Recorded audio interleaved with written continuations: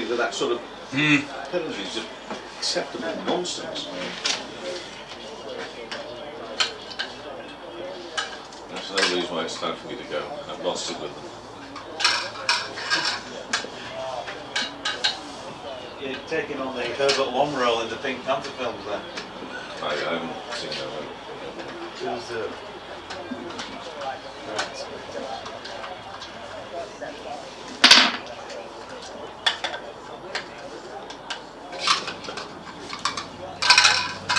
It's one of the successes of the 100 was the fact they had no time for anybody that was negative. It felt all the better for it.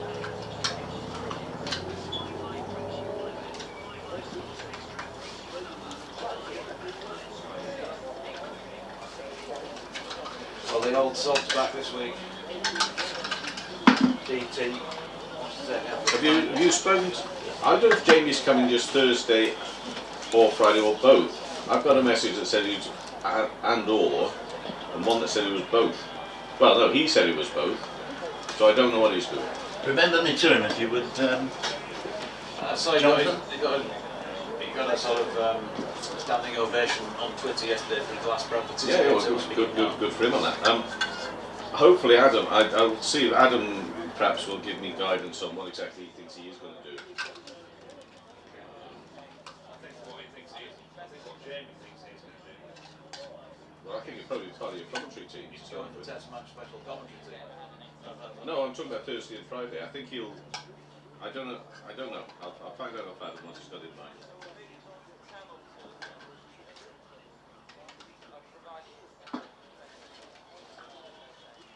I'm good looking, lad. If I was 30 years younger, I would have fancied.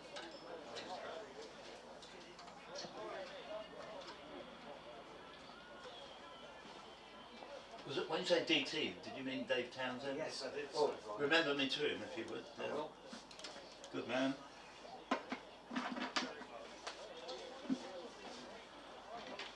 Never forget the time he rolled up here and we used to have this irascible Zimbabwean on the cricket call service called Bob Nixon. And Dave used to love winding him up. And he arrived at 2 minutes to 11 one day, Essex v Middlesex. And through the door of the caravan we had where we broadcast from open. And he just sort of looked out, and Bob was already horrified that he had arrived so late. And Dave's opening gambit is, "What a dump!" The bristles on Bob Nixon's. Oh yeah. And you got, is it Kate or Katie? Katie Levy. Yeah, Katie Levy. You got her 2 days, haven't you? I've got her first and fourth day. Yeah. I've got Phoebe Graham day 1. I've got DT all 4 days. So we've got cast of thousands on Thursday. It'll be a case of good morning, welcome from Heading. Right, I'm leaving it with the team for the rest of the day. I'm going outside on the balcony, I think.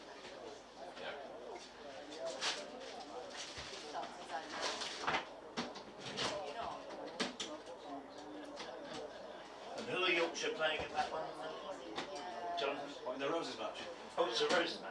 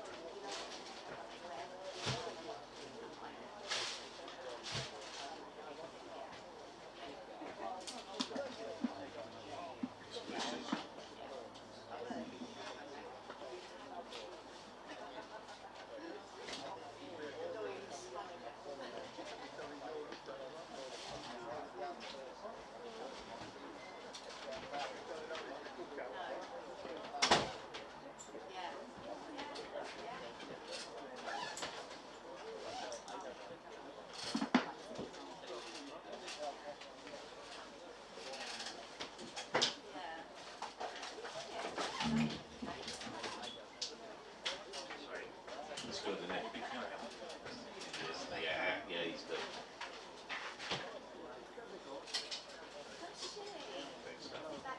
He'll start before before this is finished. So, you know, but we gave it a go. And I think it's more likely he's going to speak before I finish, I think.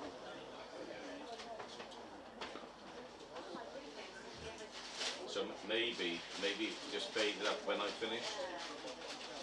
It's up to you. You know how that works best. Fade him up right at the end as opposed to underneath.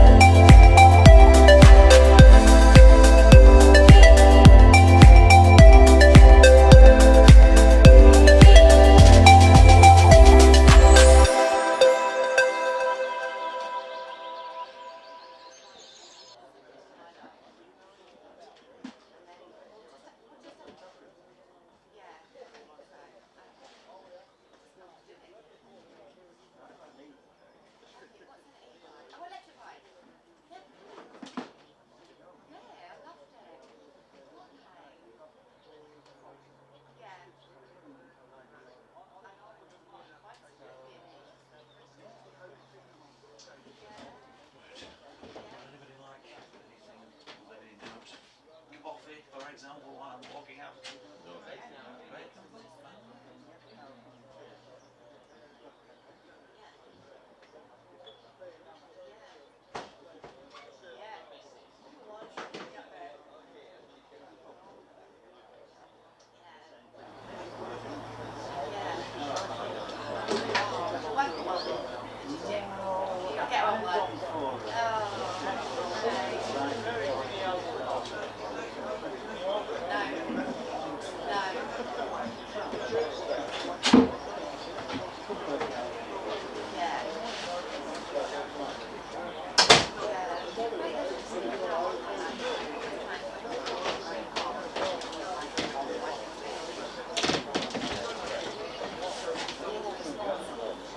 Women's County Cricket Day today. She's giving a fair amount of attention.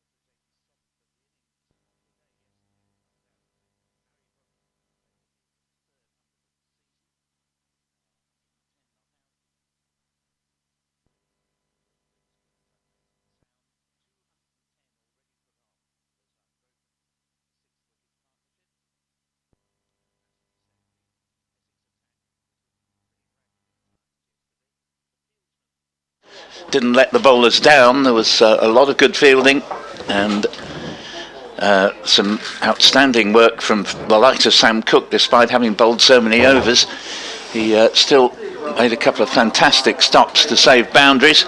Umpires Rob Bailey and Tim Robinson are currently making their way out to the middle. I'm Paul Newton, with me is Jonathan Doidge, and later we will hear from Victoria Polly and Kevin Howells, who we're delighted to have here at Chelmsford for the second day running.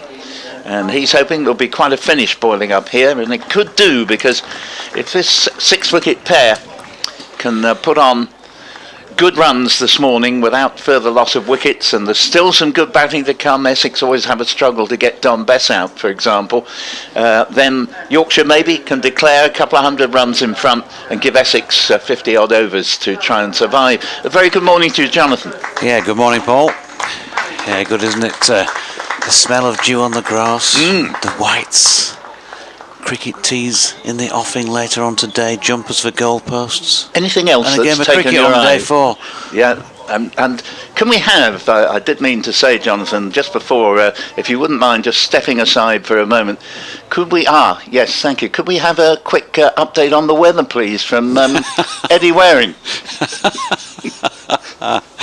Well, it's going to be cloudy from time to time, but I've got to say that rugby ball-shaped cloud above is going to be kicked into touch at some point to Paul, and we're going to be set fair for a marvellous fil rouge of a day's cricket here from the county ground in Chelmsford.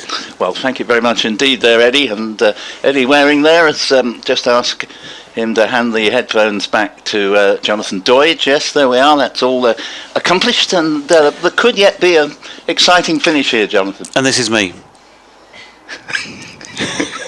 Yes, Mike Yarwood, Mike Yarwood, yeah. Sorry, Mike, that's just very, very poor. It's going to be Shane Snater to bowl the opening over of the day, just having a chat with skipper Tom Wesley. And I spoke to Tom at the close of play yesterday and said to him, there are tough days, and that was both, and he agreed. Certainly it was a difficult day for Essex. Here's Snater in, bowls, and this ball not where the batsman intended, but Harry Brook gets it down to long leg. He was looking to dab it down into the offside, but they all count, and he moves on to Nelson, and the score to 426 for 5. Yeah, I think that Harry Brook's big target for the day is to be the highest scorer individually in his family, and he needs now precisely 100 more runs to achieve that feat. So we could be in for a bit of fun this morning if he gets there. And just expand on the other member of the family. His dad, 210 is. Right. Yeah. So the other week when he got 194, he said, "I was trying to beat my dad's highest score." So what was his I'm not the dad's highest scorer in the family. 210. Yeah. What was his dad's Christian name? David. Oh, right. And Snater around the wicket to the left-handed David Milan will be going into the BBC Essex 11 o'clock news in due course. And there's a wicket. That's just clipped off the pads, timed it beautifully, but straight into Feroz Kushi's hands. And what a remarkable breakthrough, because actually the first ball had the moral beating of Harry Brook. Took a single aiming into the offside down to fine leg. So David Milan on strike, around the wicket comes Snater, clipped off the pad straight into the hands of Kushi, who simply didn't have to move. If he'd been trying to give him catching practice, Kushi would have said, "Thanks, mate." And out he goes for 87, and Yorkshire now are 426 for 6. But of course it does slightly diminish our hopes of getting an exciting finish here today, because Yorkshire really need to be able to press on and declare and leave Essex, 150 to 200 in maybe 50 odd overs. But a remarkable start to the day. Yeah, he played the joker and didn't manage to come off on this occasion. It was just a routine little flick. Sorry to interrupt. We're just going into the 11 o'clock news. Bring you straight back as soon as it's done. Good morning there, Nick, and we've had the most remarkable start from the first ball of the morning bowled by Shane Snater as Yorkshire resumed on 425 for 5, 22 runs in front. Harry Brook, who'd made a brilliant 110 not out overnight, aimed into the offside and instead it ended up at fine leg. They took a single. Second ball of the morning, the left-handed David Milan facing Snater just clipped the ball off his pad straight into the hands of Feroz Kushi by the square leg umpire. Easy catch taken, and Milan departed for 87, and that partnership in the end only added one this morning, 211 in total. We could have a finish here if Yorkshire can add a quick 150 or so and put Essex into bat sometime after lunch. Great start for Essex though, with Yorkshire losing a wicket to the second ball of the day, 426 for 6. And here comes Snater to bowl, and this ball is pulled away to backward square leg, and that is Duke with that nice pull, and he doesn't look as if he intends to hang around here. Cook does the fielding at deep backward square leg, 427 for 6. Yeah, sorry, Jonathan. I shouldn't imagine many of them will be hanging around now that they've got a lead. I think it's just a case of trying to pile on a few as quick as they can here, if that's what they've got in mind. You'd think something like a 12:30 deck, possibly. Have a little dart before lunch, and then fairly new ball after lunch. Snater in, bowls to Brook, peel for LBW. It's not going to be given out by Rob Bailey, but worth a shout, as the batsman had just shuffled slightly across his stumps, and what a lively first over this is, 427 for 6. Yeah, felt a little bit too high as much as anything, I think. Not sure line-wise, because we're not straight in line. Harry Brook, if he can just get himself back in here, then he's in a position, isn't he, now? He's got the licence to have a bit of fun. Not that he didn't do that yesterday anyway. I think you read that well, actually. I've just seen the replay, and it was, I think, for height that it was turned down. He was bang in front. This ball keeps a little bit low and fended out, and Yorkshire won't be too sorry to see the ball do a bit early on here, or even later on, because of course they'll be, if all goes to their plan, it will be very much suit their bowlers if there's a chance of some wickets. So Brook on 111, joined by Harry Duke, just off the mark with a single to the only ball he's faced. Just the one slip and a gully as Snater is in and bowls, and this ball is nudged into the offside, and there's no run there, and the over ends, and very dramatic first over of the day it has been, with Snater claiming the wicket at David Milan to the second ball of the day, nicely taken by Feroz Kushi at square leg. He departed for 87. The partnership 211 for the 6th wicket. Brook 111, Duke 1, 427 for 6. And as Milan flicked it to square leg, second ball of the day, you obviously thought, the poor lad. A poor lad indeed. Still. Yeah, we're going to see Sam Cook bowling from the Hayes close end, Paul. Adam Rossington was standing up a bit to him yesterday. In fact, he's shown his skills, hasn't he, standing up to, I think, all of the seamers at some point or other. Yes, he's certainly, of course, it's his first game with the Gauntlets, taking over from Adam Wheater, who announced a couple of days ago that he's retiring at the end of this season. So here comes Cook then, bowling to Duke. Busy at the crease as ever, steps into that and flicks it into the onside where Nick Brown does the fielding. Yeah, I must say, I think with that breakthrough coming when it did, and at least 3 balls in the over having the better of the batsman, I was a bit surprised in that Snater over there was still only the one slip and a gully. I would have felt, the time had come to, just for a few overs anyway, go on the attack. Cook again, and Duke shouldering arms. I didn't see them changing the order. Harry Duke can score his runs at a reasonable pace. Like I say, he's a busy cricketer, but he's not really a sort of boundary smasher when you come to upping the ante. Or so far in his red ball career, we've not seen that. He's made some half centuries and been a little bit more run around the field than crashed through the boundary ropes. Here's Cook to Duke, plays it late, drops it into the pitch. Well, there's no run. If you're sort of looking at getting out there and moving the game on at pace, well, you've got Harry Brook at the other end to be able to do that. But looking at what remains in the Yorkshire batting lineup, maybe Don Best might be more an option for that, and Jordan Thompson definitely would if he's on a going day.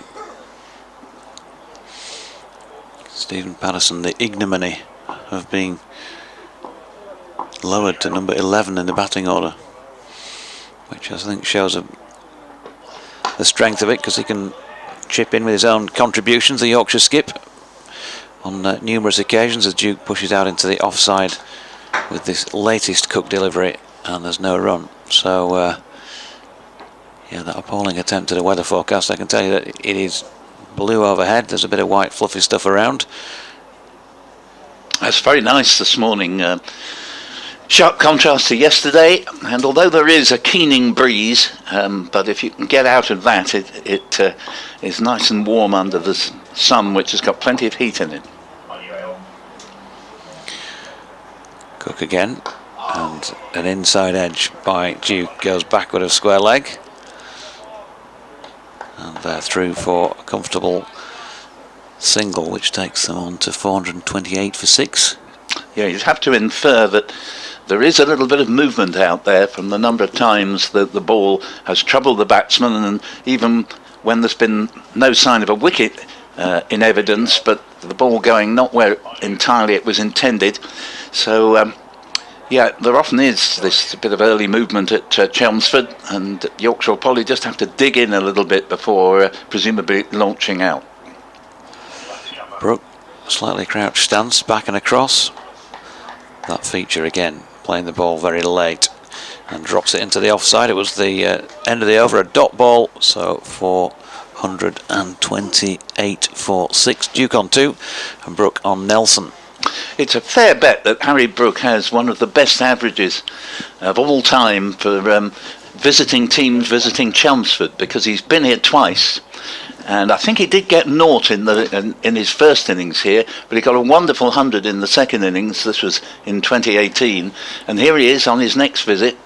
Might have been in the meantime, admittedly. Yeah, he definitely played in 19. Right, yeah. But because I referred to it the other day, and Yorkshire were thrashed here in 2019. Yes, yeah. And he made the pitch when he batted look different to any of the That's other right, Yorkshire yeah, players. Such a good player. Thoroughly enjoy watching him back. Well, here's Snater beginning the third over of the day, which Duke plays the first ball to Brown in the covers, and there's no run, and still just the one slip, and Snater's getting it to move about a bit, and in fact the gully has now gone 2 second slip, so I must admit I think there's plenty of argument to say why not have a gully as well. 428 for 6. Andy enjoyed the appearance of our dear departed Eddie Waring on the weather forecast.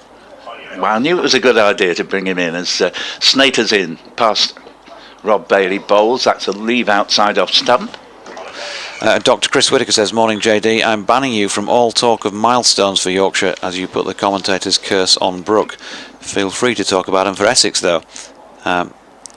Yeah, they always want to blame commentators, don't they, when a wicket suddenly goes down. And then he apologises because, of course, it was Milan who went.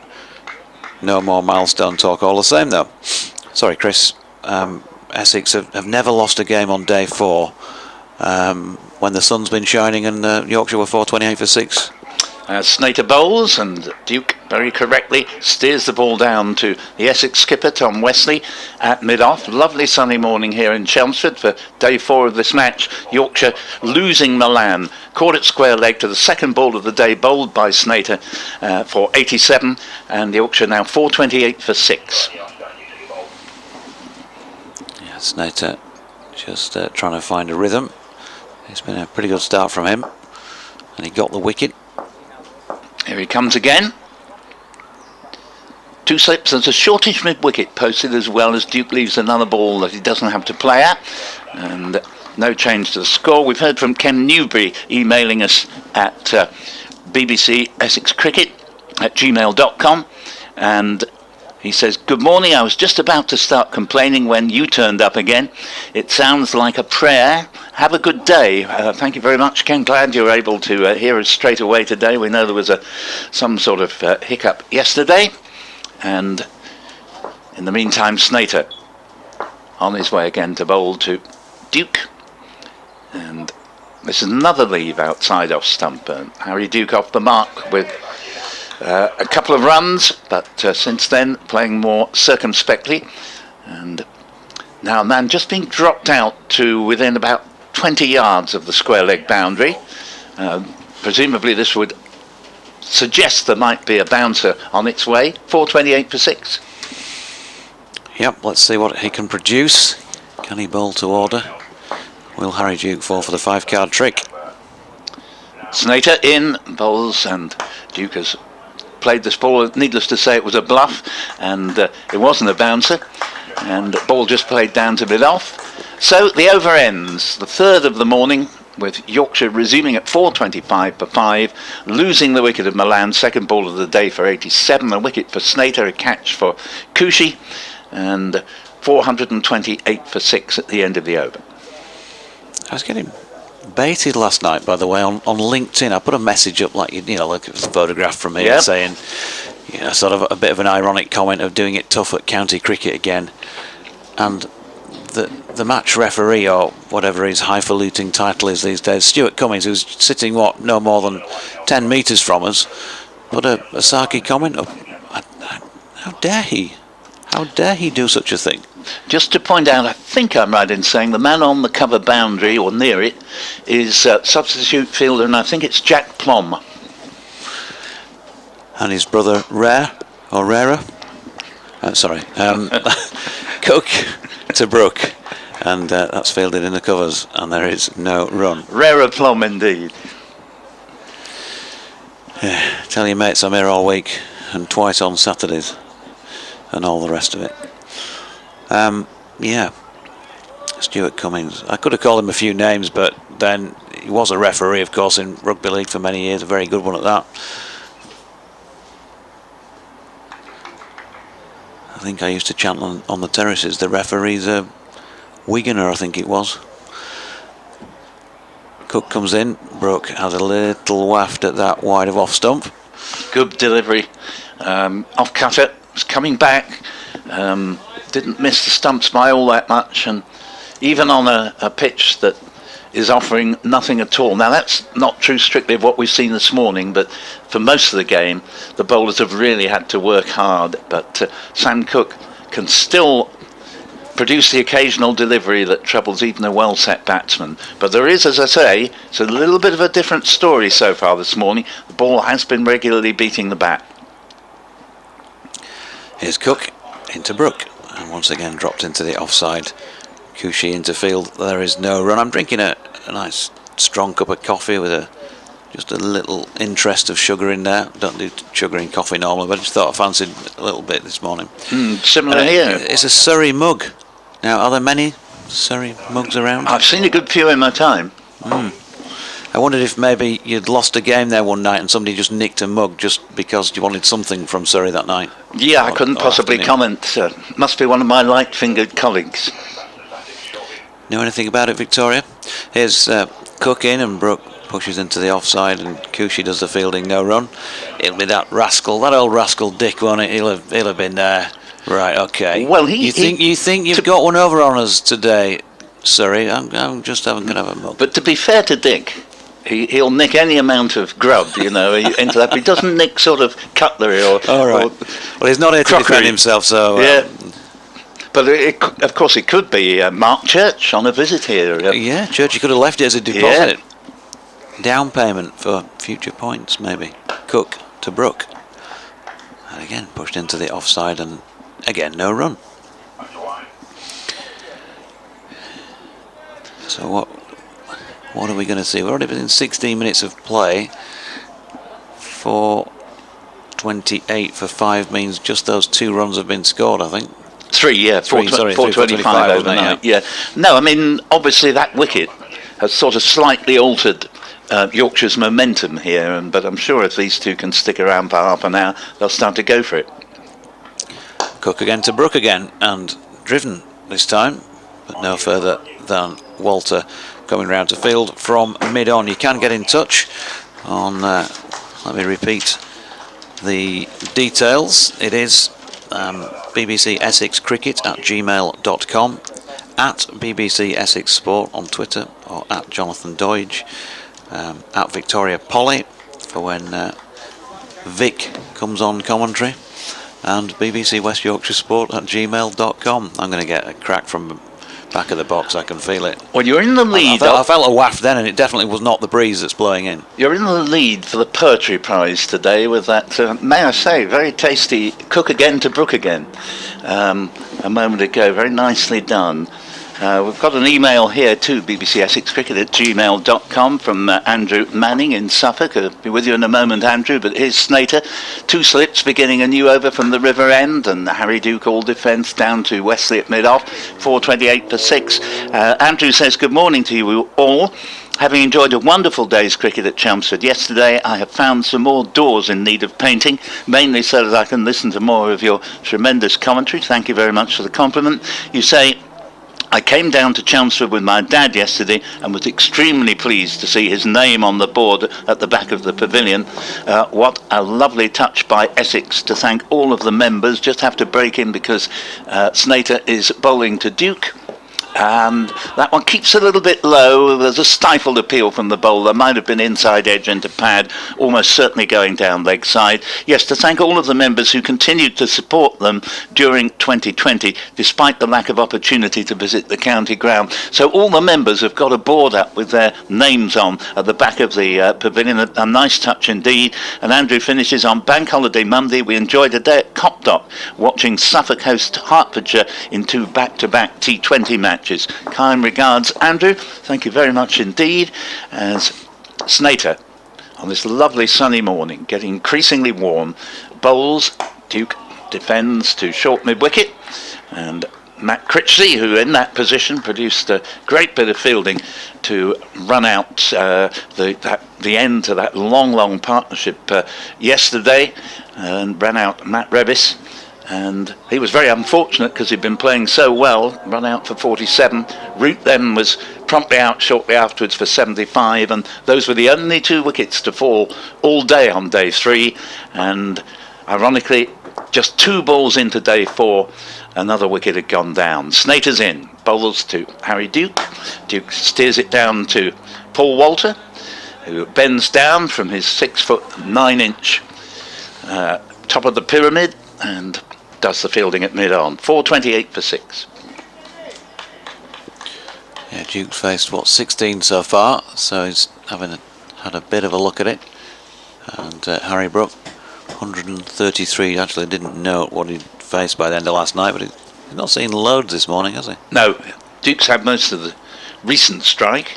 Began with an aggressive shot, but rather gone back into his shell since then, and leaves the last ball of the over. And in fact, it's not the last ball of the over. He leaves outside off stump, and no change to the score. He played the joker and got an extra delivery. Indeed.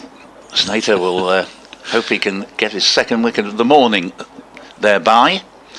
Tom Wesley just having a quiet word to him as he tosses him the ball, and Duke wasn't quite ready. In fact, we're just getting Jack Plom pushed back onto the square leg boundary again.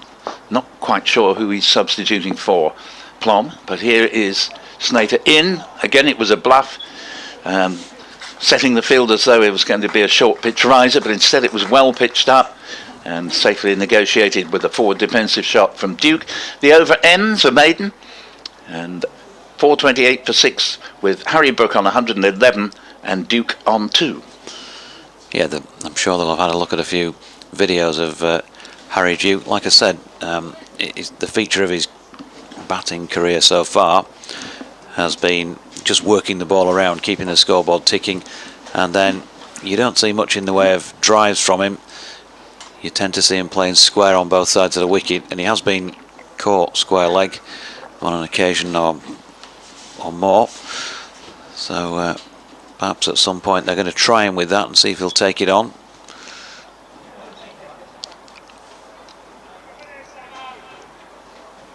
So, sorry, Paul. No, I was just going to say Sam Cook to continue in this marathon stint of his. This is his 30th over. Here he comes, Hayes close end, and Brook opening the face, runs it out to Simon Harmer coming round from second slip. Does a bit of catching practice with Sir A.N. Cook. Lily says, morning JD, Paul, Victoria and Kevin. Fantastic 211 run partnership between Messrs Milan and Brook, dare I say it. I hope Harry Brook beats his 194 from last week. Lily's hoping they declare after lunch. I would have thought to speed the game up they might want to do, well, had they got off to a flyer, they might have wanted to do that before lunch. I think she's right. I think it would be after lunch now, the way things have started.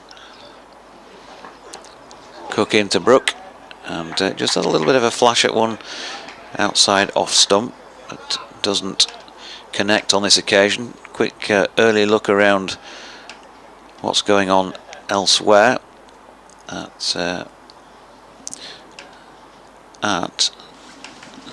struggling to find the county scores here.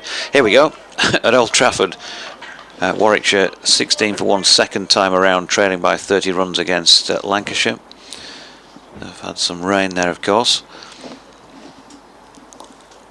More to come in a moment, because Sam Cook coming into bowl to Harry Brook, who steps back and across and gets everything behind that back to the bowler. So into the fourth and final innings of that match at Southampton. Gloucestershire 120 for 2. They need a further 248 runs to win, which in terms of time left in the game, there's just about enough. Could make into an interesting final day down there at the Oval. Surrey, of course, made 401. Northants 194 all out and 202. Surrey won that by an innings and 5 runs. And Cook into Brook once again. That's flicked into the leg side, but no run. Had an email from one of our regulars, the intriguingly named Ilicitano Shrimper, who comes to us from Spain. He says, good morning, lady, singular, and gentlemen, plural, from the scorching southeastern Spain. You say aching fingers that were crossed yesterday continue to be so for Mr. Harmer's first home wicket this season, with Bess having taken wickets and indeed Critchley picking up a few. I'd be interested in hearing thoughts as to why our South African continues to struggle. Cook to Brook once again, right behind it, no run. Down at Hove, Sussex 264 for 3, leading by 298 in their second innings. So there should be a declaration coming at some point in the none too distant there, with an attempt at bowling Middlesex out. I'll attempt to answer your points there, Ilicitano, in a moment or two, but you are right. I mean, at Edgbaston, Danny Briggs got 4 wickets in Essex's innings and Harmer none in Warwickshire's innings. Hook to Brook again, flicking to leg this time. Nick Brownfields, no run, end of the over, 428, 4-6. Just one more score, I think, to wrap up for the moment. Worcestershire needing 337 runs to win against Durham, are 105 for 2 in their second innings early on day 4 at New Road.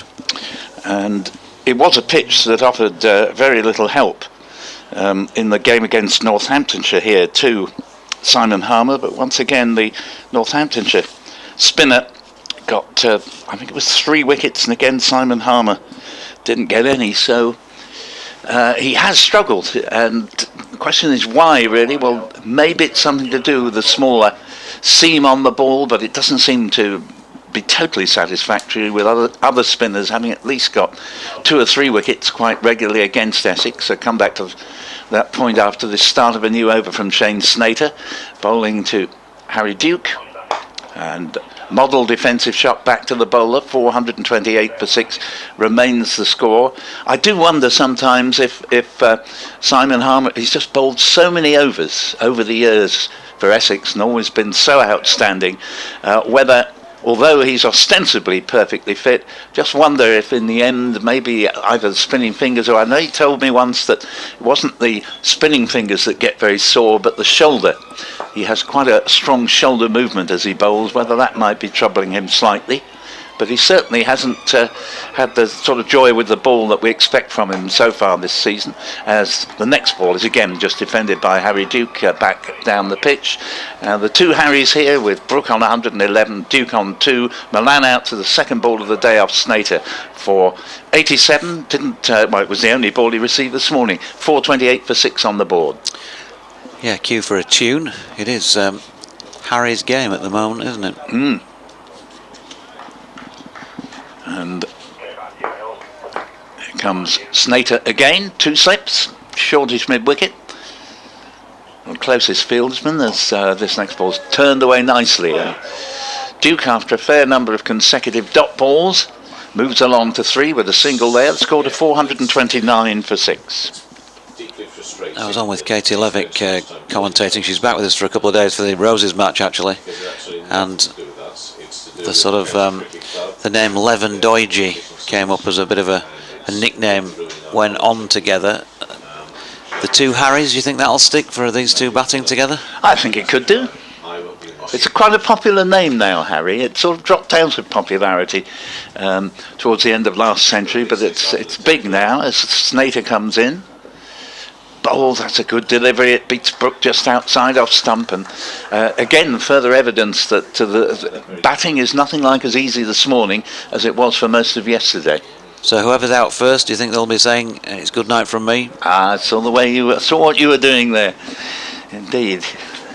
Just coming back to that point about Simon Harmer, yeah, it was Rob Keogh who bowled a lot of overs here for Northamptonshire and bowled very well, let me say, and took a few wickets, 3 or 4, something like that in the match, and so it rather stood out that Harmer just couldn't take a wicket, and he's bowled 40 odd overs here and hasn't got a wicket.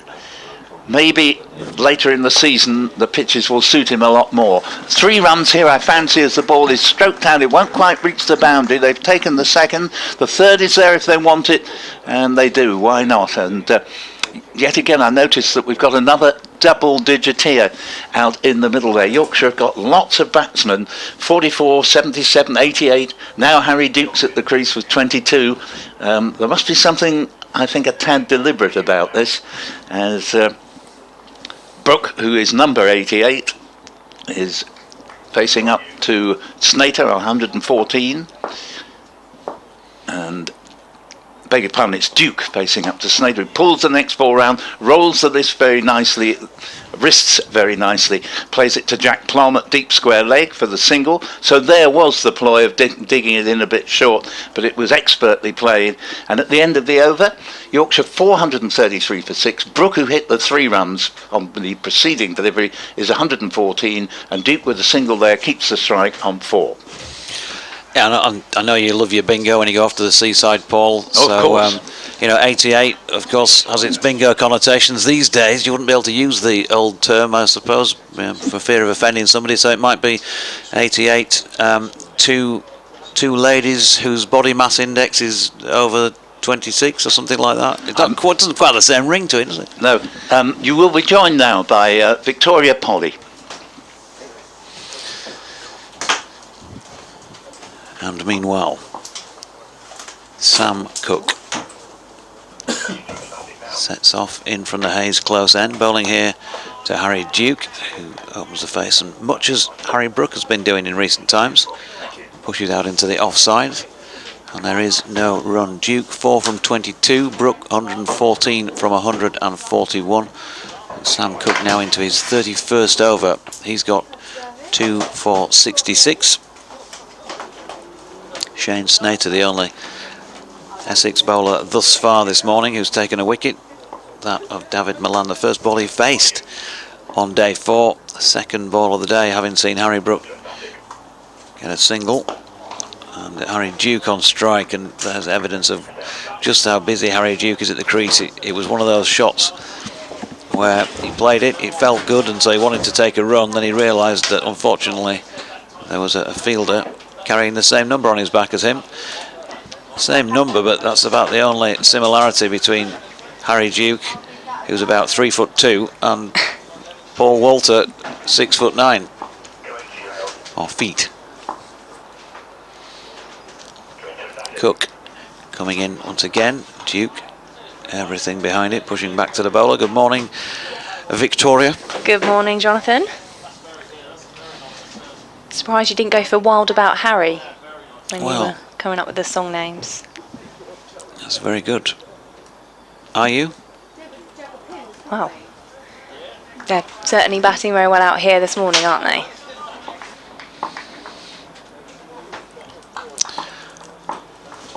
Cook then, making his way in once again past umpire Tim Robinson. Right arm over the wicket. Good delivery. Looks like he's nicked that, Harry Duke. He's not been given. And, well, they were celebrating like that was definitely out. Now they're looking at the stumps as if it might have clipped the bail or the stump itself. It looked as though it could have been a nick-off. But no, I think they were celebrating. That was why they were just expecting it to be out, because I think they thought, well, they've heard the leather on the stumps and it's not managed to dislodge the bail. So Harry Duke bowled, but not bowled. No, certainly a big appeal there, wasn't it, from Sam Cook, the bowler, and the Essex fielders and wicketkeeper Adam Rossington. But umpire Tim Robinson unmoved, and as was Harry Duke. Well, I think Paul's living in a different climate to the rest of us. He's got very jazzy 70s shirt on there, with jumper and coat at the back of the com box. Cook to Duke, top of the bounce this time. He pushes back to the bowler. 2 slips and a point. Cover, mid-off, mid-on, mid-wicket and square leg. And there is a long leg as well. Shane Snater, who'd be about 15 yards in from the boundary, down to our left. On the big scoreboard side of the ground. Cook again, coming in to bowl to Harry Duke. And, well, just evidence once again of Sam Cook's consistency of line and length, because Harry Duke played quite a few of those deliveries straight back to the bowler, right on the money. So there's not been a lot for Yorkshire to hit so far, which, in terms of the state of the game, not ideal, is it? 8 overs gone this morning, and they've added just, 8 runs for the loss of 1 wicket. But there is still time, and there's still some firepower in this batting lineup to try and put on a healthy enough total to try and put some pressure on Essex second time around and just open the game up. We're going to also see a change in the bowling at the River End. And it's the aforementioned Simon Harmer who's going to come into the attack for Essex. As you say, maiden over there from Sam Cook yesterday afternoon. We didn't see too many of those, with Harry Brook and David Malan keeping things ticking over nicely with the Yorkshire run rate and the scoreboard. Essex with that breakthrough on the second ball of the day this morning to dismiss Malan for 87. Shane Snater, the man with the wicket, caught by Cushy. So that's brought Harry Duke to the crease. It will be Brook to take strike against Harmer. We've just been talking about his struggles and how we haven't quite seen the form from him that we have done in recent years for Essex. But what can he do this morning here on the final day of Essex against Yorkshire in Division 1 of the County Championship? Just rearranging his field slightly. We've got that Jack Plom still out there for Essex, the substitute fielder, just being moved into the deep square leg position in front of the pavilion to the right hand side of us. Harmer's ready now. He'll bowl the first ball of the over to Brook, who just takes a step back and pushes that one into the offside, chased by Sam Cook, third man, and they'll take the 2 runs there, move things along for Yorkshire. So Brook 116 not out, Yorkshire 435. Here comes Harmer again, couple of steps down the wicket from Brook, and Walter will collect that at Deep mid on, single taken by the Yorkshire batters. Harry Brook currently averaging over 200 this season. He's doing everything possible, isn't he, to get himself noticed. You can't believe now they won't get selected. Not the way things have gone for the team recently. If they were firing on all cylinders and everybody was scoring runs. Duke with the reverse sweep there against the bowling of Harmer. That's going to run away to the boundary for 4 runs. Lovely timing there from Duke. He moves himself on to 8, Yorkshire 440. Yeah, nice to play. 37. Nice to play, just helped it on its way. But I was just going back to what I was saying, you can't really believe that he wouldn't get picked now, would you? No. Harmer to Duke again, takes a step back this time and fielded by Nick Brown at short leg. You know, he's certainly made a very strong case for himself with his scores so far this season, Harry Brook. Not just here, but in the other games, as Harmer bowls again to Duke. Defends that one into the onside. If he's not at least in the squad, I'm going to really stick my neck out here. Oh, what are you going to do? With a proper Yorkshire saying, I'll go to the foot of our stairs if you don't get in squad. Harmer to Duke, who tries that reverse sweep again, and that is turn around the corner and run away towards the boundary. There's a sliding stop there. And they will take the 2 runs off of that. So tried the same kind of shot again, not quite the same position, but Duke moves along to 10. Yorkshire 442 for 6. That's the end of Harmer's over. And Yorkshire lead by 39 runs. Yep, and they need to push it on at some point if they are going to realistically set up something here. I know that they want to make sure that that they've got a few on the board here, etc., etc. The game is safe. They can't lose this from this point. 39 in front at this stage on the last day. So they've got that assurance, if you like. And I know they've only got the 4 wickets left, so I guess they've got to try to put something together with this. They can't just go in and blaze it, and you know, if they've got 8 wickets left, they might be able to give 2 or 3 away in playing some shots, as that first ball of Cook's latest over is pushed out to point by Harry Brook. So maybe that just that loss of Milan, as Paul was intimating, the momentum that they wanted to go into this final day with was just stymied straight away. Here's Cook to Brook, who punches that one. Lovely shot between point and cover, who's giving chase, and will get there. Matt Critchley to do the fielding, pulls it in just shy of the rope on the pavilion side of the ground, and they get through for 3. The other thing to say is that you can't invent runs when the bowlers are bowling pretty well, and you are then risking giving it away. And if they are, whatever, 480 all out, game's gone, isn't it? Yeah, and we've seen that 1 wicket this morning. Sam Cook coming close in his last over, but really it has been hard work for the Essex bowlers out there so far. Cook again, Duke playing it late, ball drops behind him. Has a good look around as if he's trying to find a fly that might have just gone by. Wasp, something like that.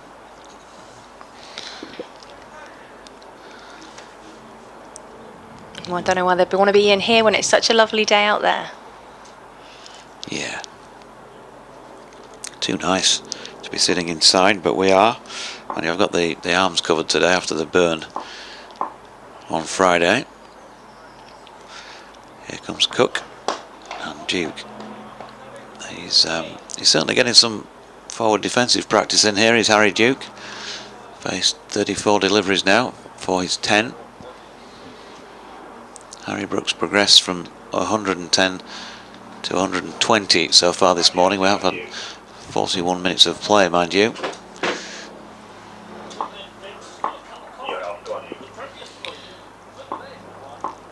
This ball 54.4 overs old. As Duke turns that into the leg side where Nick Brown will field. And again, there's no run. Harry Duke averaging 18, in fact 19.2 in real time. Highest first class score of 54, also made a 52. 13 matches on his CV now at this level.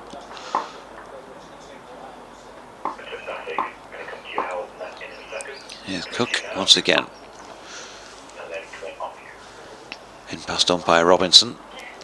Duke takes it on as it's a little bit shorter of length, flicked off the hip, might well have been off the thigh pad. Yep, like by indicates.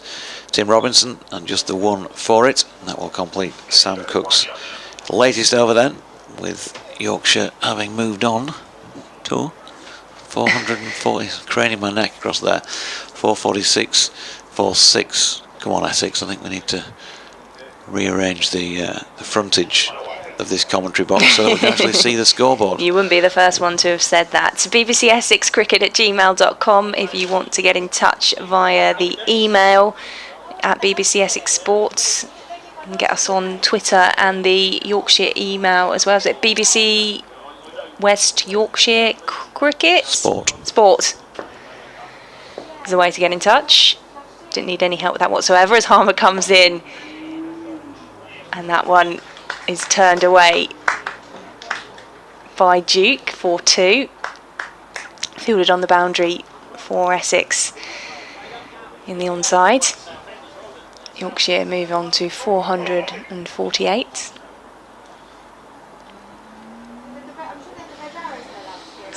One or 2 runs ahead. It was a scoreboard slow as Harmer comes in for the second ball of the over. Duke trying that reverse sweep again. And this time he's caught. It's the third time we've seen him play that shot. So it was a diving catch from Sir Alistair Cook, who was at first slip. Harmer has his first wickets. And Harry Duke, or Harry Brook even, I should say. Or is it? No, it is Duke. Is gone. Yeah, Harry Duke. He'll take on those shots square on the wicket both sides, but this one, just a little bit of a tickle on it, and off some part of his equipment I think as well, and just looped up in the air, and Alistair Cook was quick enough on his feet to get round and do the catching. So Duke has gone, caught Cook, bowled Harmer. So Harmer's first wicket of the season, I believe, then here at the county ground. It is. And Duke made 10 from 37 deliveries.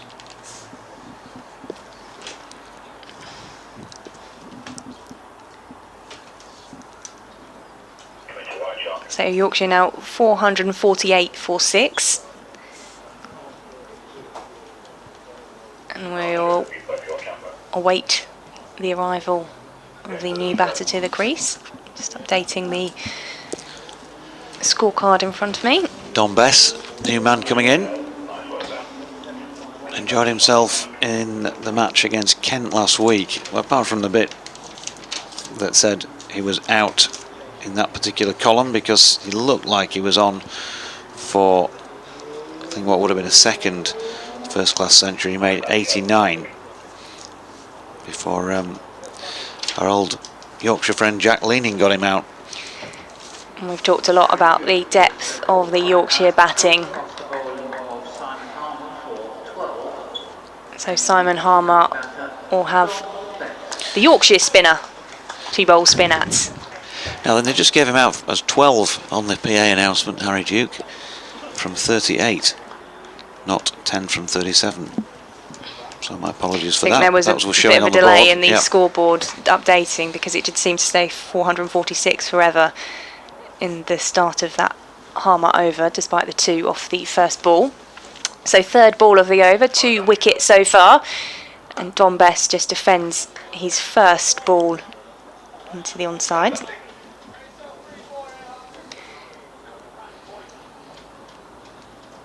A bit of joy for Simon Harmer then in his second over of the morning. This time Don Bess goes low and pushes into the offside. Appeals from Harmer and the fielders around, and they just turn to the umpire, who's unmoved. Yeah, just one of those old pro bowler type things. They stood there, looked at the umpire with his finger across his mouth, Simon Harmer, as if to say, you know what, Rob, that was very, very close. Harmer to Bess again, who comes forward slightly, pushes into the offside for a single, and be collected by Sam Cook. And not only, Rob, was it very, very close, the next time I appeal, you've got to give it. It will be out.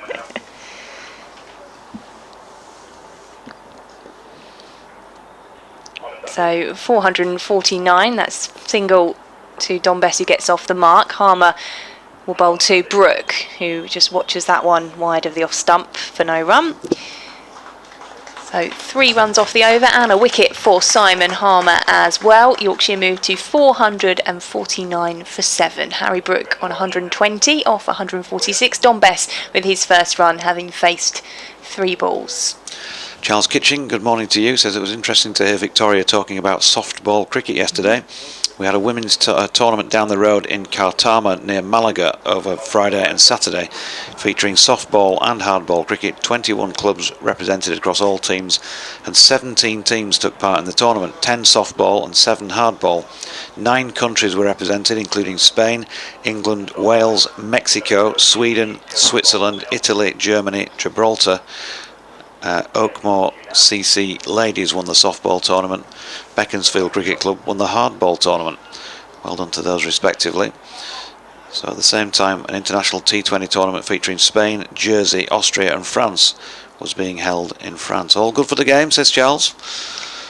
Nice. So there's opportunities then if I do pursue the softball career. Here's Cook to Bess. Pushing back to the bowler, and there's no run. Edward Harlan says, JD, Radio York has had an item on this morning of a 10-year-old from Acomb who took 2 wickets with his last 2 balls of last season and a wicket with his first ball of this season, calling it a hat-trick. Is it? Well, we had this the other day, actually, Edward, and strictly speaking, no. You can see where they're coming from, in the sense that he's got 3 wickets in 3 legitimate balls within cricket matches, but they're across 2 seasons, and as far as I was aware, a hat-trick's always 3 wickets in consecutive deliveries in the same match. Cook to Bess pushes into the offside, no run, so they can hang over from one innings or one over or spell to another over or spell. But I've not heard of them bridging the close season. Nick Briggs.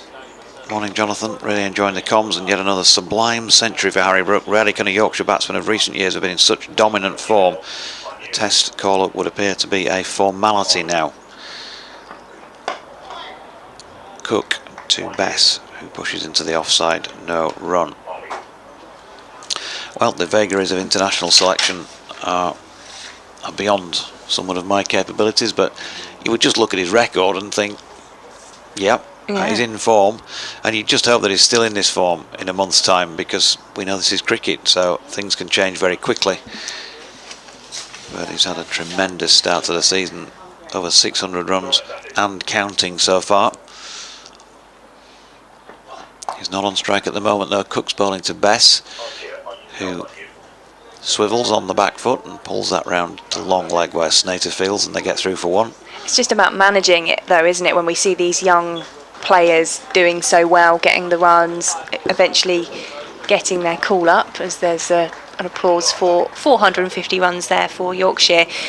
You don't want them to get that opportunity, and then, as we've seen, if they don't get the same success within the national side, then, you know, making sure they're looked after properly. Yeah, Cook to Brooke, flicks to leg, and there's no run. Yeah, I mean, the other man out there at the moment is a case in point, isn't he? Don Bess got his opportunity very, very young. He's openly talked about the sort of mental health issues have been out in India, wasn't it? The other winter, been locked away in the bubble for ages, and nobody to really talk to about what he was going through, not being in the side. You know, you sincerely hope, because he's such a great lad, that he gets back in there longer term, and you know, his worth is proven, if you like. There's a really good player, Brooke, who's also a really good player but hasn't yet had that England sniff. Pushes wide of Nick Brown at mid-wicket and is back for a comfortable 2. The end of Cook's over. Brooke 122 now, 452 for the loss of 7 wickets. And Sam Cook 33 overs, 11 maidens, 2 for 72. When we spoke to Don Best the other night, he didn't actually say this, but sort of not in so many words, I think was saying, you know, look, I feel like I'm bowling really well, but I'm not even thinking about international cricket anymore at the moment. If that comes, it comes. I think what I have got to do now is just play this game, do the best that I can do, and that will come eventually if I do it well enough. And he's facing Harmer, takes a couple of steps down the wickets and knocks that one away into the onside past Paul Walter at mid-on for 4. Yeah, that's one disadvantage of being 6'9", because he couldn't get down quickly enough, could he?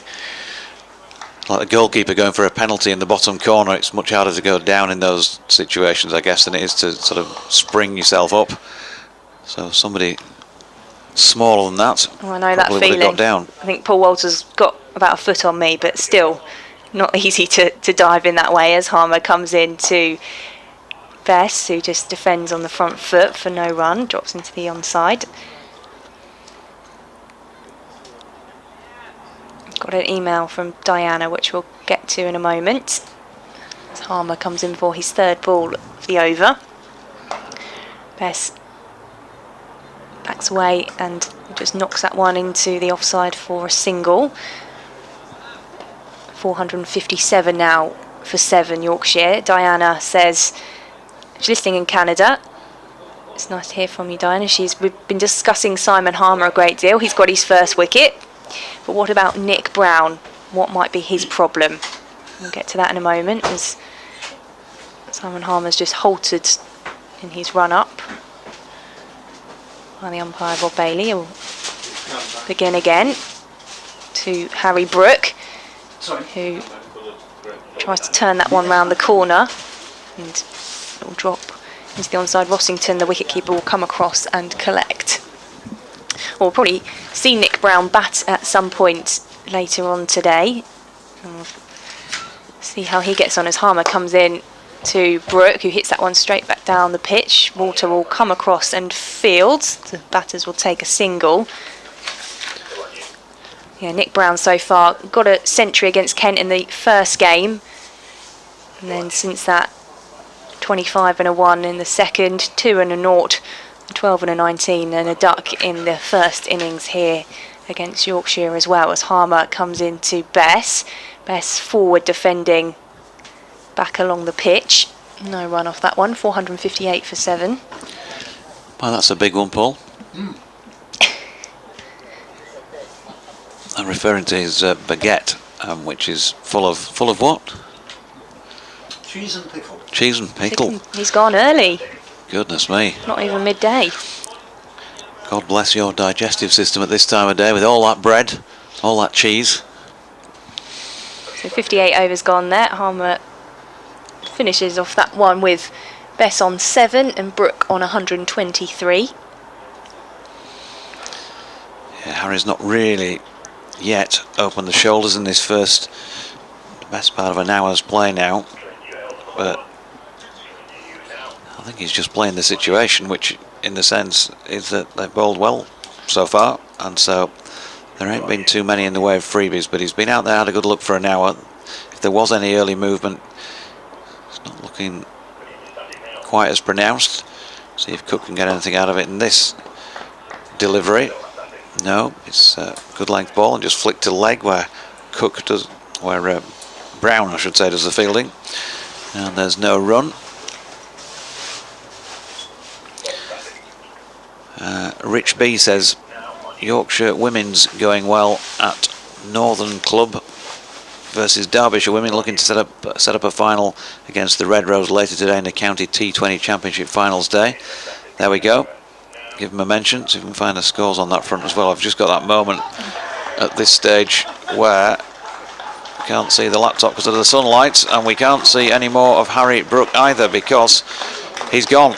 He's succumbed. He's got a little tickle through on a short ball from Cook. A routine catch for Adam Rossington, and Harry Brook has gone for 123 from 151 deliveries. It was fantastic stuff to watch yesterday. It's been much harder work this morning. He's added 13 more runs to his overnight score in 57 minutes of play this morning. He's walking off, well, showing certainly disappointment, but does acknowledge the crowd. And Brook, yeah, caught Rossington, bowled Sam Cook for 123, 152 balls, not 151. And he was out there for quite a lot of minutes, which have now disappeared from the scoreboard. It's 458 for 8. It was a shorter ball, and he sort of, we've seen him play late a lot, haven't we? And he made that decision to raise his bat high, and it just glanced off. And easy pickings for Adam Rossington behind the stumps. I'm not sure he needed to play it, but we have seen him play some great shots so far. We have seen him play great shots during this innings here against Essex, and surely just strengthening his case for selection for England. So Jordan Thompson, left-handed, lefty-righty combi. Both of these two can still play, and Jordan's natural game is to use the pace of the ball to put it round the park. Anybody who's seen him play red ball cricket, he'll exploit the gaps, and anybody who's seen him play white ball cricket certainly was impressive on a number of occasions with the bat last year, not least in a fantastic stand with the man who's just gone, Harry Brook himself at Headingley. So he's going to face up to his first delivery here. One slip and a gully in place, and round the wicket now. Cook tries to tuck up Jordan, who pushes into the offside first ball. There's no run. Lily says Harry Brook's batting really well. There you go, Lily, it's your fault. That was the curse. And Charles says, I think we all agree Brook should be in the test team. Stokes has apparently said he wants Root at 4 and himself at 6. So Brook should be at 5, please not 3. But what about Bairstow, folks? Tricky, says Charles. Cook coming in again, passes umpire Robinson, good delivery. There's an appeal for LBW. And it didn't look a bad shout from here, but I'm sitting behind Jordan Thompson, so no real knowledge of where it struck him. Look worth a shout. I'm just going to watch it on the replay on the live stream in front of us, if it becomes unpixelated at some point. Always good fun, that one. Sam Cook coming in once again. And this one doesn't bounce at all, really, does it? Through. And Jordan Thompson shouldering arms, but looking at the board now, 458 for 8, lead 55. And wondering, really, where the game's going. Unless these two have a cracking little stand here and play like they can do, and boundaries start to flow. It's feeling like handshake time later on today. Potentially. Cook again in the Chelmsford sunshine. Straight delivery. Thompson flicks to the leg side of straight. And fielded there at mid-on. And that's the end of the over. Applause for Cook, who's got 3 for 72 now from 34 overs and 12 balls. It was a wicket maiden. And at the end of it, Yorkshire now 458 for 8. Martin's been in touch on the email as well, says what a great knock from Harry Brook. Also says lovely commentary as well. Thank you very much for your email, Martin.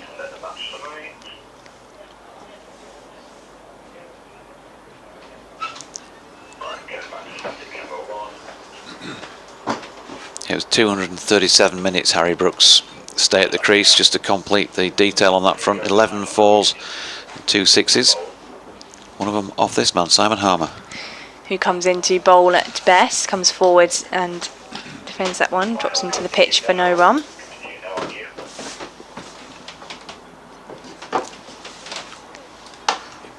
Getting through his overs quite quickly. Harmer to Bess again. This time off the back foot, turns that one away into the offside. It will be collected in the field for just the single.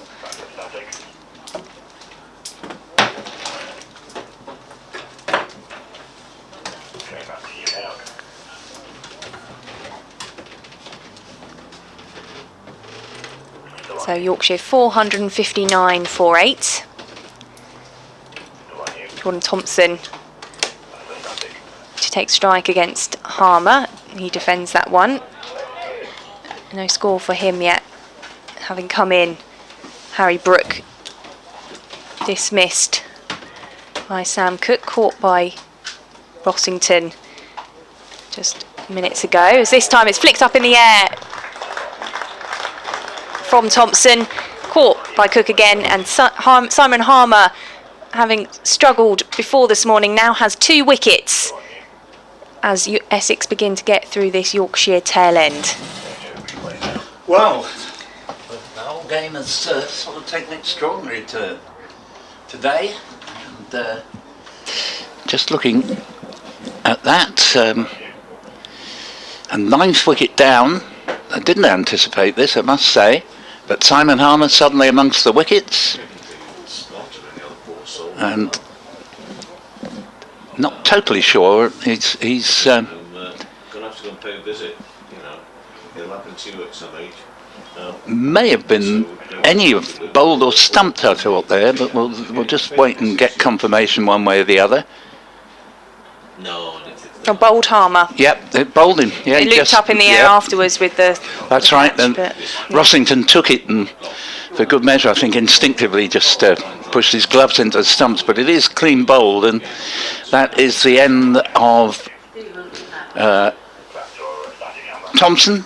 And 459 for 9 from 425 for 5, and it's looked a completely different game so far today, with 4 wickets tumbling down, and Yorkshire strangely haven't particularly looked at any stage as if they were looking to score the quick runs we thought they might and get 150 to 200 in front. But I guess the conditions, although they look fine for batting, have just been rather different today. We saw plenty of movement early on from the quicker bowlers. Now Harmer's weighed in with a couple. So 459 for 9, Yorkshire's lead at the moment just 56. yeah. Thompson leaves the crease without score. So Patterson, the captain, is just taking his guard. Yorkshire 459 for 9. And Thompson bowled Harmer. Just 6 deliveries he faced as Harmer comes in to Patterson. That one just jumps up in front of him, drops into the pitch for no run.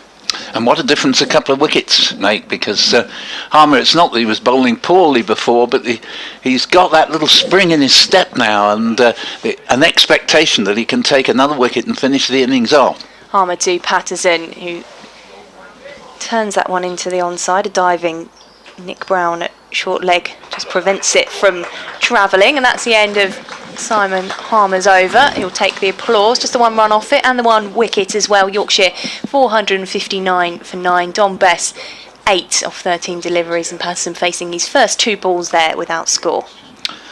Yes, we've stopped me if you've already read some of these emails out. Did you read one from... I got a bit behind with the emails. So yes. We've heard from Martin and Diana, but Had you read them out? I read those 2 out, but otherwise I haven't got much further. Right, so just looking, Michael Biswell has come in and said Ilicitano means from or of Elche, a town in southern Valencia. So being a shrimper, I presume he originally comes from Southend-on-Sea, now living in Elche or Elche, I'm not sure what the correct pronunciation of that is. A sunny day here on the Ebro. Ebre and Catalan don't want to upset anyone local. It must have been difficult lifting the spirits of the Essex team yesterday. So new over starts from Cook, goes through outside off stump, Best the man on strike. Must have been difficult lifting the spirits of the Essex team yesterday evening after a disappointing day in the field. Always good to hear your commentary. Thank you very much, Michael. And I did speak to Tom Wesley at the close of play yesterday, and he fronted up very well. Rightly said that Essex had stuck at it well in the field, but acknowledged that it had been a very difficult day indeed. When you only take 2 wickets all day, it's bound to be. Well, they've got 4 now already today. In only just over the hours here, another good delivery from Sam Cook has the better of Bess, who prods at it outside off stump and could easily have taken the edge but didn't. We've seen that wicket, haven't we, from Cook so far, and then the ball that seemed to nick off the stumps without moving the bails. There were appeals around the ball for that, but Sam Cook not getting his man with that one earlier on in the innings. And Cook in from the Hayes close end. Bowls, Bess stabs it into the offside, short extra does the fielding. Once again there will be no run, and Matt Critchley, the fieldsman there. 459 for 9, and 141st over of the innings being bowled. And Yorkshire, who batted so well yesterday, but losing David Milan, part of a 211-run partnership, to just the second ball of the morning. And it's been a struggle for Yorkshire since then, as Cook's in bowls, and that ball, has it taken the edge? No, but he played at that, I thought for a moment, as Rossington made good ground in front of Alistair Cook at first slip. He might just have nicked it, but not so. But again, ball beating the bat more times in sort of every 10 minutes or so than it did all day yesterday. Cook is in again, or will be shortly. Definitely more pressure on the Yorkshire batters than we saw much of yesterday in the afternoon and evening session. Cook's in again and bowls. That's a nice shot this time from Bess, and that'll go for 4 runs. A nice cover drive, moved into line with the ball very nicely indeed, timed it well. Ball hits the boundary boards in front of the pavilion. Well, they're not quite boundary boards, it's a sort of concrete lining. 459 for 9, 463 for 9 now, and Bess moves up to 12. Well, after that last ball where he had a bit of a flash and looked as if he might get the edge, nice to see some timing and the lovely drive to the boundary from him. Cook in bowls, and ball is played to mid-wicket for no run. The over ends. Yorkshire 425 for 5 overnight, now 463 for 9, and even Harry Brook, after his marvellous tour de force yesterday, just didn't look the same player today. Got a thick inside edge from one he was looking to push into the offside first ball of the day. It went down past leg stump and they got a single, and then Milan to just the second ball of the day, caught it square leg, and so it's gone on with the ball regularly beating the bat.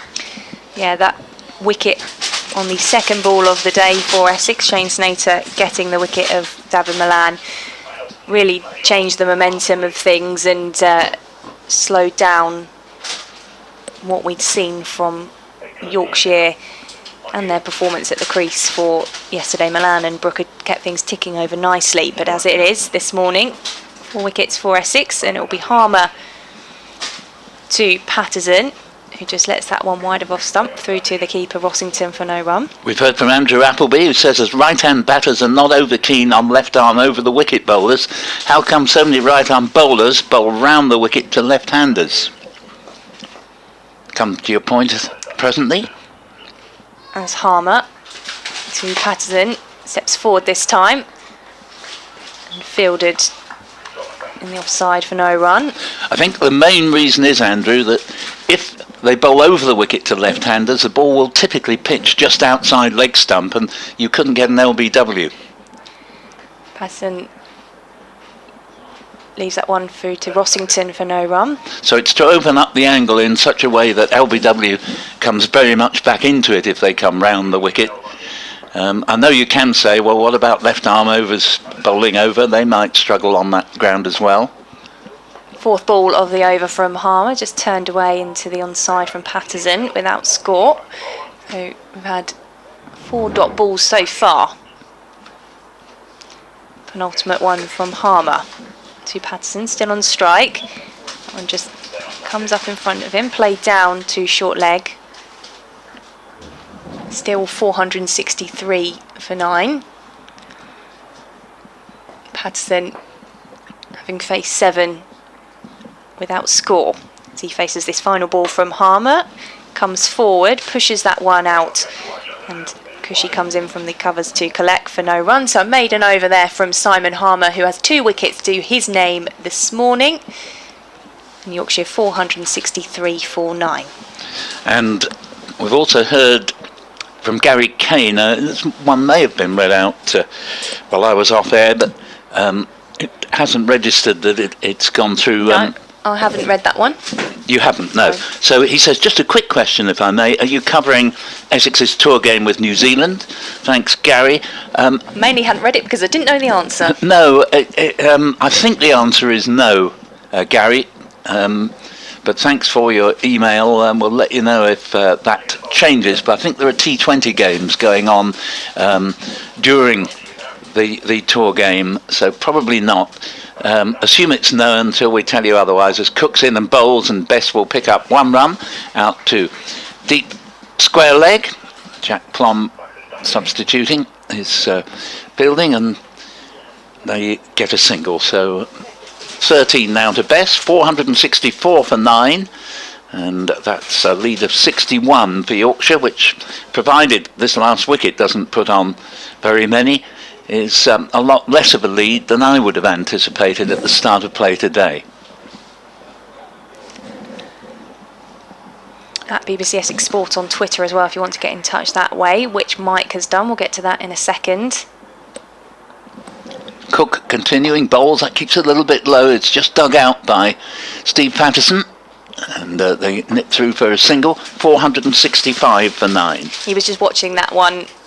Patterson seemed to just hesitate slightly on the single, watching Matt Critchley come to field that one. Mike, listening in New Zealand, says, born in York, worked in Leon Sea for many years, and missed county cricket. Love the commentary. Thank you. Thanks for getting in touch, Mike. Very jealous in New Zealand.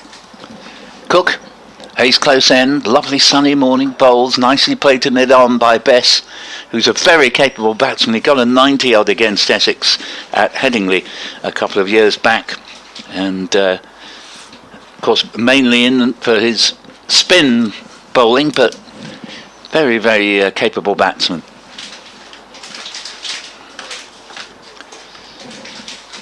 Cook comes in again, pulls to Bess. Ooh, appeal for LBW, and Cook stands arms raised, but it never looked like that Tim Robinson had any intention of raising the finger. Whether there might have been an inside edge there, I don't particularly think there was, but the batsman has his back to us, so we're not in the best of positions to surmise as to why that was given not out. Haven't so far seen a replay come up on screen.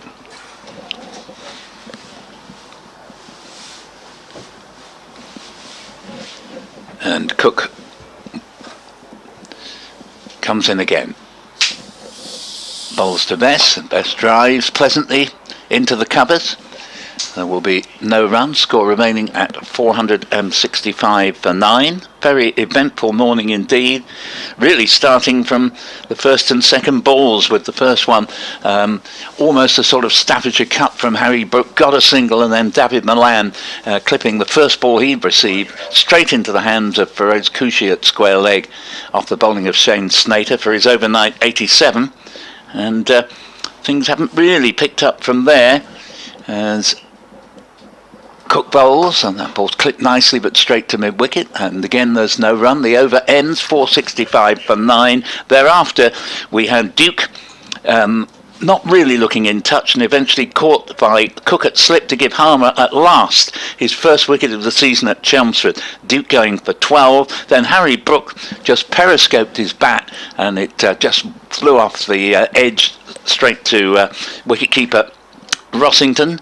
So Brook gone for 123, but only added 13 this morning. That was Sam Cook's wicket, and Thompson more recently bowled by Harmer for naught.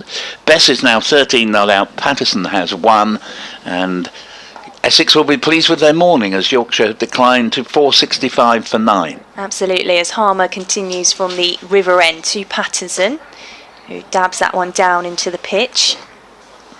Maiden over from Simon Harmer beforehand. Patterson with just the 1 run to his name. Yorkshire 465 for 9. Yes, he's 2 for 146 in this is 47th over. As he comes in again, the South African spinner to Patterson. He's up on his toes and defending back down to Harmer. He's got his shades back on today. He had them off for much of yesterday when we had quite a bit of cloud cover on, which we don't often see from him. But thankfully today, only a few clouds around in the sky above the county ground as Harmer comes in again to Patterson. And that edges into the onside. No run. It almost looks, Victoria, as if Simon Harmer has had a personality transplant since taking the wickets, because he's bounty, can't wait to bowl the next ball now. As he comes in for his 4th ball of the over to Patterson, who again comes forward to defend that one. It's all about the confidence as well, isn't it? Once one brings 2, and suddenly, having been talking a lot about having not seen him take wickets, he's got a bit more of a spring in his step. Very much so. And as I say, he's looking more like the Simon Harmer that Essex supporters have got used to. As he comes into Patterson again, he just turns that one away to short leg for no run. But you know, your football, you get a scenario where a side are 2-0 down and they look distraught.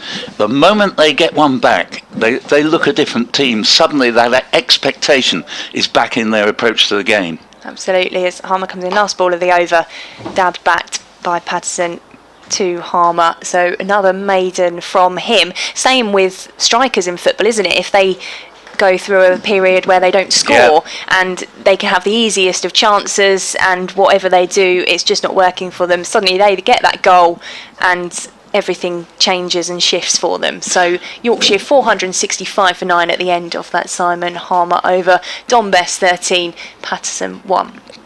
Yes, I mean, an illustration of that was Lukaku yesterday, who has had a wretched season at Chelsea and generally left out, scores a penalty and took it well, to give him, to be fair, but the next time the ball came to him, he hit it with awesome certainty right into the corner. And again, without the first goal, he probably doesn't get the second. But as I say, you have to have that sense of expectation in order to do well. It's going to be a change of bowling now, as Shane Snater is replacing Sam Cook, who's bowled thoroughly well, as he always seems to do. Cook, 36 overs, 12 maidens, 3 for 78. And when you think how much the batter's been on top of the ball for most of the Yorkshire innings, that's a fantastic effort from Sam Cook. I worry slightly that he's having to bowl 30-odd overs virtually every match now, and that's just in one innings. It's the 4th time in the 5 matches that he's had to bowl over 30 in an innings. But credit to him, he never lets a side down, and here's another man who gives it his all. Shane Snater coming in from the Hayes close end and eliciting a forward prod into the offside from Don Bess, who has 13, and the score remains at 465 for 9. I think Essex will be glad of that break they've got next week, won't they? Yeah, very much so. Run of matches that we've seen, and we've seen a substitute fielder out for much of this morning and late on yesterday, and I haven't seen Mark Steckerty, I don't think. No, that's a good point actually, because come back to that as Snater's already on his way back in and bowls, and he's out. Plays at that on the drive, just nicks it through to Adam Rossington, and the Yorkshire innings closes 465 for 9. Remember yesterday they'd scored 81 for 3 when they resumed. They finished 425 for 5, so off the top of my head that's something like 344 for 2 on the day. This morning 40 for 5. It's going to be interesting to see whether Essex themselves really have a struggle when they go in, because something we hadn't foreseen, if Essex collapse, and let's face it, they're capable of it, this could yet turn out to be a very interesting final couple of sessions to come. 465 all out at Yorkshire. I just wanted to pick you up on the point you rightly raised about Mark Steckerty. Talking to Tom Wesley last night, he said that he hadn't been able to bowl Steckerty all that much because he didn't specify what slight injury he described it was, right. But that will be he who's been off the pitch and Jack Plom on for him. So I'll just give you the wrap of the morning's play for 12. Harmer at last getting a wicket at Chelmsford, his first of the season, specifically at Chelmsford. That was then 448 for 7. Then Harry Brook just rather periscoped his bat up to a short pitch riser from Sam Cooke and departed anticlimactically for 123 from 152 deliveries, 11 fours, 2 sixes, super innings. Not this morning, he didn't look the same player, but yesterday was top notch. And then Jordan Thompson was bowled by Harmer for naught, so 458 for 8 became 459 for 9, and 6 runs later, Best caught behind by Adam Rossington off the bowling of Shane Snater. Good bowling change from Tom Wesley for 13, and 40 runs added, 5 wickets taken. Sam Cooke 3 for 78 in 36 overs. Snater 24.1 overs, 8 maidens, 2 for 62. Harmer 47 overs, 7 maidens, 2 for 146. Steckety 10 overs, 2 maidens, none for 61. Effectively left Essex a bowler light that he could only bowl 10 overs. Walter 8 overs, no maiden, none for 30. And Critchley 19 overs, 1 maiden, 1 for 69. So Yorkshire have that lead of 62, innings break, and we were talking earlier, Diana's email about Nick Brown and his form so far this season, so it'll be interesting to see how he gets on when he comes to the crease, opening the batting alongside Sir Alistair Cook. Yeah. Like you say, Paul, it all depends on how Essex cope out there and how the Yorkshire bowlers manage to make anything happen, as we've seen with Essex so far this morning. Absolutely. I mean, Essex will be very much hoping that they can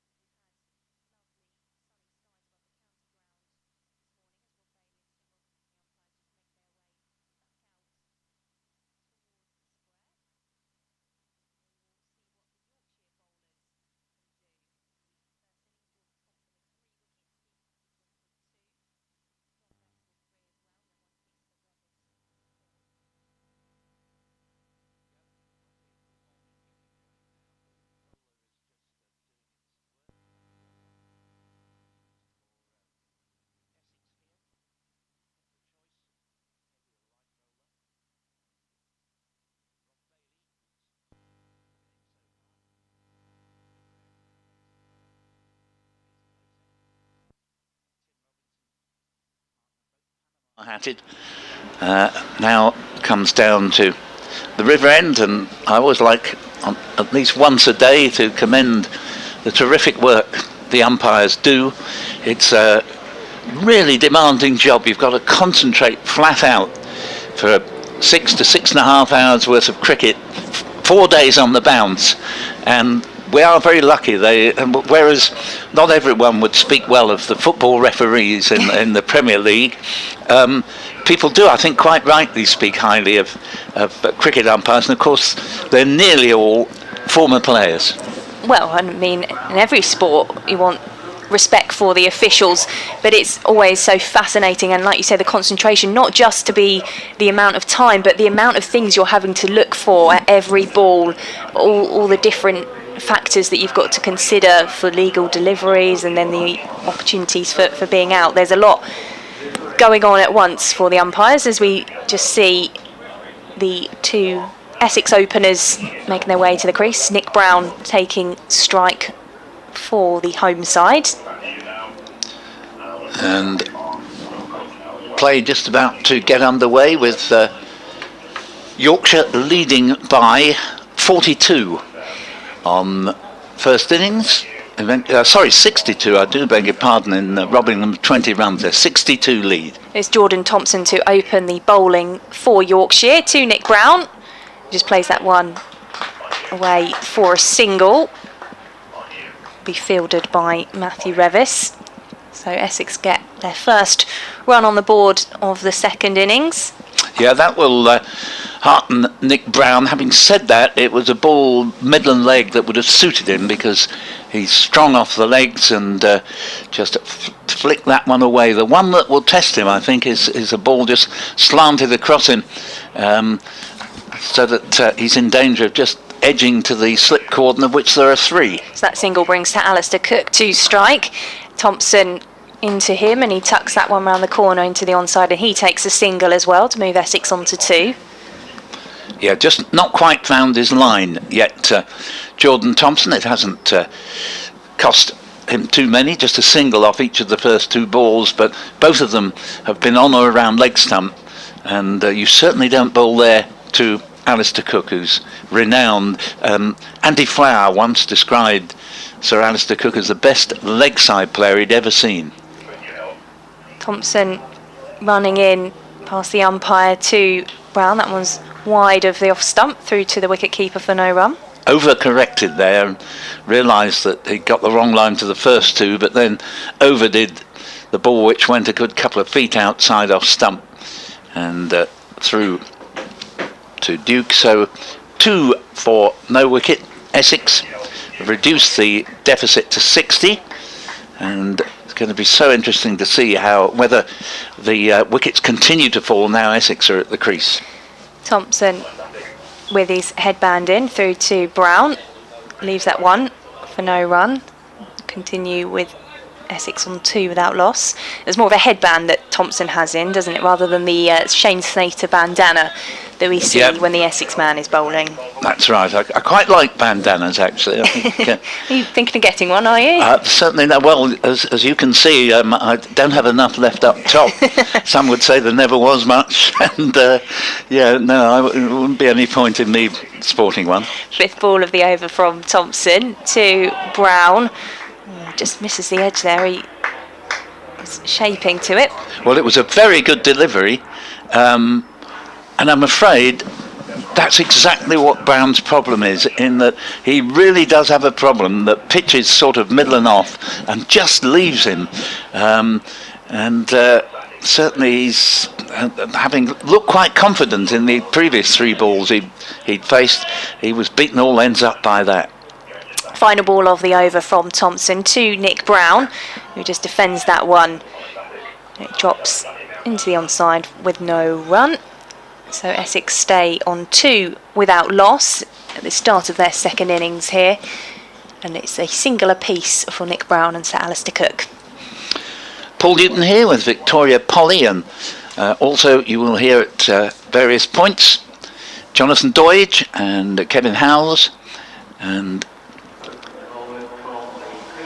just waiting to it's going to be Stephen Patterson from the Hayes close end to bowl the second over of Essex's innings. And going by yesterday's play, one wouldn't have expected Essex to be batting this early in proceedings unless there'd been a very premature declaration. Well, not so. 425 for 5 became 465 all out, with the ball doing very much more to help the Essex bowlers today than had been the case all day yesterday. Harry Brook, in the end, out for magnificent 123 without ever recapturing his golden form of yesterday. And here comes Patterson around the wicket from the Hayes close end, bowling to Alistair Cook. Cook just drops a dead bat on the ball, which goes down to mid-on for no run. Essex 2 for no wicket, trailing by 62 on first innings.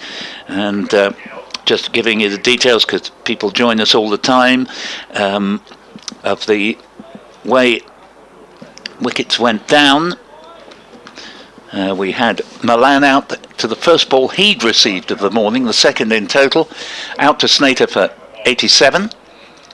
And Patterson bowls. Cook, a shade awkwardly, plays the ball to short mid-wicket. And again, there is no run. Harry Duke never looked totally in form and gave Harmer his first wicket at Chelmsford this season. Caught by Cook for 12. Brook then just hung the bat up at bouncer from Sam Cook, went for 123. Thompson was bowled by Harmer for 0, and Best caught by Rossington off Snater for 13, leaving Patterson, just interrupted Patterson, it is who bowls, and a leave by Cook outside off stump, leaving Patterson not out 1. So 465 all out, and pick of the Essex bowlers by a distance. Sam Cook 36 overs, 12 maidens, 3 for 78. Elsewhere, 2 other games still going on in Division 1 of the County Championship. Hampshire against Gloucestershire. Gloucestershire 148 for 3. They need 220 runs to win. Patterson bowls. Cook not really where he was aiming, but it's just a dead bat that he clips off the pads to short mid-wicket, and score remaining 2 without loss. And Warwickshire in their second innings 57 for 1. They lead Lancashire by 11 runs. The game against Surrey against Northamptonshire finishing yesterday. Surrey with a win there. Yes, I think for all the fact Northants really had the better of the recent game with Essex, as here is Patterson in and bowls, and Cook plays the ball to point, and there is no run. I think Northants, though, having been soundly beaten by Surrey, are facing a long, hard battle to avoid relegation. 2 teams go down from the 10-team Division 1 this season. Just waiting for Patterson to be ready to deliver the next delivery. Here he is around the wicket, bowls to Cook, and wasn't far wide of off stump, but left on height there as it goes well above stump height and through to Duke, and there is no run. So 2 overs have gone after Yorkshire were all out for 465 this morning, leading by 62. Essex in reply 2 for no wicket. Just a bit more of a breeze around at the moment. The sight screen opposite us just billowing slightly in the wind.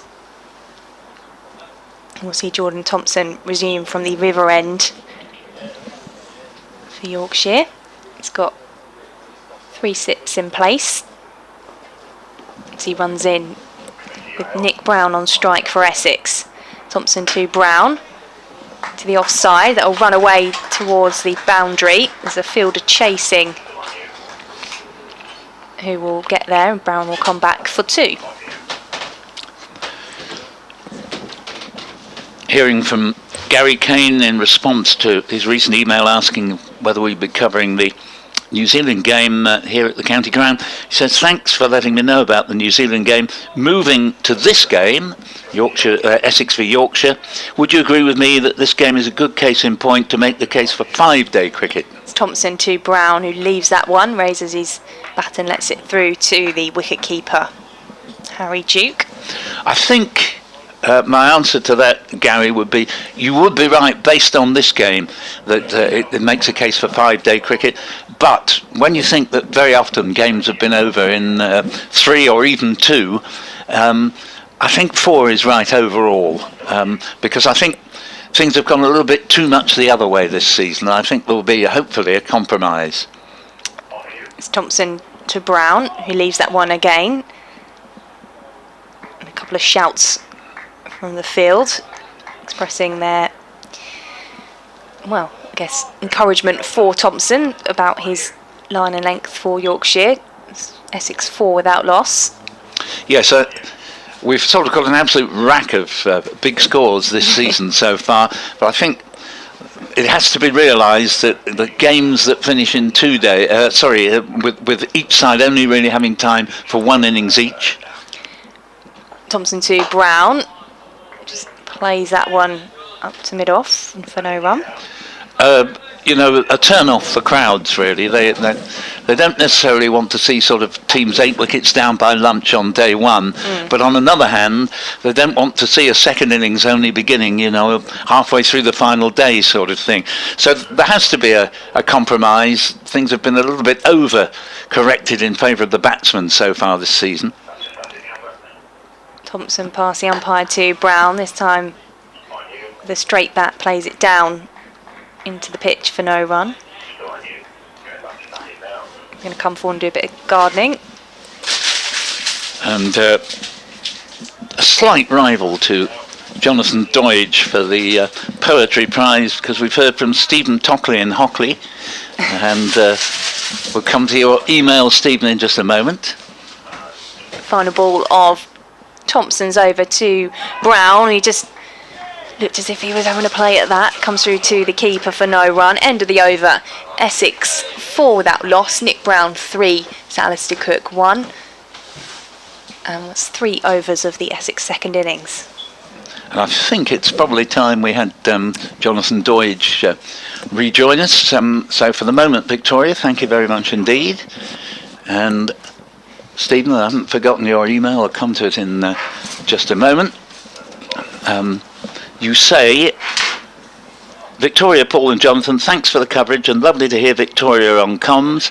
I can't get along today because of some family health issues, but great to be able to keep in touch with play. And here is the next delivery, which Cook has guided away into the offside. Continue with your email in just a moment, Stephen. We're just changing over microphones here.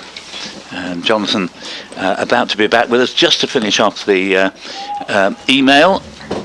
I agree with your thoughts on umpires, says Stephen. I was discussing the relative dearth of Essex players who have donned the white coat in the 50 years that I've been going to watch the county, as from around the wicket, the first or second delivery of a new over goes by outside off stump, and you continue.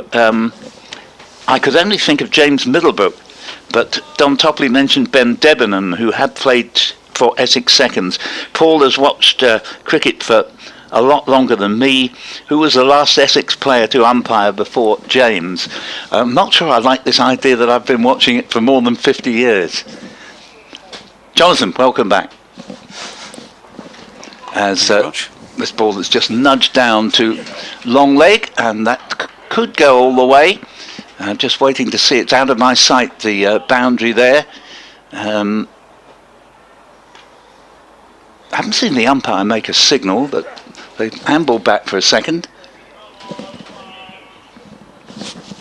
Yeah, I'm on. It's just that it sounded a lot quieter on that side of the kit than it had done on oh, this right. side of the kit in my cans. In that case, let me. Can you hear that better now? Can you hear me? I think you're going out perfectly. Better. Right? Yep.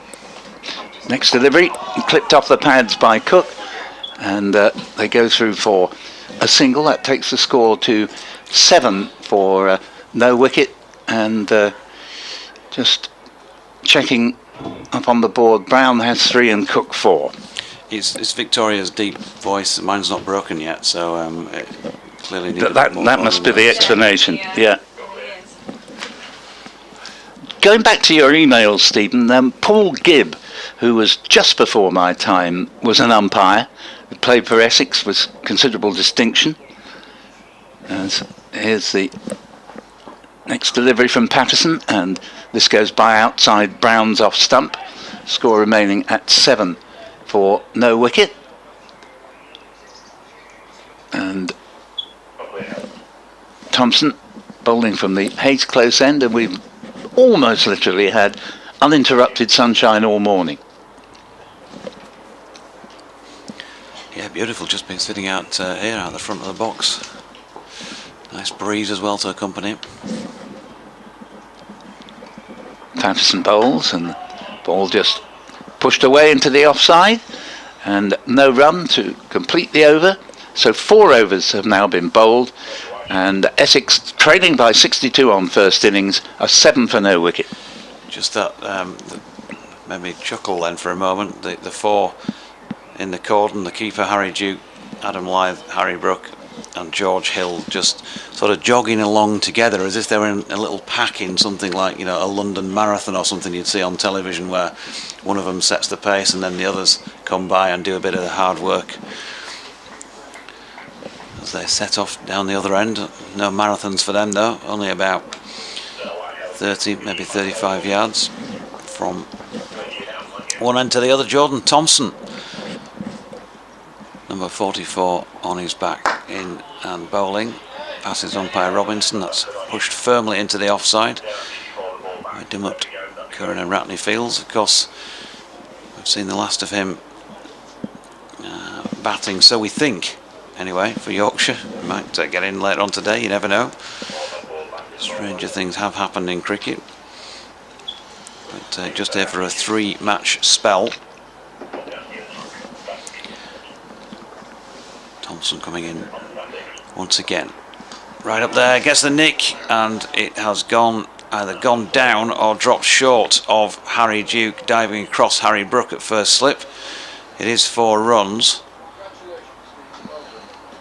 And that's really the first time we've seen little evidence of what we saw in the collapse from Yorkshire today.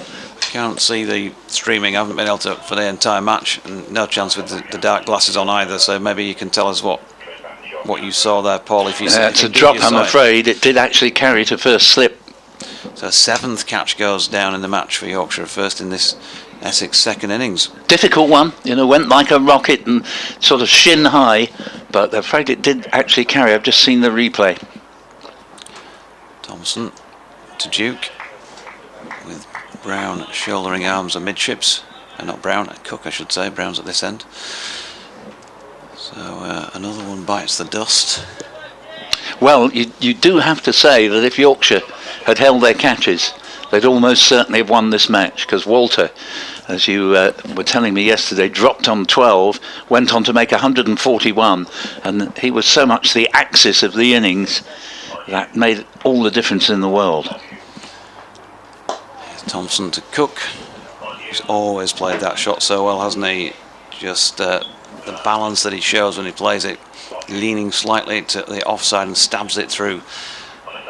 Square on the leg side. Joe Root out in the deep, comes round and fields, and they're through for a single. But certainly the Essex bowlers managed to get an altogether different response from ball and pitch this morning to yesterday, when 344 runs were scored for the loss of only 2 wickets. Brown on strike. Thompson one across the face of the Essex batsman, no run. I suppose you're going to be just that little bit more miffed, if you're not already miffed enough as the bowler, when the man you could have had out, you could have had on the CV, is A.N. Cook. Yes, indeed. And Stephen Tockley came back from the recent email on umpiring and the lack of Essex umpires over the years, and points out Paul Gibb was the one I'd thought of, like James Middlebrook, both of them Yorkshiremen.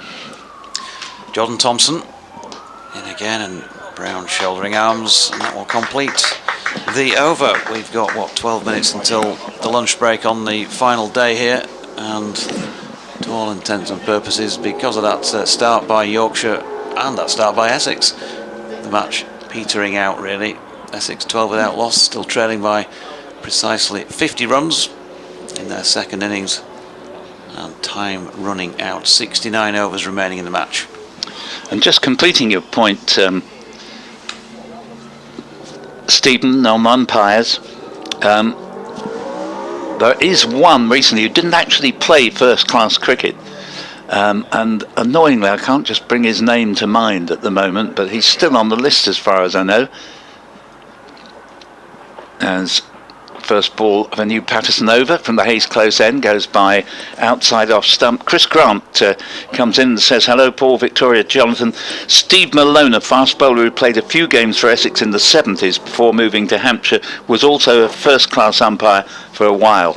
Indeed, Chris, thank you very much for that. But certainly there have been very few umpires originating from the county of Essex or who used to play for Essex, whereas you look at Somerset, they've had any number of players who've then in later life become umpires.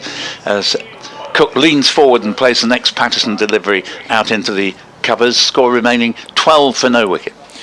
I've had an email in from Estelle Maguire. She doesn't say where she's emailing from. Says fantastic coverage of the game, loving the banter. I'm going to continue listening as I head into the hills for an afternoon run. So somewhere hilly then, Paul. Indeed, as we have further confirmation about Steve Malone from Keith in Little Clacton, but Patterson bowls to Cook, who jabs this one away and pick up 2 runs here, I think.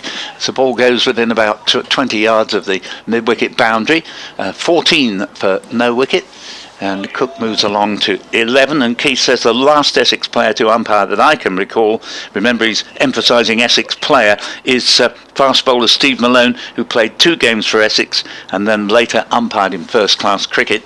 As I say, there is this far more recent and I think current umpire from Essex, but who never actually played for Essex. As here is the next ball, that's slashed away by Cook, probably for 4. It's going out to the long boundary. There's a long chase out there, and in fact it won't quite reach the boundary, and they come back for 3 runs to Alistair Cook, who moves along to 14, and the score to 17 for no wicket in the 6th over. Yeah, Matthew Revis giving chase, and again that a feature of Sir Alistair Cook's play over many years now, the way he steps back and cracks it away square on the offside this time. Yeah, just a bit too short from Patterson, who bowls now to Brown. Ooh, and Brown not looking terribly convincing here, has run it down for a single toward third man. You could argue it was a deliberate run down, in which case fair play, but I thought he looked a bit tentative in the way he played that, and it's 18 for no wicket with Brown up to 4. It kind of made me laugh, the ordinariness of driving out of the car park last night, seeing Sir A.N. Cook, Paul Walter, and I couldn't make out from behind one of the other players, just walking out of the car park onto the road at the side. As Patterson bowls, and this ball played a little bit late by Cook, perfectly safely to mid-on, no run, end of the over, 18 for no wicket. I don't know what they were doing Saturday evening, but they're all wandering out in their Essex tracksuits, and you know, Sir A.N. Cook, you think, what did sort of Walter Raleigh do on a Saturday night?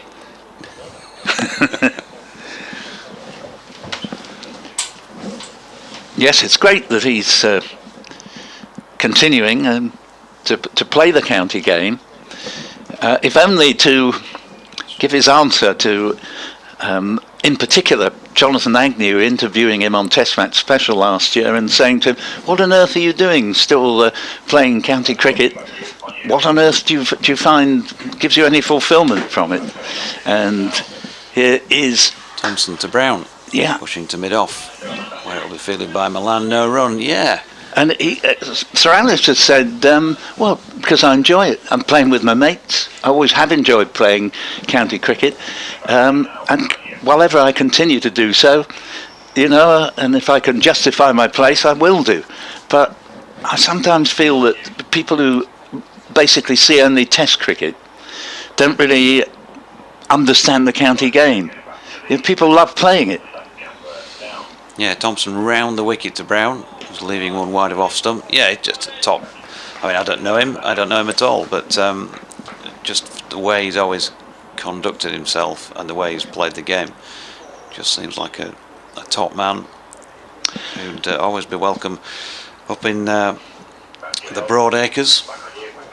Yeah, I remember in an interview I did with Alistair many years ago now, I'll come back to the point after this next delivery. Yeah, Thompson coming in again to Brown. Similar delivery, just a little bit straighter, but he leaves it on length. And he just got 100 for Essex. And I said, well played, Alistair. Obviously, easier to score county hundreds than test match hundreds. And he said, I can assure you, there is nothing easy about making hundreds in county cricket. And when you think how batsmen have struggled, not this season, but for many seasons leading up to this, you couldn't possibly argue with him. And it gives him a great buzz when he does score one of his many hundreds in county cricket. Yeah, not only that, but, and we'll make this point in a moment because Thompson's coming in again to Brown. It's a little bit straighter still, but again left on length. Not only that, but also just saying that sends out that message of respect. So for all the achievements he's had, and goodness me, what an achievement he had with the bat for England in Test match cricket. For all of those, he's still got a healthy respect for those guys who are never going to get there, but play this. That's such a good point. Absolutely, here.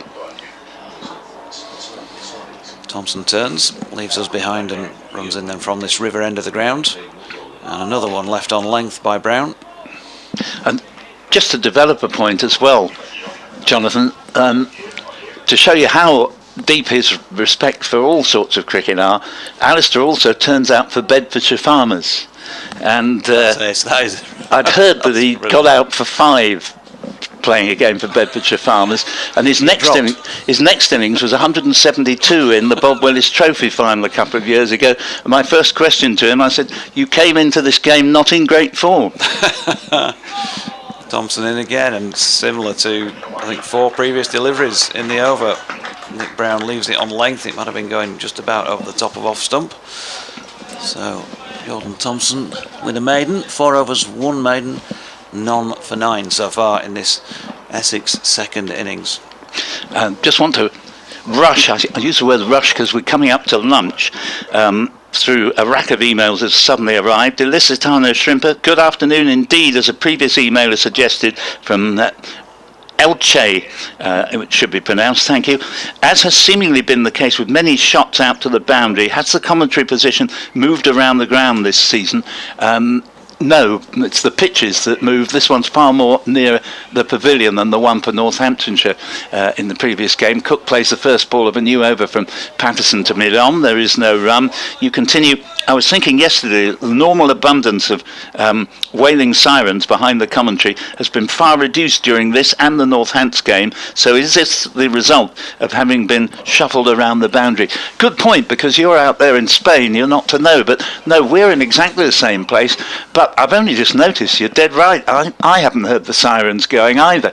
As Cook jabs this one away, and they get a single, 19 for no wicket, goes out to deep square leg. That's because Dick was locked up last night. There we are then. By the mother-in-law. Yes. So no sirens. He's already local maniac. At Her Majesty's pleasure. But yes, thank you, Elisitano, and you raise a perfectly good point, because sometimes it's a feature of listening to our commentaries that you have to put up with this wailing noise in the background. And thank you very much to Stephen Tockley, in fact Patterson had come into bowl and just pulled out at the last moment, so this could yet be the last over before lunch. And you give me the name of the umpire. I was desperately trying to remember a guy I got to know pretty well a few years ago. Neil Bainton is the man on the umpiring list who didn't play first class cricket, but really nice chap, and is from Essex. I think it was Nick Brown who did something there that stopped Patterson in his tracks, because I think there might have been a little yeah, I think you're right, captain, because he looked pretty fed up, didn't he? It's, here he is bowling again. I think we can take it you're definitely right about that, because it certainly was a bouncer which Brown almost was taken by surprise. That is very, very unusual for Stephen Patterson, but not only did he bounce him, he ran down the better part of 20 yards, and there was some verbal exchange went on, shall we say. So the best thing about today is, because the game's petering out and all the rest of it, but there's not that many people in the ground, so the lunch queue, if the vouchers have arrived, that is, will be short. Next ball, Brown plays back past the bowler to mid-off. There's no run. It's 19 for no wicket, 15 to Cook, 4 to Brown. And many thanks to Chris Grant and Keith in Little Clacton, who've also pointed out that the man whose name escaped me. I'm afraid I've lost my memory for names. It's embarrassing, but yes, indeed, Bainton, the name that eluded me, Neil Bainton. If he happens to be listening, my apologies for having a poor memory for names these days. As Brown plays the ball down to mid-on, there's no run there. It's 19 for no wicket, and I shall be going into the BBC Essex 1 o'clock news shortly, and that rather indicates, as it's already starting up, that this almost certainly will be the last over before lunch. Stuart McArdle, by the way, says, afternoon, ladies and gents. Paul's right, catches win matches, with a specific reference to Walters. And this is a leave by Brown. And talking of leaving, the players and umpires are leaving the pitch. So Yorkshire all out 465, Essex trailing by 62 on 19 for no wicket, 15 to Sir Alistair and 4 to Nick Brown. Yep, and I don't think there's a whole lot more we can say about that. Yorkshire finished off much sooner than we'd kind of anticipated or they would have liked. I think this morning those last 5 wickets going for just 40 runs in an hour and 20 minutes of cricket. And with that, really, the game has stagnated. I think so. But we will have whatever action remains in the game. It looks as though it'll probably end at 10-5 with the players shaking hands, but we shall be back with you at 1:40. So on behalf of Jonathan Doidge, Victoria Polly, Kevin Howes, this is Paul Newton for the moment, unless you want to hear my summary of the morning's play on the BBC Essex 1 o'clock news, do rejoin us at 1:40.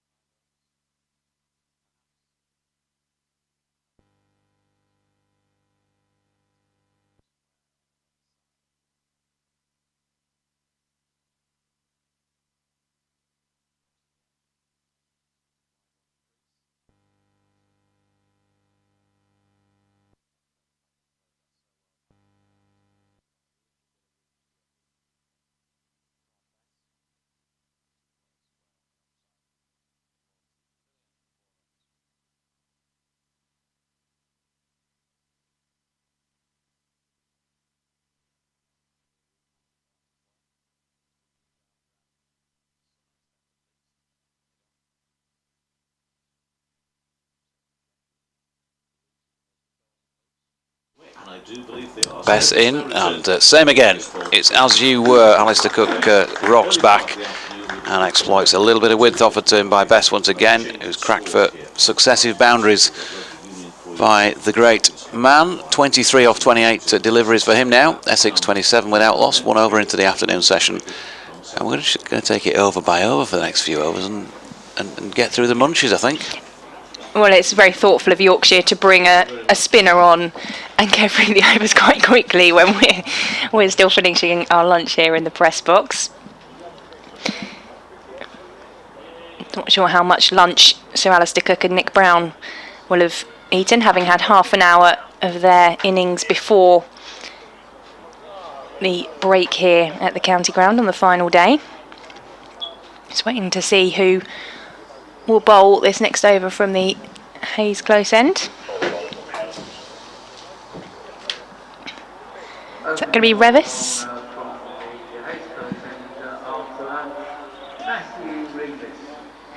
Tony Choate, scorer and announcer here at the county ground, just telling us it will be Matt Revis to bowl the first over from the Hayes close end after lunch. And it will be Nick Brown on strike for Essex, 4 to his name so far.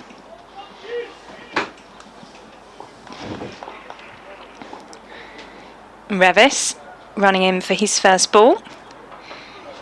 Brown leaves that one through to the keeper Duke, no run. Nick Brown just practicing a couple of shadow shots there. We were talking earlier about the ones he's scored so far this campaign. That century in the first game against Kent, and then since then he's really struggled to get much above 20, 25 against Somerset, and then disappointing after that as Revis comes in for his second ball of the over. Brown leaves that one again through to Duke. 3 slips in for Revis in the field. It's quite a sparse crowd at the county ground for this final day. A few people milling around at lunchtime and still making their way back to their seats for the afternoon session. As Brown taps his bat a couple of times, Revis running in. Brown leaves that one again. 3 dot balls so far from this over. Essex 27 without loss. Even the scoreboard in our box had gone to sleep over the lunch breaks. That's just warming up again for us. Showing Nick Brown on 4 and Sir Alistair Cook on 23. This well-versed opening partnership for Essex. Revis with his 4th ball of the over. Brown leaves that one again, just watches it through to Harry Duke this time. And he'll come to the middle and do a bit of gardening.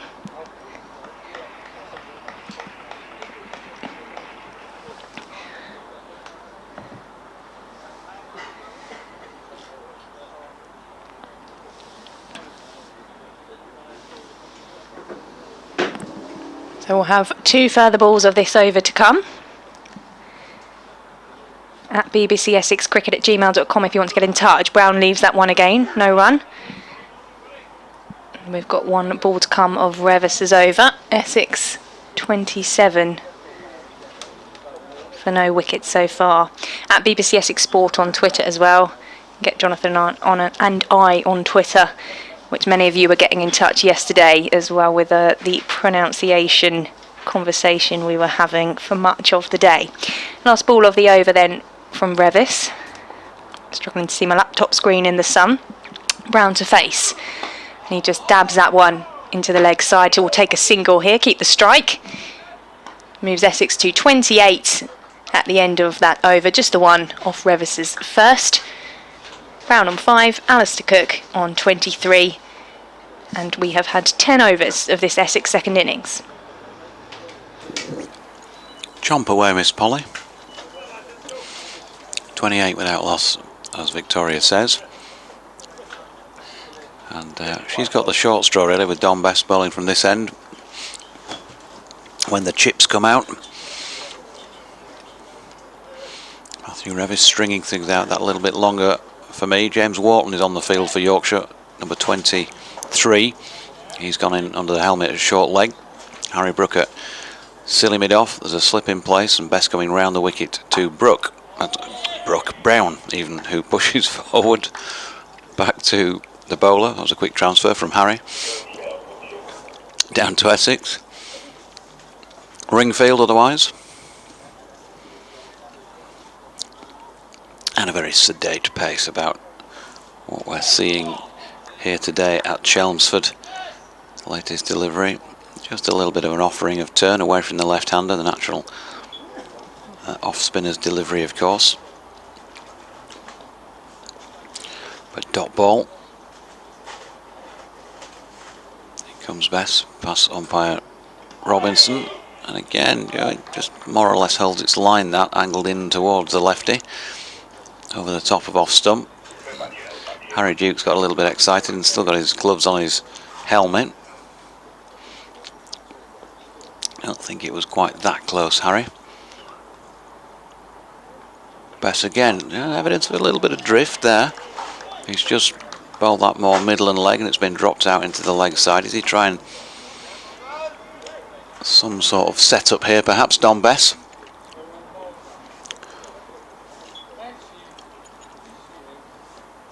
He turns and comes in again. This is slightly wider of off stump this time. So several different directions being tried by the former Somerset man, but another dot. Last ball of the over to come.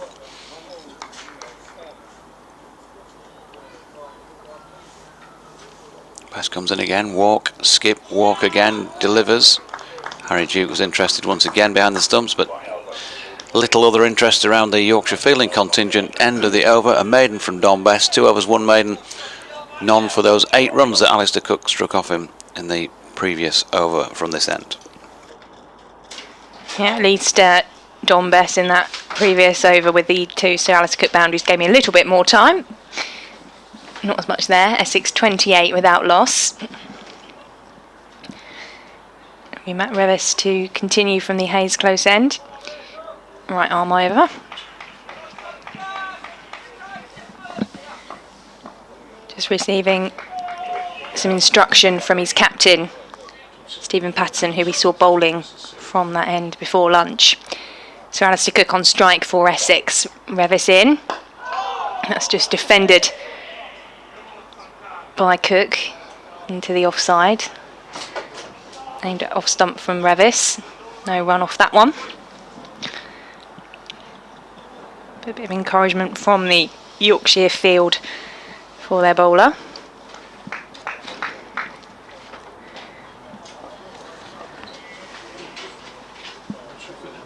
Revis for his second ball of the over to Sir Alistair Cook. Leaves that one. It's over and through to Duke. Claps and cheers again from the Yorkshire field. They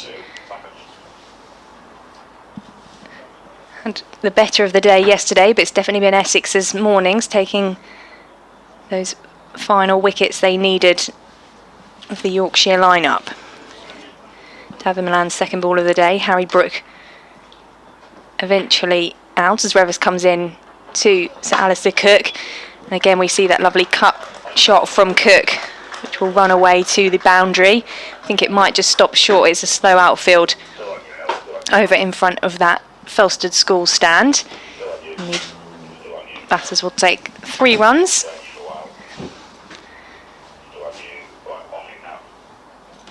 It's the classic Cook shot. Essex 31 now. Cook moves to 26, same number as that which is on his back. Brown to face the next ball from Revis, who comes in. It's wide of off stump and through to the keeper.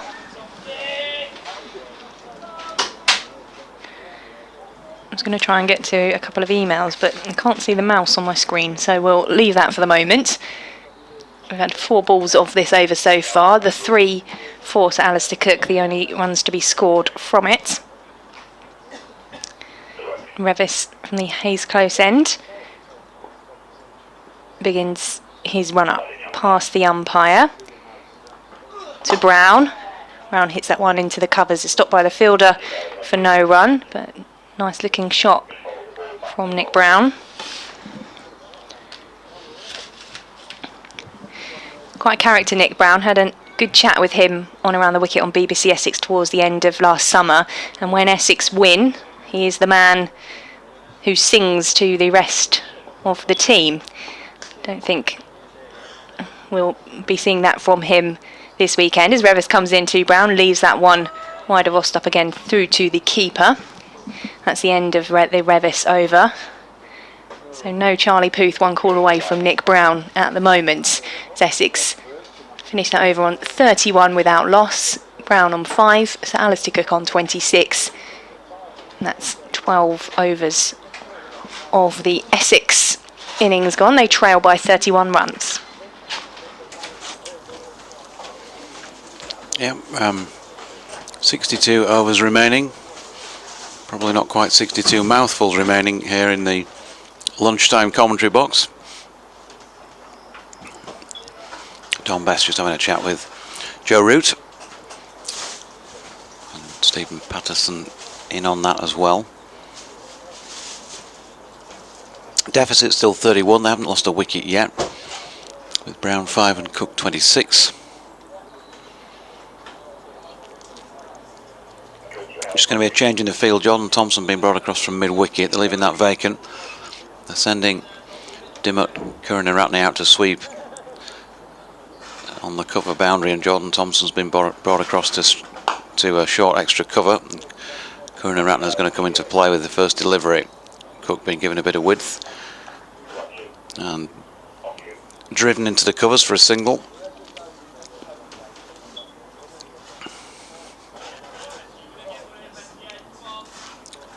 And they're going to resort the field or readjust the field. Curran and Ratney just coming in 30 yards from the boundary. Everybody else pretty much as you were. And Best then straight to the leg side and is flicked around the corner. But no further than George Hill, who's just at backward of square leg. Stood having a chat with umpire Rob Bailey. Umps have swapped ends, of course, second innings.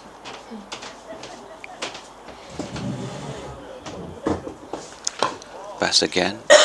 Worked in front of square this time by Brown, so loaded the offside and then threw a couple of more leg side-ish, having left that gap there through mid-wicket. Going to be Cook again on strike, 27 for him, 33 without loss. 3 to come in this Best over. That's around about middle and leg. Flicked to Stephen Patterson, who is at mid-on, and there is no run. Breeze has been evident throughout. Still around today, not as strong yesterday or today as it had been on days 1 or 2. Full length delivery this time from Besson. Nicely played by Cook through the vacant mid-wicket region for one more. So they're just ticking things over here, this pair. Cook 28 now from 34. One from Best to come in this over, his third. And Brown back on strike. Again flicking through that vacant mid-wicket region. So having made the fielding change, Best just been milked for a few here on the leg side. And that'll be 3 to Brown to complete the over. 6 therefore from it. And Best 3 overs, 1 maiden, none for 14. Essex 37 without loss. I'm all done on the lunch front. It's always that nice sort of calm feeling around the county ground at the start of the afternoon session. Things are quite calm for Essex at the moment. Just moving things along. Haven't lost a wicket yet. With Nick Brown and Sir Alistair Cook at the crease. Revis to bowl from the Hayes close end, and we saw good contribution from him with the bat in the Yorkshire first innings as well. He comes into bowl to Nick Brown, leaves that one wide of the off stump. Matt Revis making 47. Being run out by Matt Critchley and Adam Rossington in combination, having come in as the night watch the night before. The bowling from him is what we've seen more prominently from him in more recent times, as Revis runs in once more to Brown, who up on his toes there, dabs that one into the leg side for no run. He's going to come forward and inspect a couple of divots. Brown on 9 of 46 balls faced in this Essex second innings.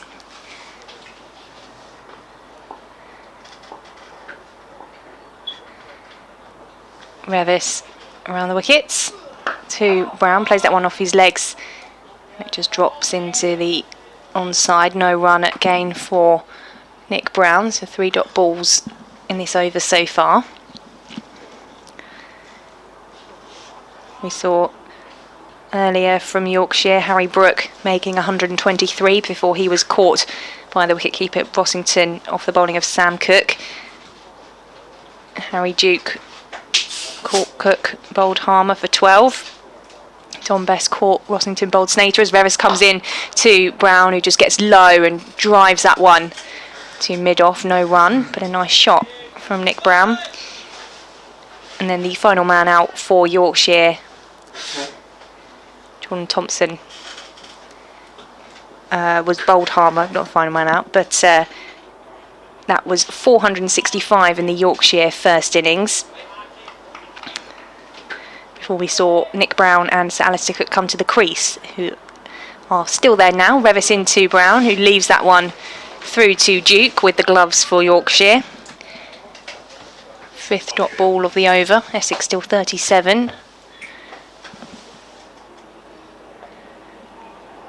Trailing by 25.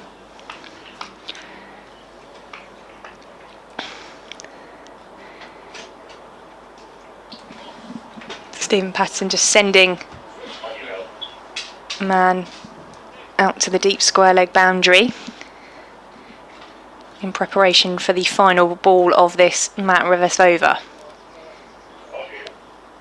He's into Brown, who leaves that one wide of off stump again. No run, so maiden over from Matt Revis, and Essex remain on 37 without loss. Nick Brown 9, Sir Alistair Cook 28. They trail by 25 runs.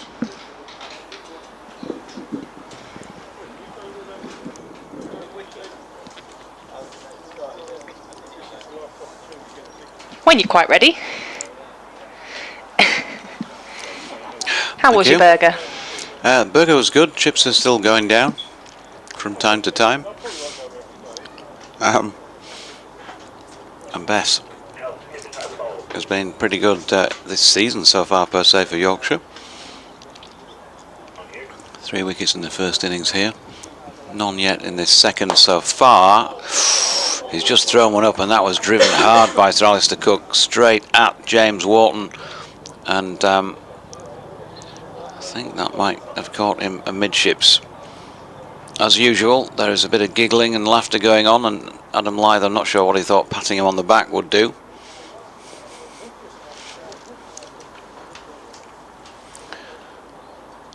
Best to Cook once again, steps back and chops that into the turf, and James Wharton, having won the previous delivery, he looked like he was doing the double Dutch skipping there, 2 feet off the deck, but it was actually cut backward a point to Revis. Here's Bess again. Brown pushing through. Cook, I should say, pushing through mid-wicket. 2 left-handers opening the batting with helmets on. How many times have I got that one wrong in this match so far? Cook has pushed a 2 through mid-wicket. It's not like I've not seen him play before either, is it? So 39 without loss. A deficit now 23. Bess wide on the crease. Attempted booming drive from Sir A.N. Cook, but he gets it towards the inside of the bat and diverts it straight back to the bowler. 2 to come in the over. Getting through these quickly. Bess, full length delivery, well watched actually by Cook, who played it not far short of Yorker length really, right up towards the block hole and got it away in the offside for 1.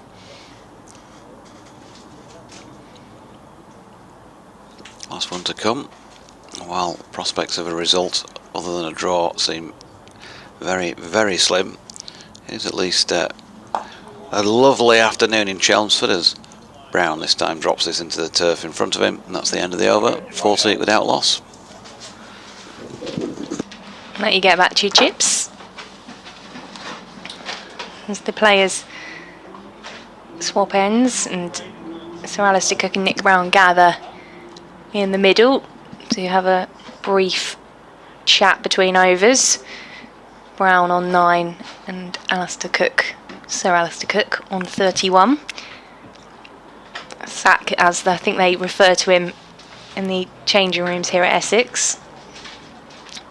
We've been talking about initials, haven't we, here in the commentary box. JD and VP on the commentary at the moment on BBC Essex, BBC Leeds and the Yorkshire stations, the BBC Sport website and app, as Revis continues from the Hayes close end to Sir Alistair Cook, who turns that one away into the onside, and he will take 4 for his troubles there. So Alistair Cook just played that one off the legs and beyond the fielders in front of the pavilion to our right hand side. Moves things on to 44 for Essex.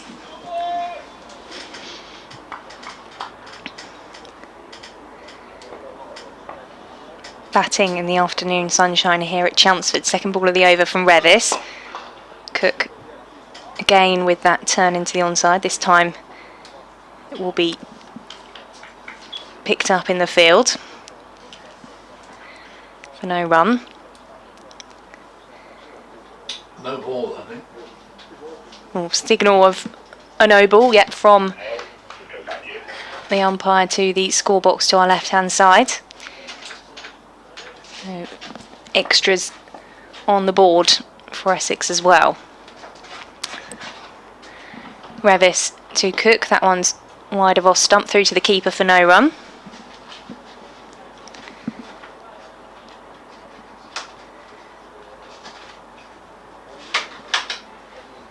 Root will throw that one back, fielding at third slip for Yorkshire, having made 75 with the bat yesterday in the Yorkshire innings. Former England Test captain. Back out with his county club. Revis just asking Nick Brown to move to the other side of his crease. He's going to come over the wicket to Sir Alistair Cook. Cook drives that one through the covers and will take 2 runs.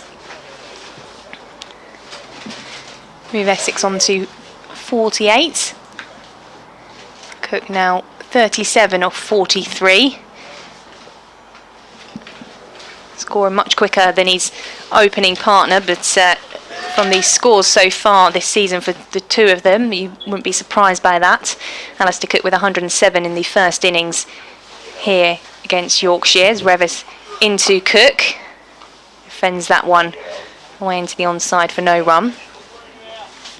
That was his 2nd century of this season, having got one in the opening game against Kent here at the county grounds. He had a 59 as well against Somerset. Still scoring runs, the former England captain, who's facing Revis once more. And he just gets low to drive that one out towards the boundary. He's going to get 4 there. It will slow up, but there's no one near that on the offside. And he receives a round of applause and a good stuff cookie shout from the crowd to our right hand side And that's 50 runs up for Essex, which will get another ripple of applause from the fans here in the county ground on a sunny Sunday afternoon. How long that Sunday afternoon will last, we will see how things continue to go for Essex.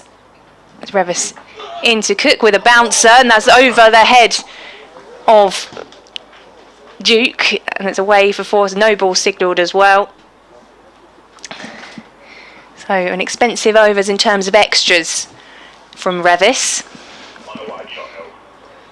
and he will have to continue. Yeah, that was just a show of temperament, wasn't it, from Matthew Revis? We've seen a couple of bits of that in the last couple of matches. 5-run penalty against him last week for throwing the ball. Disappointment with his own bowling, and he threw the ball at the batsman's end and hit the batsman. And then here, if you saw his body language after the ball before, where he was driven for the 4, he kicked the turf. Revis to Cook, this one with a full face of the bat. Cook just defends back past the bowler, and that is the end of the over. So we had the no ball, the 2, the boundary, and the no ball 4 as well. So expensive over for Yorkshire. 58 without loss, Essex. Now as the Cook moves on to 41 off 47. Nick Brown on 9. Yeah, I suppose Matthew Revis just finding out what the game's all about from a bowler's point of view. This last few matches, he's still relatively new to being a bowler in cricket per se, having been an out-and-out batsman at the start of his first-class career. His best bowling to Brown, steps back and can't have been too far from either nicking that to Harry Duke or chopping it onto his stumps. Got away with it. So yeah, Matthew Revis disappointed because he basically threw up a wide half volley outside off stump, and Alistair Cook has seen plenty of those over the years and dealt with them in much the same way. So disappointed in himself, and then came tearing in and really put the effort in, but all in vain with the bouncer that went for 4 byes. An exclamation of frustration, I think, possibly, or a half-hearted appeal from Bess and 1 or 2 Yorkshire fielders to that latest delivery, which Brown pushed out leg side-ish. Harry Duke under the lid at short leg, can't have been too far from him. Bess in again, and once more Brook flinging out his right arm to try and stop that ball that was turned his way. Couldn't do so, but George Hill cleaned up.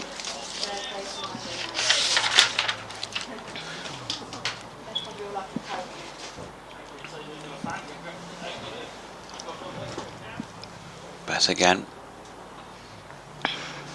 and wide of off stump this time, and Nick Brown able to step back and watch that one go by. Yorkshire, well, they'll not stop trying to take wickets. Very much a feature, the never say die attitude that got them, for example, that 1-run win against Northamptonshire at Headingley last year, as Bess is pushed back once again to himself by Nick Brown. Plenty of sun hats among the crowd on the stand away to our right. Not as many in by any stretch of the imagination as the previous 3 days there, but there's still a healthy number. As Bess is in, and that's turned in front of square, and Don Bess not happy there that they took the single on George Hill, maybe thinking that he was half asleep. He came in and had a fling at the stumps but missed, so they took 1. Brown 10 and Cook 41. Bess has bowled 5 overs, 1 maiden, none for 18 so far, and Essex are 59 without loss in their second innings, and that's a deficit of 3. Not so many floppy sun hats out there though from the Yorkshire field, which we saw from a couple of the Essex men out there earlier on in the day. Yeah, it doesn't tend to be a fashion item at Yorkshire, the white floppy, for whatever reason. Pride in wearing the cap, I think. Hard earned. The Revis from the River End. Brown leaves that one wide of the crease through to...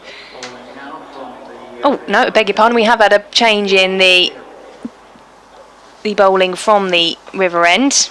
Just a delayed announcement there. George Hill. So his first ball through for no run.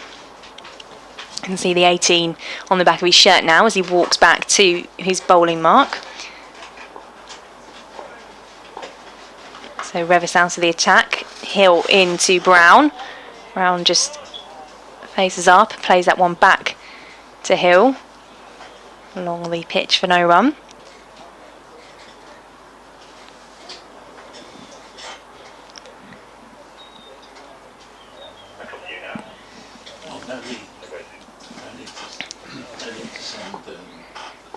So third ball of the over from Hill.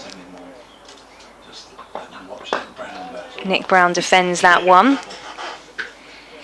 BBC Essex Cricket at gmail.com if you want to get in touch with us on the email at BBC Essex Sport. And Jonathan, the details for you as well.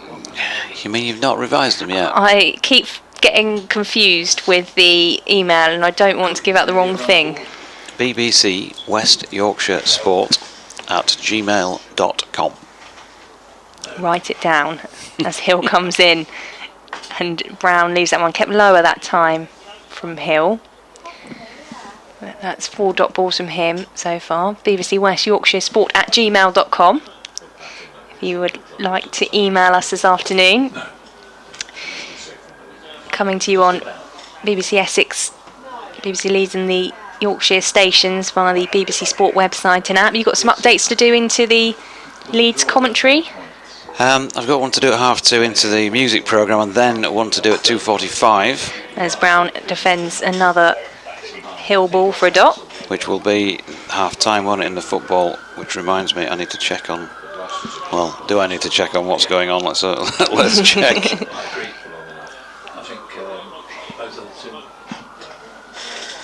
Quarter past 2 as we just hear some distant sirens making their way through the city centre.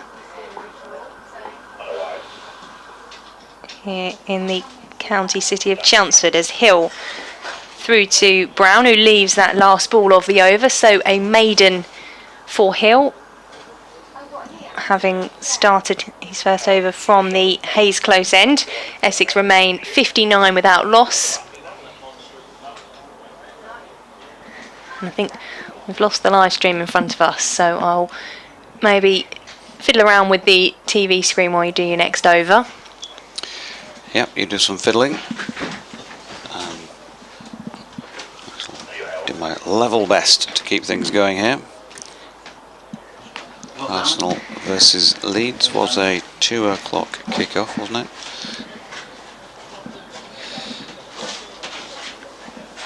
Oh dear, I'm really not. Do you wish you hadn't looked? Really not glad I looked. So Bess from the River End, bowling to Alistair Cook, who drives. James Wharton takes evasive action. Karunaratne is sweeping out on the cover boundary, and it's an easy stroll of a single.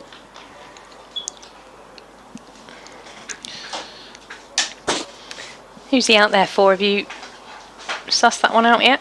And I must confess I've not been trying actually, okay, but we'll work on it as Bess is in and Brown shouldering arms. Is David Milan out there? Anywhere? 1, 2, 3, 4, 5, 6, 7, 8, 9, 10, 11. I don't think he is. That could be the difference. As Brown flicks one off his legs here from Bess, backward of square leg. George Hill round to do the fielding. I'm looking around as well. It might be Tom Lowton out at point, so there could be two down at the moment. Yorkshire, yeah, looks like it's Tom Lowton, the way he wears his cap. The tall figure of Tom. Bess in. Cook drew back to play the shot, and James Wharton was somewhere near the boundary edge by the time it had gone by. He's been scarred by that, hasn't he? Yeah. He values his shins. Best to Cook once again, pushing solidly forward, back to the bowler, no run. How many different ways are there to wear a cap? Well, quite a lot, I think. Neb turned up backwards, as has been some sort of fashion statement for a couple of decades now. Bess in, pushed into the offside, where Thompson feels a short extra cover and there's no run. But yeah, just I don't know if it's head shapes that make people wear the caps a certain way, or what it is. But yeah, one thing that always sticks out for me, I think, from my younger days, was when David Bairstow wore his cap. It was always perfectly straight out was the peak, whereas some people's around the edge where they meet the rest of the cap was sort of bent slightly. He's always seemed to be absolutely perfectly straight. Others a slight jaunt, certain G boycott, or backwards sometimes when he was bowling. 61 the partnership between Brown and Cook as Hill comes in and bowls to Nick Brown. He plays that one back to the bowler for no run. Yeah, I think I never quite understand how people keep that nice shape of a cap, but maybe I've just got a bit of a flat head. not a cap person. I think if I was out there, maybe I'd suit the floppy sun hat better. As Hill comes in for his second ball of the over to Nick Brown. He just pushes that one into the offside to the fielder for no run. Adam Lyth, for example, looks somewhat, it's more faded than most. Had it a while, but it looks a little baggier around the back than some other people's do. And if that's just down to head shape, or if his cap's slightly differently made, or obviously different sizes of caps anyway. He's got the collar up as well, hasn't he, which gives it a whole different look. There's Hill into Brown once more. Just again with a little dab out into the offside without score. Some people might like their cap to fit tightly, others with a little bit of give in. And you've got the sunglasses on top of the cap, as per Joe Root, fielding at third slip. As we have another aeroplane passing overhead. Hill running in for his fourth ball of the over, this time played up to mid-on for no run by Nick Brown. I did have a period of wearing the floppy, the big white floppy, for a few seasons. And it was good, actually. It was really good for viewing on a day like this. But then went back to the traditional caps. Again, I think they have to be quite a tight fit though, so you don't end up losing them every time you're running to field a ball. It's Hill. Comes past the umpire to Brown, up on his toes. Plays that one away towards mid-off, who comes round and fields for no run. I've had an email in from John at bbcsexcricket@gmail.com. He says, enjoying the commentary as usual. Assuming Dan Lawrence returns for the next game at Old Trafford, who do you think will be dropped from the current 11? Should Brown keep his place? Should Kushi be given more opportunities, which so far have been limited? I think the youngster should be given a run in the team to give his confidence to score and develop his first team experience. Brown hasn't scored in the last 9 innings as Brown faces a ball from Hill. Out into the offside, off the edge. No run there. And that is another maiden from Hill. So 2 overs from him, 2 maidens, no wickets. Essex 61 without loss in their second innings. Yep, all fairly pedestrian stuff. And if ever there was a match that looked like it was marking time, then at this moment in time, this one looks like it's it. Well, as far as John's email goes, Paul and I were having that discussion before lunch. Mike also says, with Steckety leaving after the next game, have Essex got another fast bowler in their sights, or are they hoping to have Porter back into life? Here's Bess. Stifled an hopeful appeal on Sir Alistair Cook, who pushes forward. Not out. I think Tom Wesley and Anthony McGrath have got some time to think before that game at Lancashire in a couple of weeks' time. They'll be glad of a week's break. That's Yorkshire's opponents. Bess in again. And Cook pushing into the offside. A bit of a fumble from Jordan Thompson, who looked like he was trying some sort of Fancy flick up perhaps. He'll give it a shine. Wish we could give you some more exciting cricket to view and listen to, folks. But such is life. Worst things happen at sea. It's a beautiful sunny day. One or two people getting a tan, not quite us in the box, as this latest delivery from Bess is pushed back by Cook.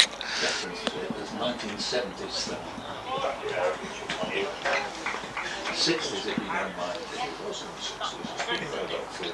Bess again. Hop and a skip. Floats one up, turned through mid-wicket by Cook, where Patterson is going to go round and apprehend the ball. Single. Essex no match next week. They've got a week off, and then Lancashire for them. Yorkshire, of course, have got the old enemy this coming week. Bess with Brown stepping back and across and leaving. Interesting game as well. We're not sure what's going on as far as Joe Root's concerned this week. That'll be a question I'll be asking Otis Gibson, I think, in a few hours' time. In comes Bess. Wide of off stump. Brown leaves, end of the over. 62 without loss, but if Root is available, then you'd think the team's not going to be too dissimilar to what we've seen having a crack down here at Chelmsford. They'd want to get another bowler in there, I'm sure, if they have a bowler who's fit enough. So we're not sure on Ben Code, a question to ask today. We're not sure on Harris Rao for next week either. Either or both of those coming back in would clearly give the wickets column a little bit more chance of being greater in number. George Hill to continue from the Hayes close end for his third over of this innings. Cook drives out to the fielder at cover. I've been a bit distracted. Now, what a lovely shirt Paul Newton's wearing. He's had his coat on for much of the morning. Yeah, I mentioned that sunshine. earlier on. Yeah. Watch it, Sonny, 70s. It's kind of a cross between, well, I can't say one of the people who it's a cross between. It's my age. Hill to Cook. He just drops that one into the offside. Let's just say Virginia Plain meets Scooby-Doo. With a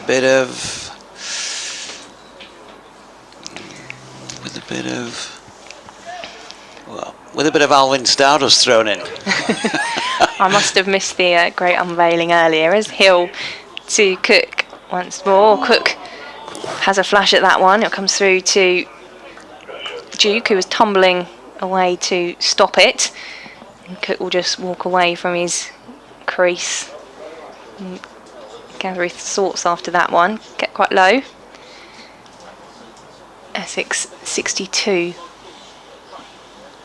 without loss. 3 dot balls from Hill so far. We've had 2 maidens from him in this afternoon session. He had 2 maidens for his 1 wicket in the first innings. Comes into Cook once more, up on his toes, off the pad and into the offside. No run. Yeah, good effort from George Hill. Managed to get one through. No success with that one in particular, but a little moral win against the great man. Great education for the likes of he and Matthew Revis, as we saw, getting a bit frustrated with life prior to George Hill coming on. Hill's 5th ball of the over. Up and drops into the offside from Cook, who's got 43 to his name from 60 balls so far. Nick Brown at the other end, 11 off 73. The run rate for Essex, 2.8. And they are the opening pair for Essex. Hill to Cook. Just plays that one up to mid-off. So another maiden there from George Hill. Essex stay on 62 without loss.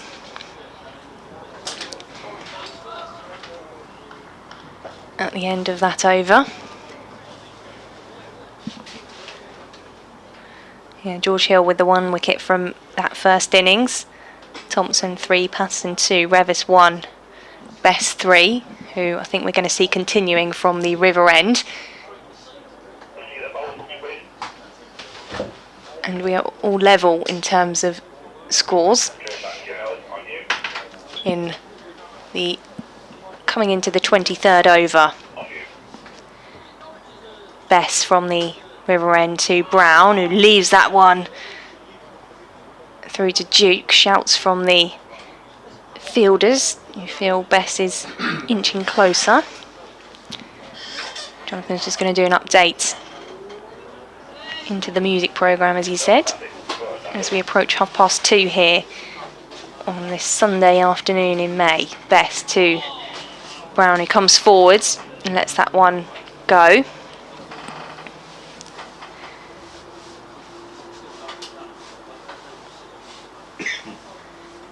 Also bowling in his shades. Got mine on up here in the commentary box with the warm afternoon weather. Bess to Brown. This is driven by Brown up to mid-off where Joe Root will field. No run.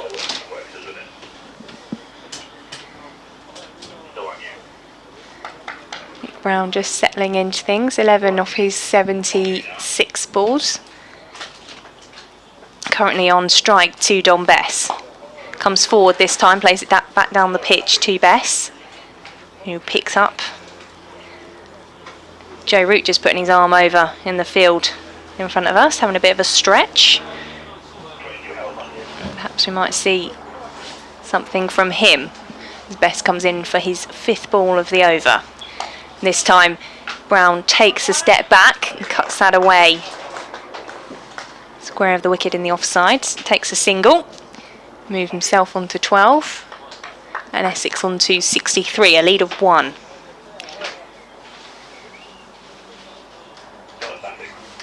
Won't make much of a difference to the final result here, but we've still got some cricket to watch in this afternoon session. Bess's final ball of the over to Sir Alistair Cook, who drives that one away past a diving fielder. There is a man out on the boundary who will just be obscured by the Tom Pearce stand, but it will just be the 2 runs on the board for Essex. 65 they move to. Cook 45 now, and Brown 12. That lead inches up to 3.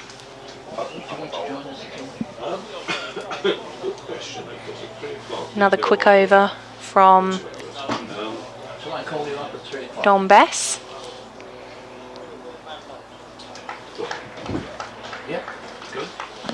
And there's a bit of an applause around the ground.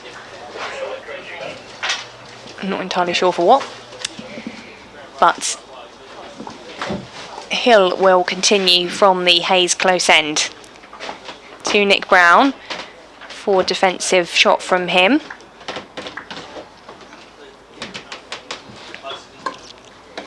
No run off that first ball of the over as he just comes down and taps his bat on a couple of parts of the pitch.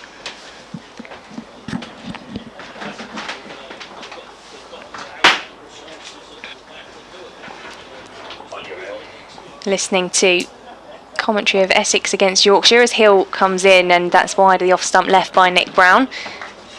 And BBC Essex, BBC Leeds and the Yorkshire stations, and via the BBC Sport website and app. And if you're listening and watching along on the live stream as well, afternoon to you. It's Victoria Polly, Jonathan Doidge, and I think we're going to be joined by Paul Newton as well.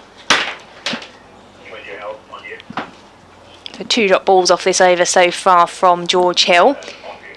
Already seen a couple of maidens from him. That one kept lower that time, through to the keeper Duke for no run.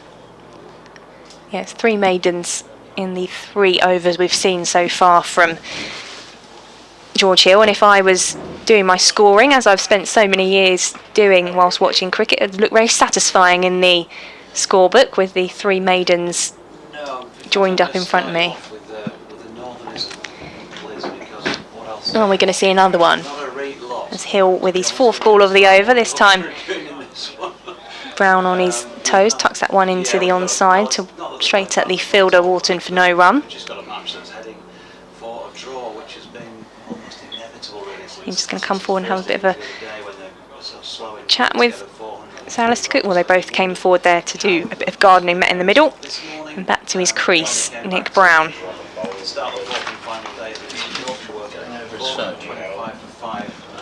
Is he on the phone? Yeah. This time Brown plays back to Hill, and Paul Newton's going to join us for commentary shortly.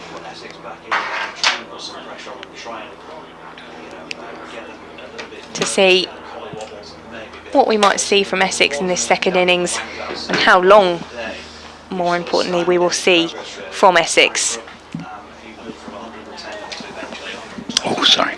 You're on air, Paul, as Hill through to Brown. That one's into the offside for no run. So another maiden there from George Hill's bowl, really tightly so far in this spell. Essex still 65 without loss. Well, I'm not sure that Nick Brown is doing his cause for staying in the side any good here, Victoria. He has scored about 12 off a moment or two ago. It was 78 deliveries, 84 deliveries. So he's only scoring a run every 7th ball, and that is below 1 run and over. Now, it doesn't matter that much, because you could argue he's doing a good job by making sure Essex keep wickets in hand here. But I think you've got to be a little bit more confident in yourself than he's looked. Contrast that with Alistair Cook, who's on 45 off 62 deliveries, which would be round about a 70% strike rate. As Cook underlines the point with a splendid cover drive here. There's a man on the boundary, so it's only going to bring him the single. But even so, as Karuna Ratney fields, it's a positive shot from Cook, which Brown seems to have completely lost here. Pretty tortuous going for the crowd, bearing in mind this is meant to be entertainment. 46 to Cook, 66 for no wicket. That was Essex taking the lead there. They've knocked off the 65 run arrears, and in fact, sorry, it was 62 run arrears, wasn't it? So they're now 4 runs in front. And that's the debate, isn't it? With, is it better for Nick Brown to stay there and keep his wicket in hand, or should he be attacking more with his batting? Well, he's had a single here played to mid-wicket, and Alistair Cook jogs along. Sorry, that was Nick Brown with the single there, so he moves up to 13, and the score to 67 for no wicket. Yes, I mean, I know what it's like when you're out of form, and you can hardly be expected to be a runner ball, but on another hand, push the singles. You know, there are gaps in this field. We've got 2 slips and a bat pad, and Alistair Cook on strike leaves the ball outside off stump. And I just think that if his, I won't say career, but place in the side for the moment is on the line, this isn't actually going to help him terribly much, because if he keeps going at this rate, you know, he's going to be at best around about a 50. But at such a tempo that you'd say, well, Essex are not going to win another match unless they score more quickly than that. And they do have to be concerned, because it is a fact they've got the slowest run rate of any side in the 18 counties. And Bess is coming in again, and bowls to Cook. Tossed up. Cook drives flamboyantly again straight out to Karuna Ratney. They take a single, and Cook moves along to 47, 68 for no wicket. Got an email from Fraser Ansell. Thank you very much, Fraser. Come to your email after this ball from Bess, or at least some of it, because obviously with the slow bowler on, there's not too much of a gap between deliveries. We've got 2 short extras now for Nick Brown, plus a slip, plus a bat pad. So Yorkshire doing their best to put the batsman under a bit of pressure. Best bowls, tosses this right up to Brown, and this time he has missed out on a full toss by finding the only man who could have done anything about it at mid-wicket. It was a very smart bit of fielding, because it was slightly to the fieldsman's right. But nevertheless, Revis, I think it was, with a good low stop there, and really a 4 runs written all over it. It was a full bunger from Bess, and he still didn't score. And he's a nice chap, you know, he's doing his best, but he's just completely out of touch at the moment. We're going to see Joe Root coming on to bowl for the first time in this innings. He did look as if he was warming up when he was fielding down here at mid-off earlier on in this afternoon session, was going through a bit of a warm-up, and we will see him coming on to bowl. He bowled 3 overs in the first innings. Yes, good move, I think. Joe Root not to be sneezed at as a bowler so often, even at test level. He comes on, and I think if he's going to get a wicket, it usually comes fairly early in his spell, and I like that type of bowler because you're bowling him occasionally, and for the reason, presumably, that you're needing a breakthrough, and the normal bowlers haven't got one. So it's the former England captain to another former England captain, Sir Alistair Cook, who just turns that one round the corner, and it will be chased down towards the boundary for 2 runs, just in front of us here in the commentary box. Karuna Ratney doing quite a lot of the chasing round the boundary at the moment. So Sir Alistair Cook moves on to 49. Joe Root bowling to him. This time he'll just drive that one up towards mid-on for no run. We'll be joined at 3 o'clock-ish by Kevin Howells. Always good to have Kevin with us. Root to Cook, who comes forward. Just dabs that one into the offside for no run. Fielded by Hill, who's the man that's made way for Joe Root to be bowling from the Hayes close end. 4th ball of the over from Root, and he just has that return to him straight down the pitch from Cook. Absolutely glorious day. We've hardly had a moment when the sun wasn't shining, and just a shame that the cricket doesn't match it. Root once more to Cook. Again comes forward, just tentatively pushes it back. And having said that, Cook has been in good touch here. 49 off 70 deliveries. He's played some fine shots. Final ball of the Root over to Cook, and this time he turns that one into the onside. He won't get a run for it, so he'll stay on 49 at the end of that over. Essex 70 without loss. And his opening partner Nick Brown on 13 with 26 overs gone. Essex lead by 8. And Fraser, coming to your email, I was at the ground yesterday for the first time this year as a die-hard Essex fan, but was very pleased to see Root get runs, and it was a pleasure to see Brooke get another century. Me and my dad saw his maiden 100 a couple of years ago at the ground, and even then he looked that good. We think he really deserves England place, as he hasn't had a score below 50 this year. Also, do you think Lawrence's place in the test side will be compromised by Brooke? As here we see the start of a new Don Bess over, and that's beautifully played away by Sir Alistair for 4 runs, square on the offside, and that's his 50. It was Nick Brown.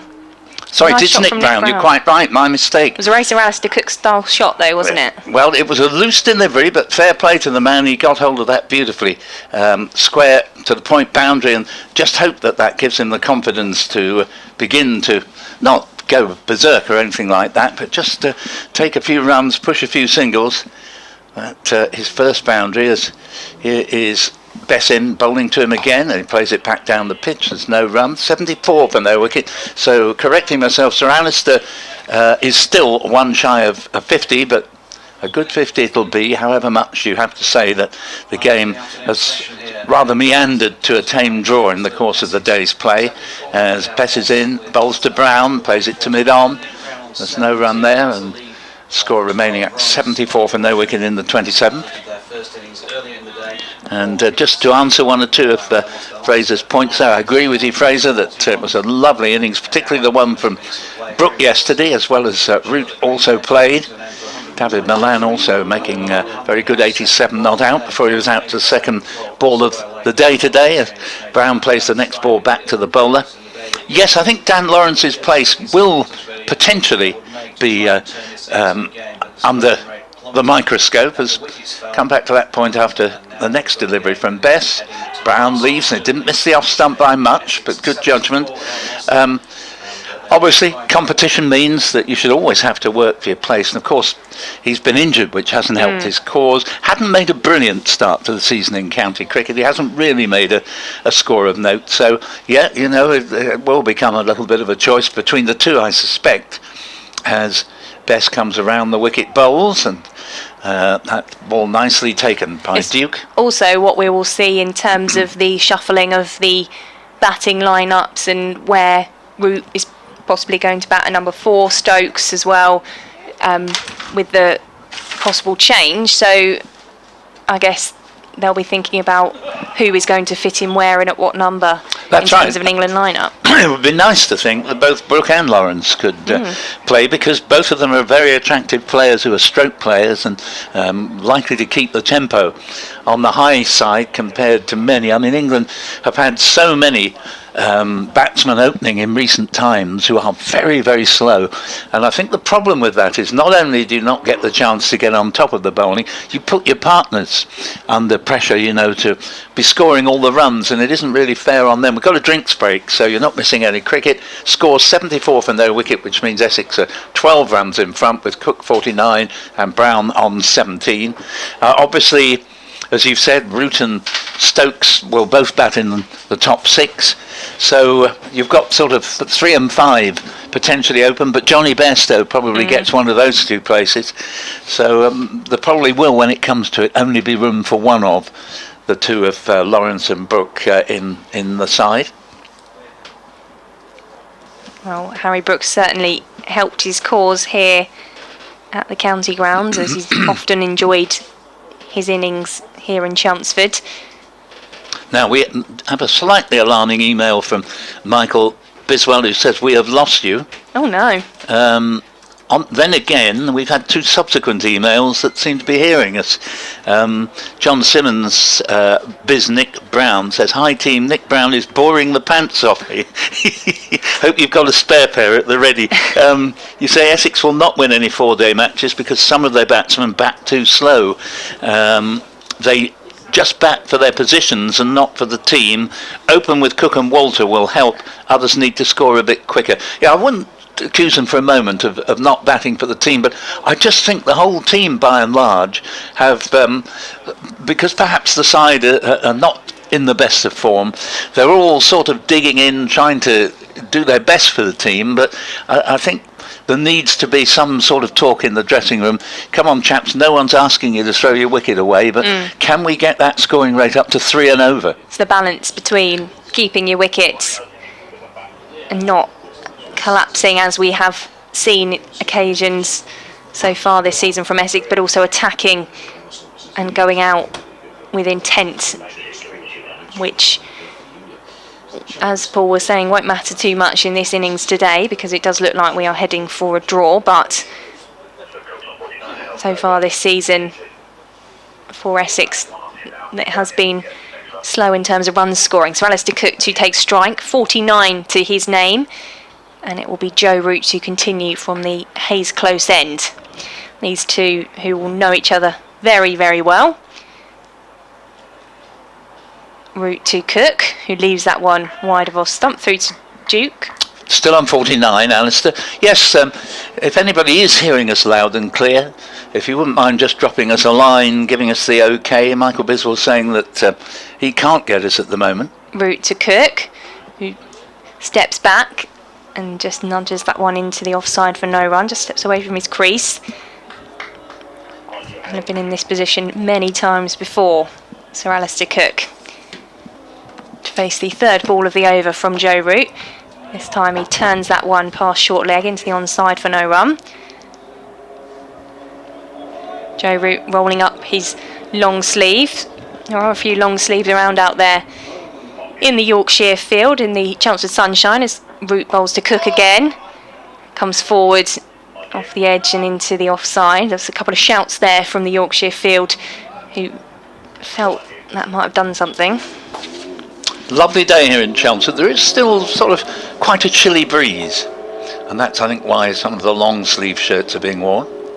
Root to Cook, he turns this one into the onside. It will run away for a couple, and the applause you'll hear will be for Sir Alistair Cook's 50 in this Essex second innings. Say fourth 50 of the season so far for the former England captain. So he moves on to 51. Essex 76 without loss. Final ball of this Joe Root over to Cook, who just dabs that one along the ground with no run. End of the over, and another classy half-century from Sir Alistair Cook off 76 balls. And talking of classy, so's his reaction to the crowd's applause as he acknowledges all sides of the ground. Not something that everybody does, and they should do. If people who've paid their money want to say, well done mate, you should acknowledge it. And that was absolutely exemplary from the former England captain. 76 for no wicket, and his share is 51. So just got an email from Keith again in Little Clacton, which we'll come to after this ball. Don Bess around the wicket, river end. Bolster Brown plays it for no run to mid-off. Keith says, sorry to bother you again. Another Essex-born umpire who joined the first-class list in 2022 is Rob White, former Northants batsman, but born in Chelmsford in 1979. Yes, indeed. He was a good player, Rob White, actually. One that got away as this ball is left by Brown outside off stump. He says, I will now leave you in peace and continue to enjoy the commentary. Thank you very much, Keith. It sounds as if you are hearing us okay, but in case you're not, I know you can't hear me anyway, but do let us know. Gary says they're hearing us loud and clear. clear. Good. Thanks, Gary. That's just what we wanted as Bess is in bowls. And a little bit of turn here from Bess, but the ball pitched a foot outside off stump and to the left-hander was going further away, so it's of no avail. What Bess would like is if he can get one to turn like that pitches on middle, or middle and leg even, as he comes in again, bowls. That one pitches in the right place, but nicely clipped by Brown off the pads and well stopped at mid-wicket, and there is no run. The score 76 for none in the 29th over, as this game is now 99% certain to be a draw. And Bess is in, bowls to Brown. Nice shot, he's cracked it off the back foot, but as you tend to find when you're not in form, when you do play a good shot, the fielder. Yeah, it goes straight to the only man who could do anything to stop you scoring. Indeed, 2 or 3 yards either side, it would have been a boundary. But that's the way it goes. Slip, a bat pad and 2 sort of short extra covers. And there's a peel here. I think there was a mixture of bat and pad there, and the appeal is turned down by Tim Robinson, rightly so I feel, but decent over from Don Bess. And we've now had 29, and Essex trailing by 62 on first innings, are effectively 14 for no wicket. They're actually 76 for no wicket, with 51 to Cook and 17 to Brown. With that break for Essex next week in the county championship, I wonder if we might see Nick Brown turning out for Whittam, who he's going to play for in the East Anglian Premier League this season. And amongst their ranks, they've also got former professional footballer Cody MacDonald, who I spoke to on Around the Wicket a couple of weeks ago, who got a century for them in one of their more recent matches. We'll go through some of the other scores from the county championship matches shortly. But Joe Root is to continue from the Hayes close end.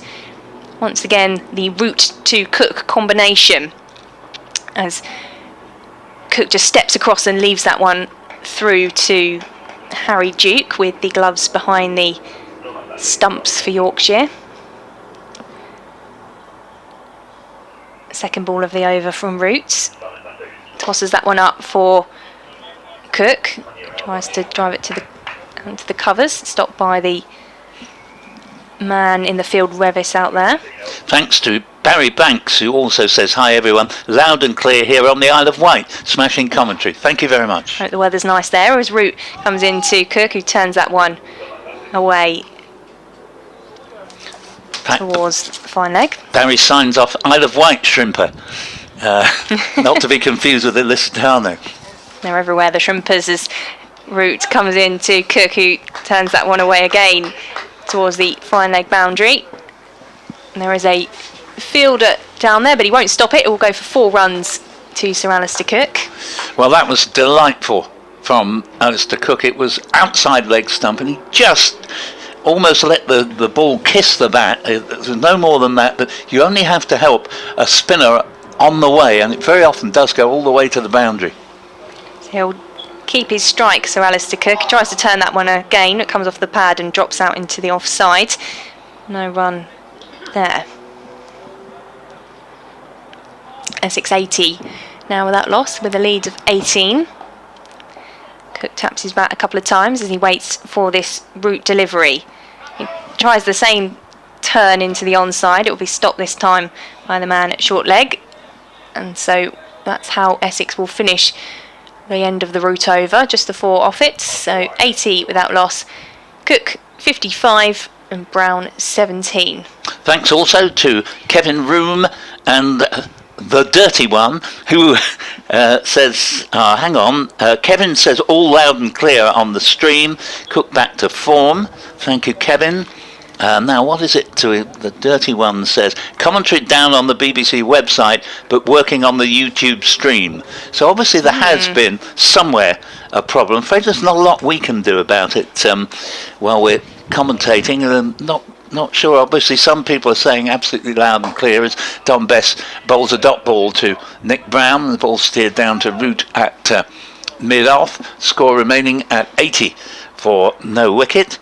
And Bess preparing to bowl again to Brown with a slip, a bat pad and 2 short extras. And that ball turns, but started outside off stump, went further to the left-hander. Wanted to pick up to a former email. When I say former, sent a little bit of a while ago from Michael Biswell. And he says, as we'll come to that point just after this ball from Bess, Brown off the back foot will get runs here, as he's not sure he was aiming where it's gone, which is 45 degrees behind the wicket on the offside towards third man, but he gets 2 runs, moves to 19. It's 82 for no wicket. And Michael says, with Steckety leaving after the next game, have Essex got another fast bowler in their sights, or are they hoping Porter springs back into life, or will one of the seconds step up? Well, I've got an answer to that one for you. I must admit, I didn't know Steckety was leaving after the game at Old Trafford. That ball goes through outside off stump. That's the 6th game, isn't it? Right, he was just signed for 6. Yeah, he's not coming back later or anything. No. Right, thank you. I hadn't heard that.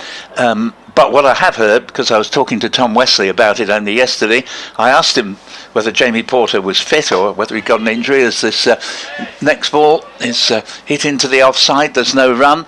And Tom said, no, he is fit and he will be up for selection, which isn't the same thing as saying that he will be selected, but he will be available for selection at Old Trafford.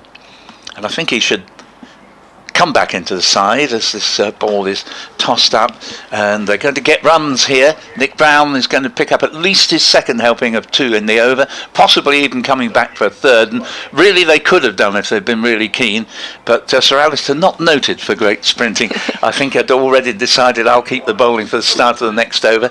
84 for no wicket, 21 to Brown, 55 to Cook. But my reasons for saying I think Porter should play, Steckety has a bit of an injury, we know, and could only bowl 10 overs in the Yorkshire innings. So that even with the week in between, there has to be a little bit of a doubt there. And I also think that it is becoming a little bit advisable for Sam Cook in particular to take one match off just to recuperate a bit, because he's had such a heavy workload already. So you would see Cook come out and Porter and Steckety in the Essex side? Could well be, yes. It's not that I want to leave Cook out for a moment. He's Essex's best bowler. As route bowling to Alistair Cook, pushes that one out into the offside for no run, Wethersfields. Now, maybe they don't need to leave him out because there's a week in between, but certainly if the next match was coming up, starting this coming Thursday, I feel he just has earned a rest. Should have said that was Hill fielding, as this time Cook turns it towards short leg. Still Walton, the substitute fielder, under the helmet. He's had a good view of this half century from Sir Alistair Cook as he pushes it again into the onside for no run. So 3 dot balls off the start of this Joe route over. Root to Cook. Clips that one away past the square leg umpire, and it will just stop short of the boundary. Fielded there by Brooke, who throws back into his keeper. Could have had a Cook to Brooke, back to Duke, and then back to Root, the bowler from the Hayes Close end for Yorkshire. Cook, of course, is renowned for his skill against spin bowling.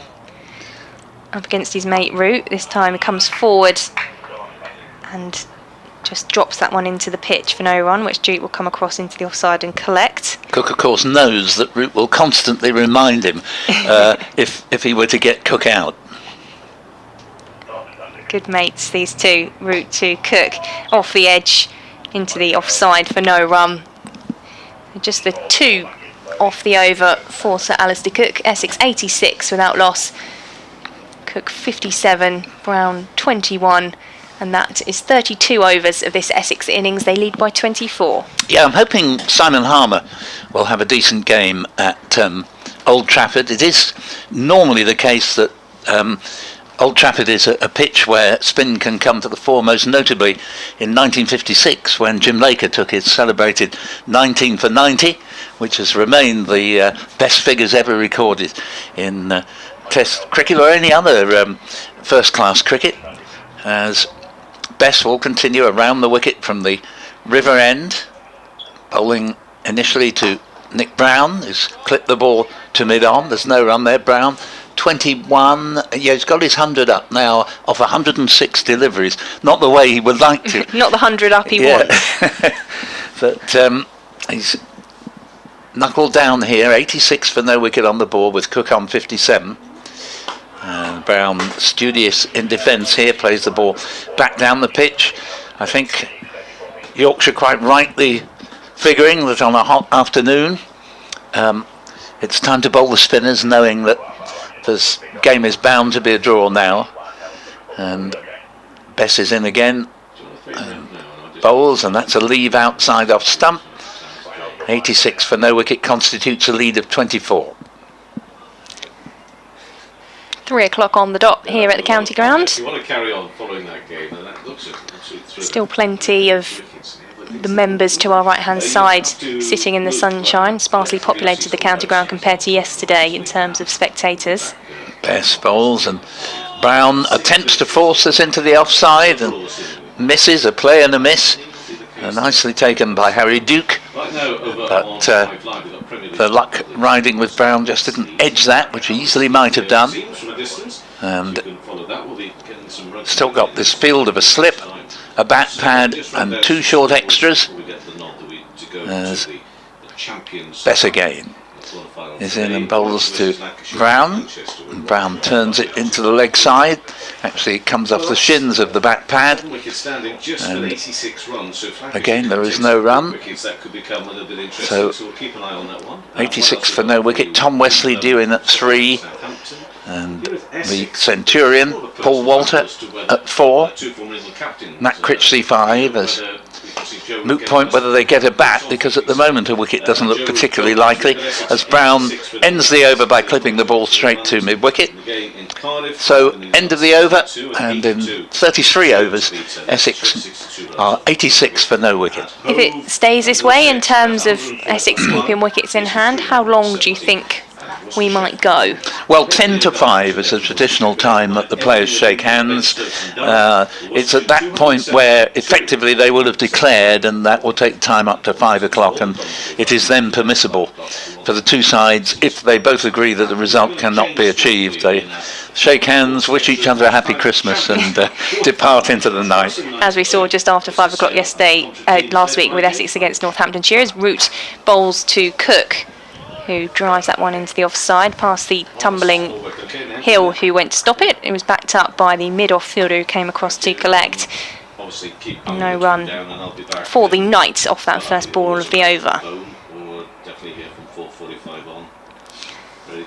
Root with his second ball. This time Cook takes a step back and turns that one into the onside. It will be chased by Brooke, and he will come back for 2. Sir Alistair moves along Well, I noticed the live stream in front of us is well behind. Essex are well past 76 now, up to 88. Has to kick on 59 as Root comes in for the third ball of the over. He pushes that one out into the offside for no run. And it's good to see the way that Sir Alistair Cook, a thorough professional, is still taking this very professionally and very seriously. As he faces the fourth ball of the Root over, again comes forward and just pushes that out for a dot ball into the offside.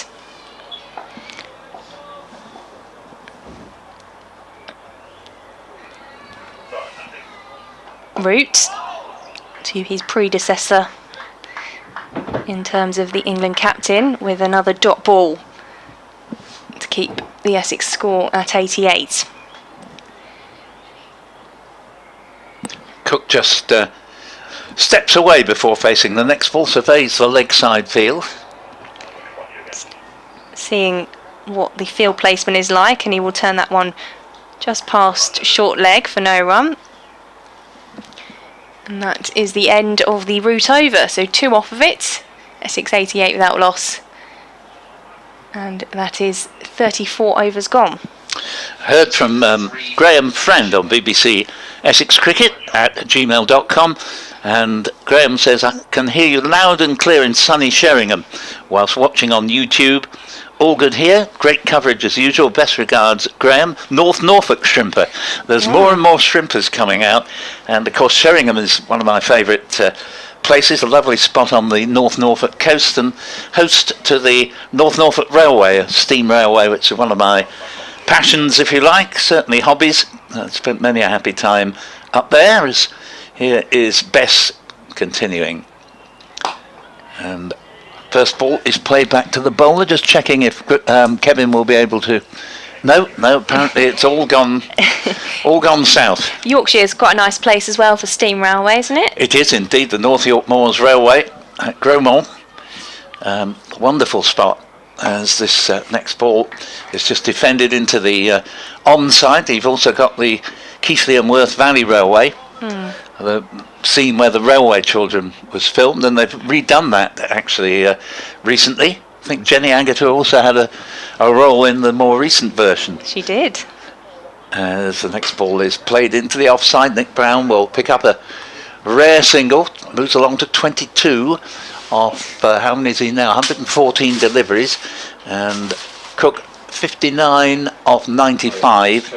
Has slowed up slightly recently, but still been fine knock and played everything very correctly. And there would be time for him to get 100 here before 10 to 5, as if he remains not out. His best bowls to him, thick inside edge, get at least one, and I think Cook will settle for one. As I say, I think he thinks it's a little undignified to sort of run a bit too fast. It's a bit beneath his dignity at this stage of his career. I remember reading, I think it was in his first autobiography, about how he's always been a bit of an awkward runner in terms of the way in which he runs, but he's still always up there when it comes to the Essex fitness test, isn't he? Very much so. As this next ball, Brown looks as if he thought there might be a run there. There certainly wasn't, and Cook had to hurry back at the non-striker's end. Ball fielded at mid-on, and the score is 90 for no wicket. And the thing with Cook is that he's a brilliant judge of a run, and when he was run out on, I think it was 196, something like that, in India, on his very successful tour in 2011, next ball tossed up and Brown drives, and he will get a run this time, down to long off, Root fields, and the score to 91 for no wicket, 23 to Brown. That's the end of the Bess over. When he was run out, bear in mind he made his test debut in 2005, I think it was the first time he'd ever been run out, and it was the most careless of run outs, because he basically made his ground, but as the throw came in, I think he was concerned it might hit him, and he didn't put his bat in properly, and so that robbed him of a double 100 on that occasion. But incredible to go 6 years before your first run out. And it's not something we've seen that often since then either. No, absolutely. I was just having that very thought. I was hoping you were going to give me the last date. I think he has been run out since, but very rarely. Joe Root to Nick Brown this time, who tries to pull it away. Doesn't catch it right and it drops into the onside. Desperately close to the stumps there. Joe Root understandably threw his arms up in exasperation because Brown thought it was a much quicker ball, and Brown tried to flay it away into the onside. Root to Brown. This time he comes forward and drives that one to the fielder, who looks as if he caught that one on his finger. He's just trying to shake that off. Know what that feels like. Many a broken finger from various sporting adventures here. Root to Brown. Tries the same shot again. Out into the offside for no run. I think Root enjoys a bowl, so he looks like a man who's quite enjoying himself out there. And he tosses into Brown again. This time races away in the offside. It's going to be chased by Revis, and again it just slows up in the outfield, and they will come back for two. Yeah, we had an emailer, didn't we, talking about the slowness of the outfield. I think it was Gary. Yeah, okay.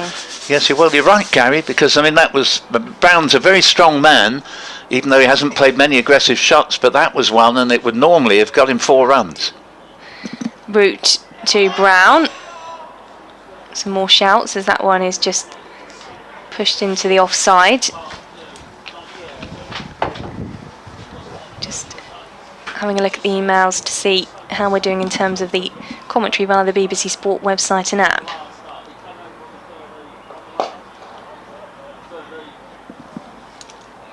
That one just played out to wide mid-off to end the over. No run, 93 for no wicket in 36 overs, 60 to Cook, 25 to Brown. Thank you, John Simmons, for your email.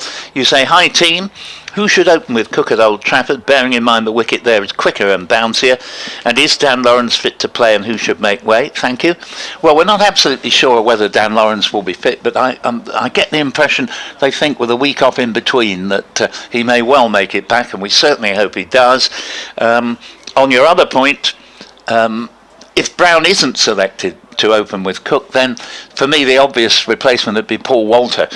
In one way, you don't want to interfere with Walter's superb current form batting at 4, but he's opened before and made a very good job of it. He was opening as recently as 2 years ago. Yeah, in the Bob Willis Trophy. Yeah, absolutely, and did well as well. So he would be the choice there, and here is Best beginning a new over around the wicket, river, and the ball played back to the bowler. Yeah, you say that the pitch there is quicker and bouncier, which is right, and often is productive from a spinner's point of view, so I'm hoping Simon Harmer has a good game there. As Bess is in and bowls, and that's a leave outside off stump. But Essex clearly do have the options. They could also, if they wanted, give Josh Reinl a game, who made a very good 100 against Lancashire opening. And I think we are.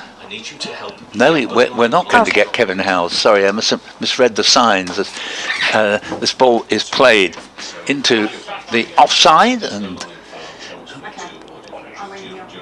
they get a single there. Cook moves to 61, the score to 94 without loss, and Bess is on his way again. Bowls to Brown, and that's a long way outside off stump, left to the good offices of Harry Duke, a nice tidy wicket keeper. And Bess, formerly of Somerset, comes in again and bowls. Slightly quicker delivery, flatter delivery. Brown plays it up to the straighter of 2 short extra covers, who are only about 6 yards apart. Obviously, Yorkshire have a theory that Brown can sometimes drive a little bit uppishly into the offside. Hasn't shown any signs of doing that, though, in this innings so far. And here he is, he drives, it's very well fielded by Hill at the straighter of the 2 short extras, and it's a beautiful shot actually. I mean, if he'd managed to pierce the 2 fieldsmen there, it would have been a certain boundary. As it is, the over ends, and Essex now lead by 32 on 94 for no wicket. 37 overs bowled, 61 Cook, 25 to Brown. Best 14 point. Oh, well, it can't be 14.2. I would imagine now 15 overs, 3 maidens, none for 39. And just waiting to see who's going to bowl the next over. It is indeed, I'd hesitated, but it is Harry Brook who's going to bowl from the Hayes close end, replacing Joe Root. So 94 without loss. Brook just doing a few loosening up exercises here. Looks as if he may have been a bit surprised that the ball's been thrown to him. And I haven't seen him bowl before, but it looks as if he's going to be medium pace, coming round the wicket initially to the Knight of the Realm. Just a lone slip. And here he comes now. Brook is in. Bowls. Nice sort of wobbly sort of style he has. And Cook plays the ball to mid-wicket for no run. Cook who's moved smartly on to 61. Barely played a false shot in this innings of a match that clearly is going to be a draw. And next delivery is played out to deep mid-off. There'll be no run here. And score remaining at 94 for no wicket. And I think we at last are going to be honoured with the presence of Kevin Howells. And Harry Brook comes in again. Alistair Cook plays the ball very defensively indeed into the offside. No hint of a single in the offing there. 94 without loss means a lead of 32. And Brook again around the wicket and bowls to Cook. Cook whips this one away off the pads, a sort of trademark Alistair Cook shot. Goes down to Karuna Ratney on the long leg boundary for a single. 62 to Cook, 95 for no wicket. Very good afternoon, sir. And a good afternoon to you. I mean, trying to get things sorted out technically. You know, I'm a whiz with a screwdriver. Oh, indeed. Whiz with a screwdriver. Never seen anyone better. He lied. As here is Brook in. Bowls to Brown, and Brown plays the ball defensively into the offside. Still 95 without loss. So we're fingers crossed that we'll be back fully online and everywhere shortly. Oh, there has been a problem, has there? Oh, there's always a problem. Right. You know that. Life's full of them. Only some of our listeners are saying hearing you loud and clear. I know, but they're sitting next to you. That's why. Oh, right, yes. Well, the next ball goes through outside off stump. They've been on a diet, I noticed, but the over ends with Essex second time around, 95 for no wicket, leading by 33. Cook 62 and Brown 25. You know, it's a shame that we haven't perhaps got a thriller for a Sunday afternoon. But that said, I'm going to struggle to think of places I'd rather be really than sitting here on a sunny May Sunday afternoon, watching a bit of cricket, watching a nice little personal tussle between the Old England skippers. Yes, as indeed. Well. Yeah. It's all right. It's okay. It's not maybe as thrilling and exciting as it can sometimes be. But we'll take this. We'll take this. We need games like this in case the old heart rate has got, I know what dangerously high. Bessie's going to come in now, and he's got a bowl. And this is Sir Alistair Cook, who works it away on the onside for no run. But wasn't it strange this morning? I mean, are you crediting the Essex bowling for that start, or are you thinking that maybe Yorkshire weren't that bothered about getting themselves getting on with it and getting themselves a good first innings lead, turned away to short square leg there? I take your point, because we both thought Yorkshire would go for quick runs. Well, we wondered. Yeah. We wondered how it all play out. But they just didn't seem to be in there. Perhaps they weren't allowed to. No. Perhaps they felt the bowling was just too good. Well, that Didn't could give be them an right. opportunity. Next, and that's worked away again by Cook onto the leg side. We're on percentage-wise in terms of turning up this morning and thinking that this game would be anything other than the draw. I reckon the draw probably was already at 75, wasn't it? 75%. Oh yes, I think so. Yeah. It was just what ifs, and this one squeezed away past the man at forward short leg, and they'll go through 4-1, and Cook with that will take his score up to 63. And 6 at 96 for no wicket. Big thumbs up all round, because wherever your friends have got that special link to hearing you, it's not just them now. Everybody around the world can hear us. Marvellous. Even our enemies. Well, then we've got plenty of them. Bess in bowls and goes back and pushed into the offside, this time by Nick Brown. Yep, everybody, including our enemies, can hear us. And if it has been a frustration to you, obviously we give our apologies, but everything is now working okay again. And this is Bess pulling from the river end around the wicket in, gives that a bit more in, and driven. Two fielders out there in catching positions, short extra cover, still looking for the wicket. It's not like they've given up or anything like that. They're still looking to try and get into this Essex batting, but no luck so far at 96 for no wicket in the second innings. Now we've got 35 overs. There's a minimum left. Of course, tea is not on overs on a final day. It is 340. 340, yeah. So we're actually going to be well ahead of that. Well, by a couple of overs, maybe, if the spin carries on. Jonathan Burt, thank you for your email to bbcessexcricket@gmail.com. You say, good afternoon, hearing you loud and clear in Sweden, but definitely gremlins in the system somewhere, as watching the commentary on YouTube, Essex is still on 76 for no wicket and Cook on 51. He's actually on 63 at the moment. So confusing, as commentary says, a 90 for no wicket. Ha. Jonathan, thank you very much for your email. As first ball of a new over is just played out sedately to Bess in the offside. The bowler's Harry Brook, and the score 96 for none. I watch a bit of the streaming from time to time, and I must confess, there was one day, this was last year, not this year, where I sat and watched 20 minutes of cricket when it was actually cricket from 2 days previously. As Brook is in and bowls, and Cook steers it down to mid-off. There's no run. We've also heard from Elisitano Shrimper. Afternoon, Victoria, Paul, Kevin. The BBC radio link seems to have been removed from the live text commentary page. But it's all there now, come on. But we we must thank Elisitano for keeping us updated, or down-dated in this particular case, as Harry Brook is in bowls and it's run down for a single to Ward, third man. Cook will move along to 64, score 97 for no wicket. He says, but we continue to hear you through YouTube live stream. However, the scoreboard is stuck at 76 without loss. At least the commentary is continuing to be entertaining, problems aside. Hasta luego, he signs off. So is there a chance we could really get Pulse's racing by saying that Essex now are 97 for 7 and nobody would know any different? Well, let's try it, shall we?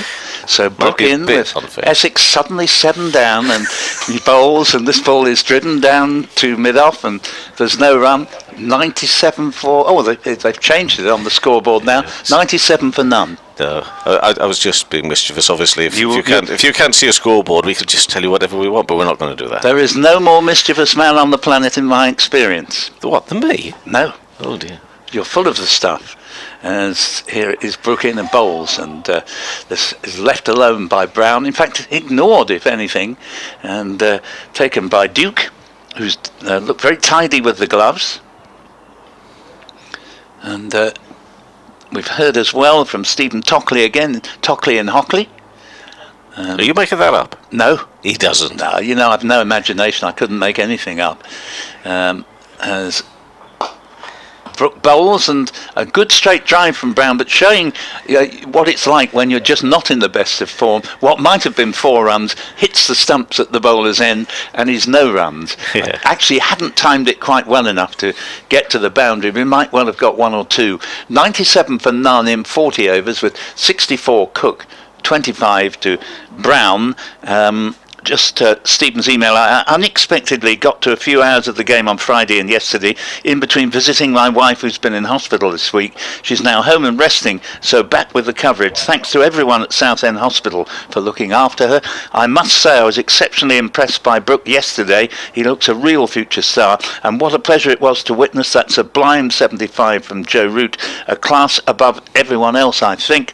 And he says it reminded me a little of a championship in the 1980s, when one of the big attractions of championship cricket was seeing the big world stars in the cosy surroundings of Chelmsford Southend and my beloved Castle Park. 97 for no wicket here, Essex. Second innings and forward defensive. Best bowling to Cook. Again, still we have a slip, forward short leg, 2 in catching positions there. Short extra cover, backward point, man on cover boundary. Down there in front of the pavilion away to our right hand side. Come round, you got mid off, mid on, mid wicket. Bess continues to bowl, and again solid forward defence from Sir Alistair. He remains 64 now from 112 deliveries. We're about to see the third ball of this innings from Bess.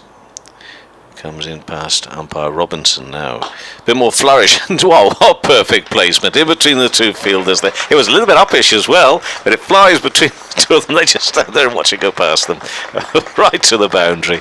That's cheeky. It's great skill, but it's also cheeky, and it brings up the 100 here for Essex as well. 100 runs, 101 without loss.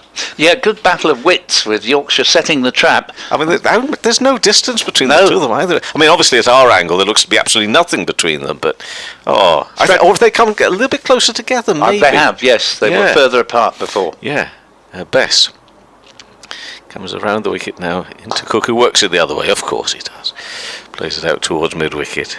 You see, sun shining. We've got top quality cricketers out there and entertaining just with that shot. I mean, that's right. Terrific piece of cricket from Alistair Cook, and deeply frustrating from a Yorkshire point of view.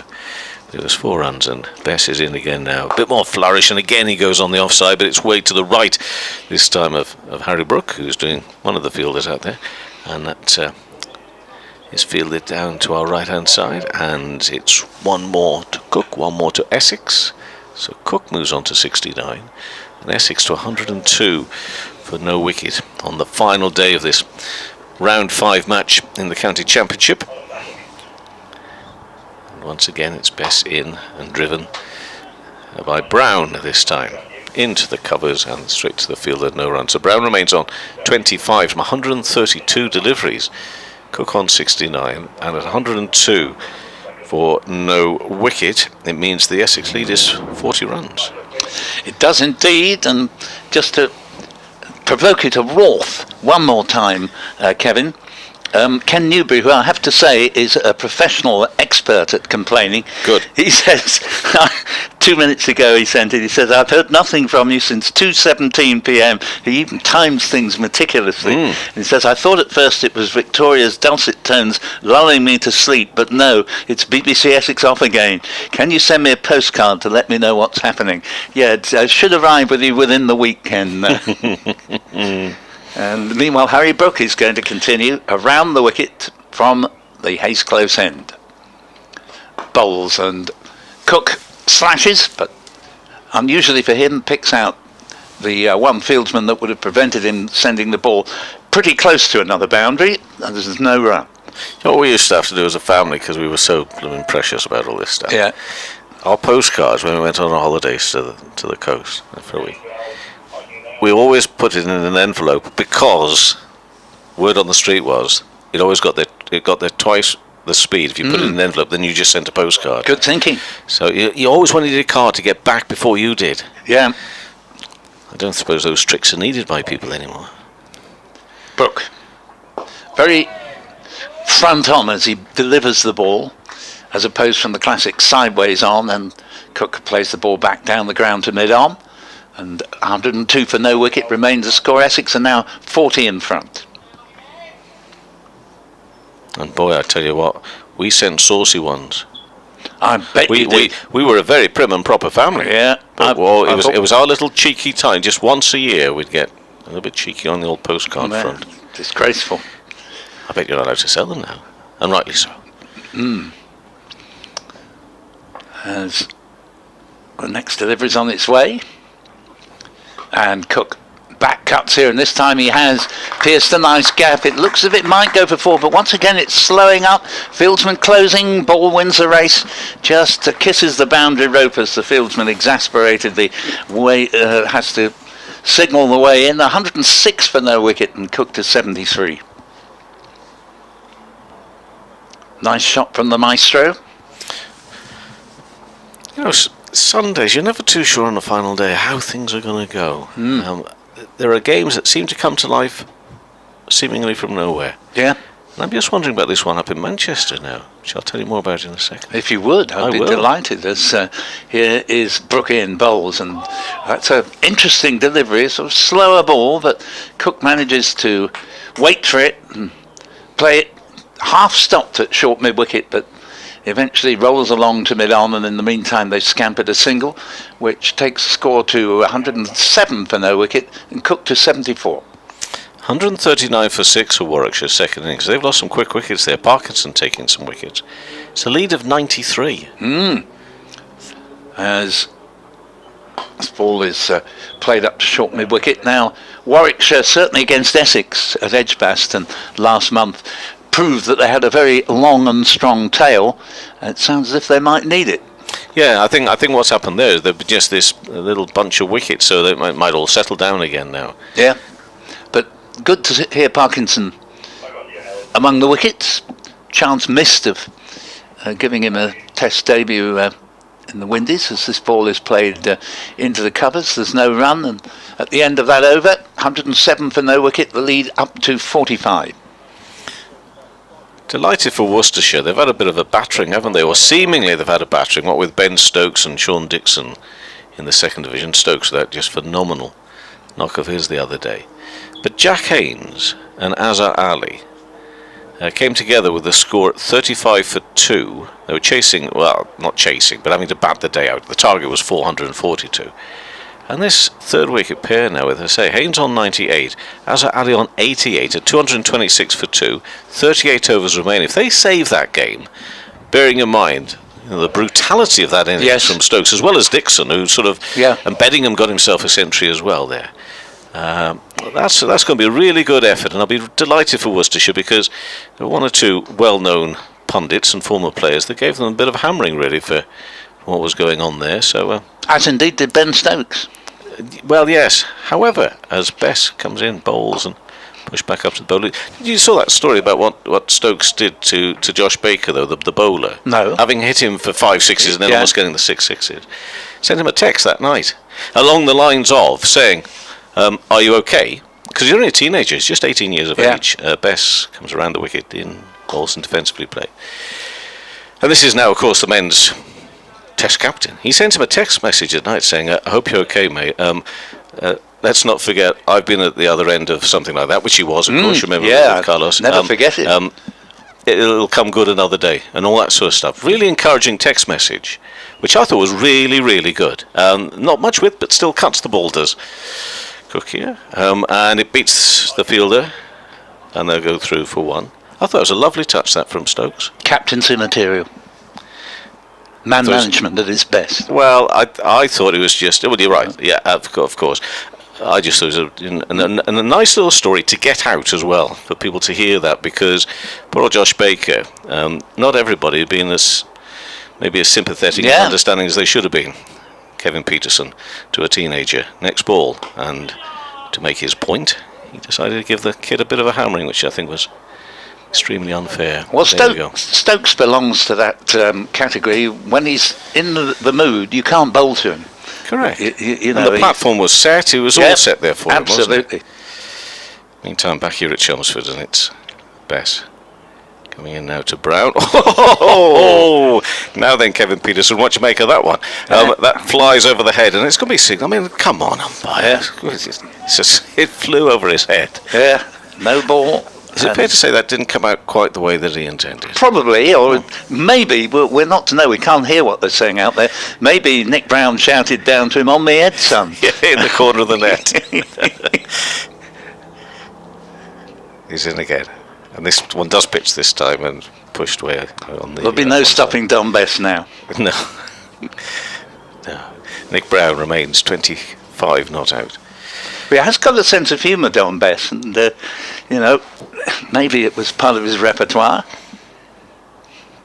To his mark, and in again past umpire Robinson. In bowls, leans back and hammered away. That's a lovely looking shot actually from Brown. He's going to get himself 4 runs through deep extra cover for that. He'll move to 29, take the Essex score up to 114 for no wicket, which now is a lead of 52 runs over Yorkshire. We've and the end of that over. I've heard from Ed Stride at BBC Essex Cricket at gmail.com. And you say, Ed, most frustrating commentary lost just before Sir Alistair's 50. The positive is I've discovered the Essex Cricket live stream. Quick question, you were talking about caps. I've been a cap wearer since I was a young man. What do you think of the seemingly increasing popularity of baseball-style caps in cricket? I can't give my opinion, you'll ban me. I love county and test cricket, but hate the new forms. Great commentary over the last 4 days. Ed Stride in Kirby Cross in Essex. Thank you very much, Ed.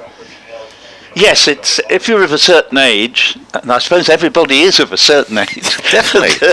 I guess you probably prefer the old, more streamlined, sort of more classy type of cap to the baseball cap.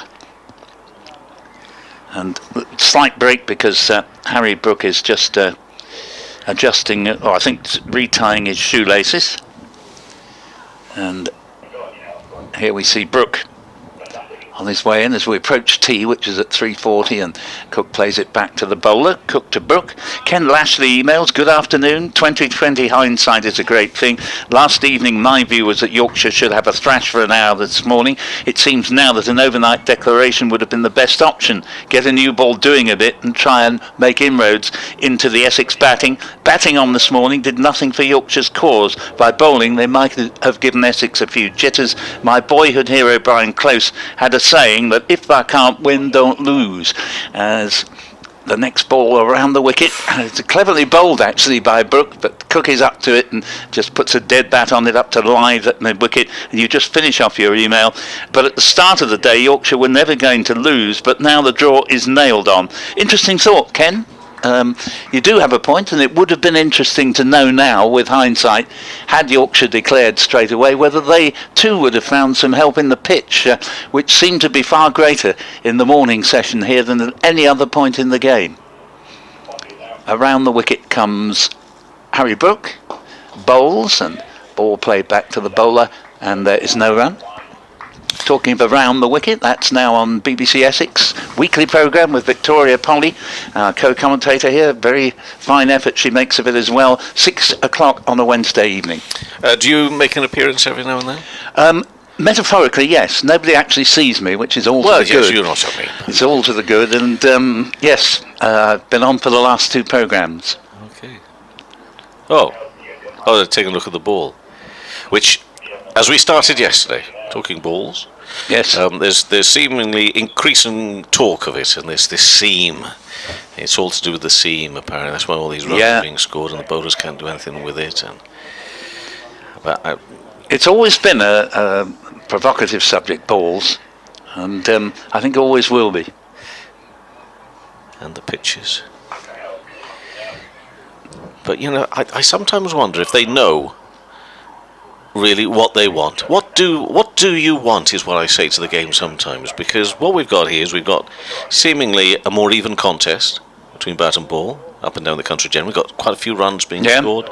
Batters were putting their names forward for possible England inclusion, and even that's not right. Now it's we've got to look at these balls, the stitching's too tight and the pitches are too flat. There's no satisfying some folk. There isn't.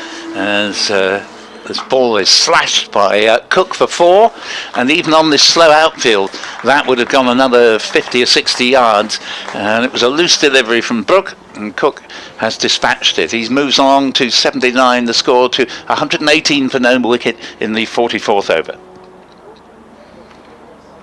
Of course, the thing is what apparently the game is looking for is it's looking for every pitch up and down the country on the 4th day to be offering the spinner a bit of something. Yeah. But you're not really likely to get too much of that in April and May, are you? That's No, quite a little bit later on. and I'm hoping those games. Sorry, I'm hoping those games sort of midsummer. We've got 2 or 3 games, haven't we? Midsummer. I'm hoping that's when maybe the spinners will play a part. Indeed, as Brooke is in and bowls to Cuckoo, plays and misses at that. Moral victory for Harry Brooke there. Yeah, I mean, the thing about this pitch at Chelmsford, in my experience, it's not the easiest to prepare, because if a ball doesn't turn on day one, it never will. Now, is that right? Yeah, you know, obviously the ideal is a pitch that sort of suddenly starts turning late third, fourth day. But this one, if you make it spin at all, it has to be early. And Cook plays this one down to backward square leg for a single to keep the strike. He moves to 80, the score to 119 for no wicket. And you start doing that sort of thing, and you get people jumping up and down saying it's spinning too early. Yeah. And then, oh dear, that's down they come, the pitch police. Famous occasion here when the championship was up for grabs in a 3-cornered contest in 2002 in Division 2, and Notts looked likely to be champions, and there was a bit of turn on the first day, and Notts thought that with Stuart Gill in their side, they would tidy Essex away by setting them 330 odd in the final innings, and Will Jefferson got 160, something like that, and Essex won with about 8 wickets in hand to clinch the title of Division 2 that year. And simply Notts thought that because it had turned early, it would absolutely be turning right angles on day 4, and it hardly turned at all. See Lythe introduced here. Yeah.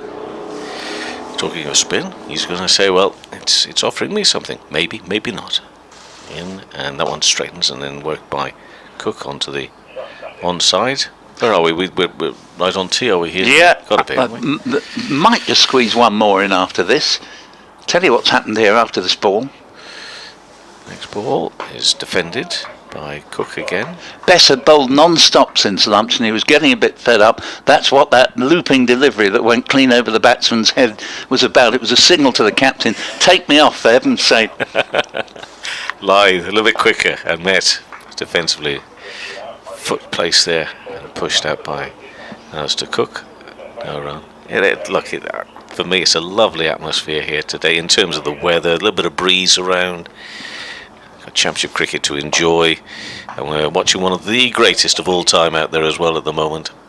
It may not be the greatest game in the context of great games, but it's still one of the greatest. Well, and you include Joe Root in that as well, and we've got some top quality players and players of the future. Lythe bowls, and that's Cook down into the ground, bounces into forward short leg. I mean, Harry Brooke. Yep. Couldn't agree more. They're starting to queue up a little bit, aren't they, for those middle order places a little bit? And yeah. We see Root assists with Lythe in bowls and pushed into the offside.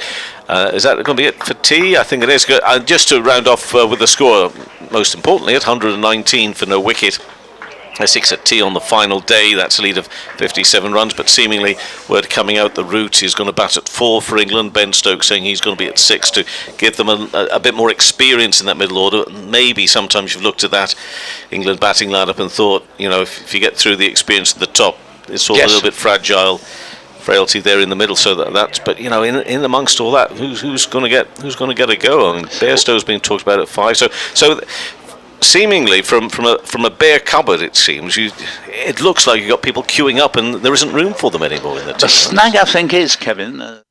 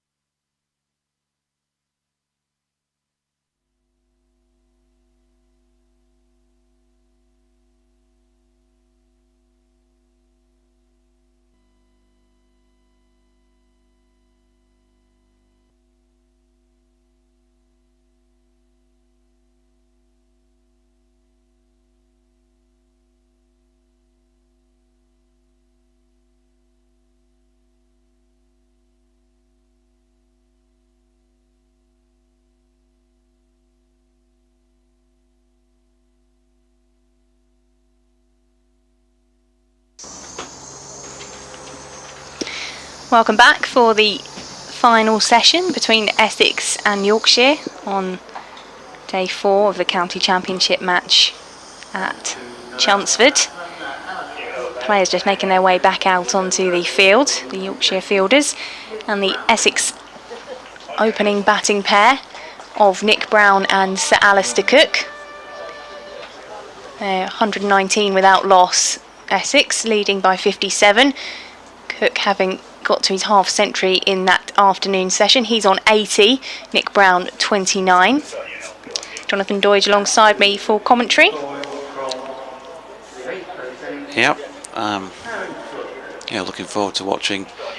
Is it maybe emulsion or gloss, something like that out there for this next however long it lasts? We might have an hour's cricket maybe, something like that. We might see possibly even less. Another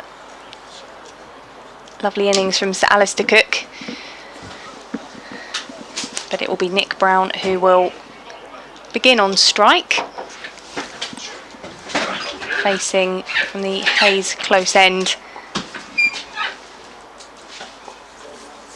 for the first delivery of this final session. Brown defends to Harry Brook, who is the bowler who gets us back underway.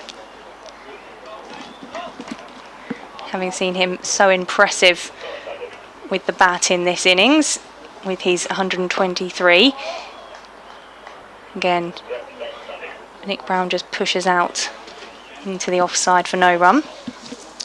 It's got to that stage in the match where my last BBC Radio Leeds update at 2:30, I asked for commentator's choice at 4:30 just for something to look forward to. So I've asked for a certain song.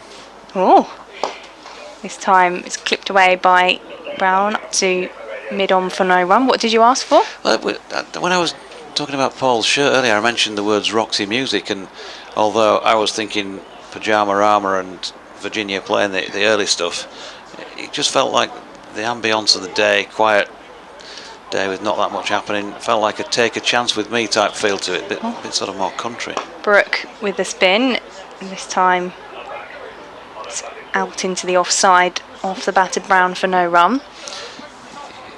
They'll call it a rock song, of course, well, Roxy Music, but it's got a slightly country sort of feel to it somehow. Anyway, we'll see. I put in the request. When they said, what do you want? I said, well, yeah, I got Roxy Music. And they said, which song? Oh, don't know if I got that. Oh, no. Brook to Brown. Plays that one off the legs into the onside for no run. Not to be confused, of course, with Take a Chance on Me. Well, which was by, yes, ABBA. Indeed.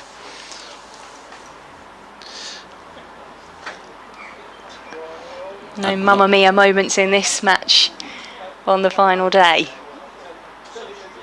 Brook into Brown, final ball of the over. He's found the gap there in the field in the offside. I think the man out there, Revis, will get round to it. He will. Brown will take the 2 runs off the final ball of the over, moving Essex on to 121, Brown on to 31. Essex leading by 59. I'm not sure if anybody got this message when I was out of the box, but Sally had tweeted that commentary wasn't coming through on the BBC Sport website. We sorted the technical issues. Sorry Good. to anyone who was having problems hearing us on the BBC Sport website and app earlier. That should all be fixed for you now. And Andy Walker says, hi JD, I feel counties seem to be creating more pitches for T20 not county cricket, batter friendly with not much for bowlers unless a new ball or air conditions help. I fully understand why they wouldn't want the batting side to be 23 for 5, but it's not great. Here's Adam Lythe with his 12 from wide of off stump, and that's a lovely languid looking drive from Sir Alistair Cook for a single out into the deep. Karuna Ratner doing the fielding, and there is a single. See, I fooled it there, you thought I was going to say no run.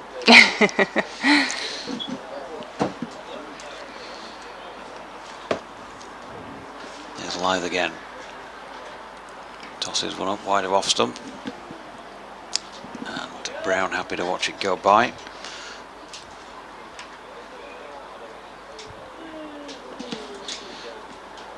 Going back through one or two recent emails. We were talking about caps earlier as Brown steps back and cuts this one into the offside. Curran and Ratner sweeping fields again. Les Horner said, on the subject of caps, Norman Wisdom always had the neb turned up, looking stupid. Norman's son Nick played for Sussex regularly back in the 1980s. We have got a floppy sun hat out there now in the Yorkshire field. Oh, good delivery from Lythe here. Has the beating of Alistair Cook. And he would have loved that, wouldn't he? Adam Lythe had he sneaked one through. Floppy sun hat. Dom Bess. Goes to Dom. Here's Lythe again. Flicked this time by Cook to Wharton, or into the shin pads thereof. He's at short leg. Vicky and Lester in Worthing, good afternoon to you. Sat here doing the ironing. There may be maybe a minor quake in Pudsey. I've enjoyed the match and commentary. Looking forward to the Roses match, which of course comes up this coming Thursday. Lythe to Cook. Pushes into the offside to complete that Adam Lythe over. And Les Horner goes on. Really pleased with Revis so far. He gets better with every match, and to me, a Yorkshire member of 54 years, he'll be a regular for many years to come. Spoke to his mother at Northampton. Lovely lady. There you go, Mrs. Revis. And thanks for your email, Les, BBC West Yorkshire Sport at gmail.com, BBC Essex Sport at gmail.com. If you want to send any late emails, you might have a summary of what you think you've seen here in the last few days. But a match that really was almost decided in terms of its result on day one. Brooke to Brown. It comes forward, and that will be collected by mid-off for no run. Not quite, of course, because Yorkshire could have had a say in things if things had gone better this morning. I think with that early dismissal of David Milan, that was more or less it. Harry Duke, probably when he was out, that looked like the end of the plan. Brown again finds the fielder, who only manages to briefly stop that. He'll run away and allow Brown to take a single. Jordan Thompson, the man out there in the offside for Yorkshire, brings Alistair Cook onto strike for the third ball of Harry Brooks over. Brooke to Cook, just up in the air and dropping into the offside there. 81 for the Sir.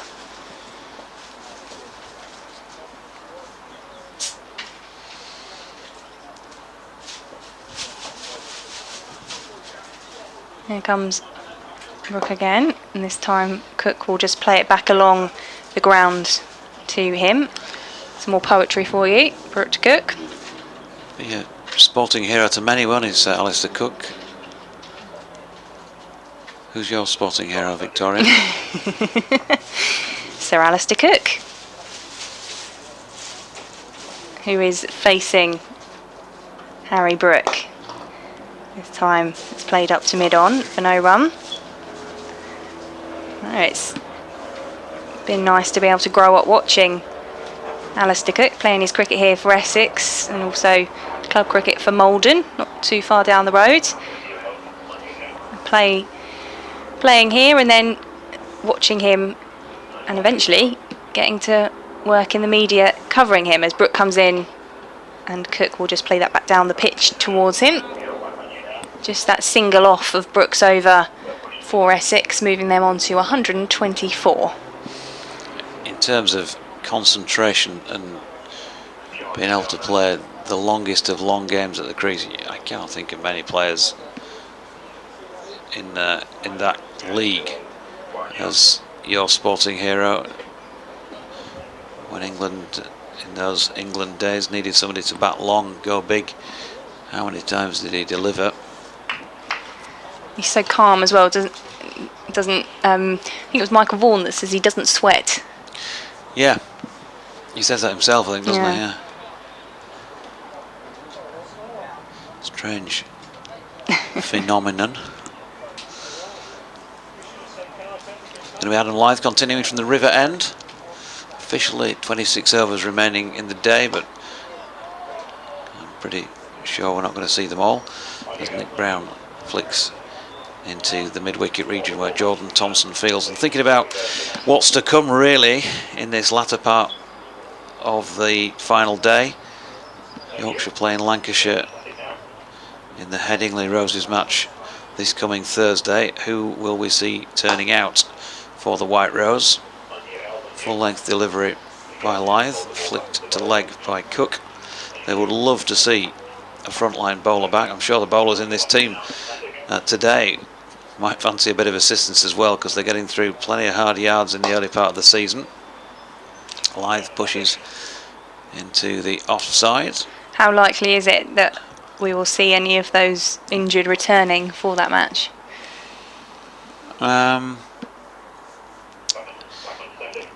Here's Lyth to Cook driving. Oh, lovely, one-handed, casually done by George Hill at extra cover. I'll just let everybody think it's going past me, and then I've got it. I don't think there's going to be. It's going to be a case of both Ben Code and Harris Ralph available for selection, but we'll find out if we can from Otis Gibson after the game what the definitive is on that, as Cook drives another one up to the floppy hatted Bess, deepish mid-off, no run. But I think it would be nice to have one of them back in action. And here's Lyth again, and Hill stepping to his right stops another one. End of the over, 125 without loss. Yeah, I think you'd probably have to say that, as I think Harris Ralph's injury was a slight side strain, and he's been rested, and we've seen him running around the periphery on the first couple of days. I'm not sure if he's still here receiving treatment or he's returned back. I haven't actually physically seen him in the last 24 hours or so, but he may still be around.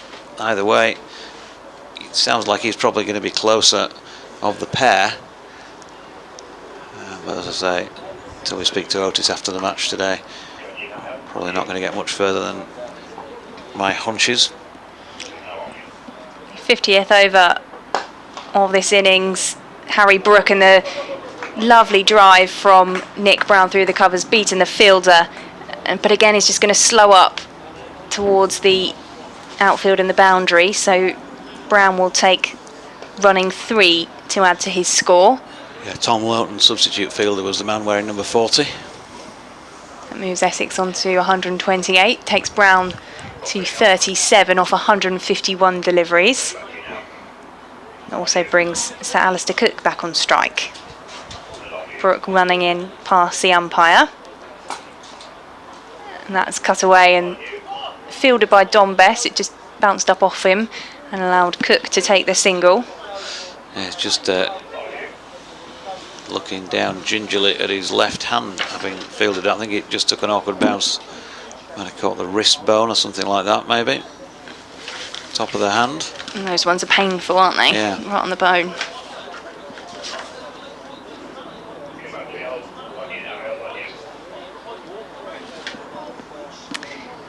And Brook just having a word with the field as he begins his run up to Brown for defensive into the onside.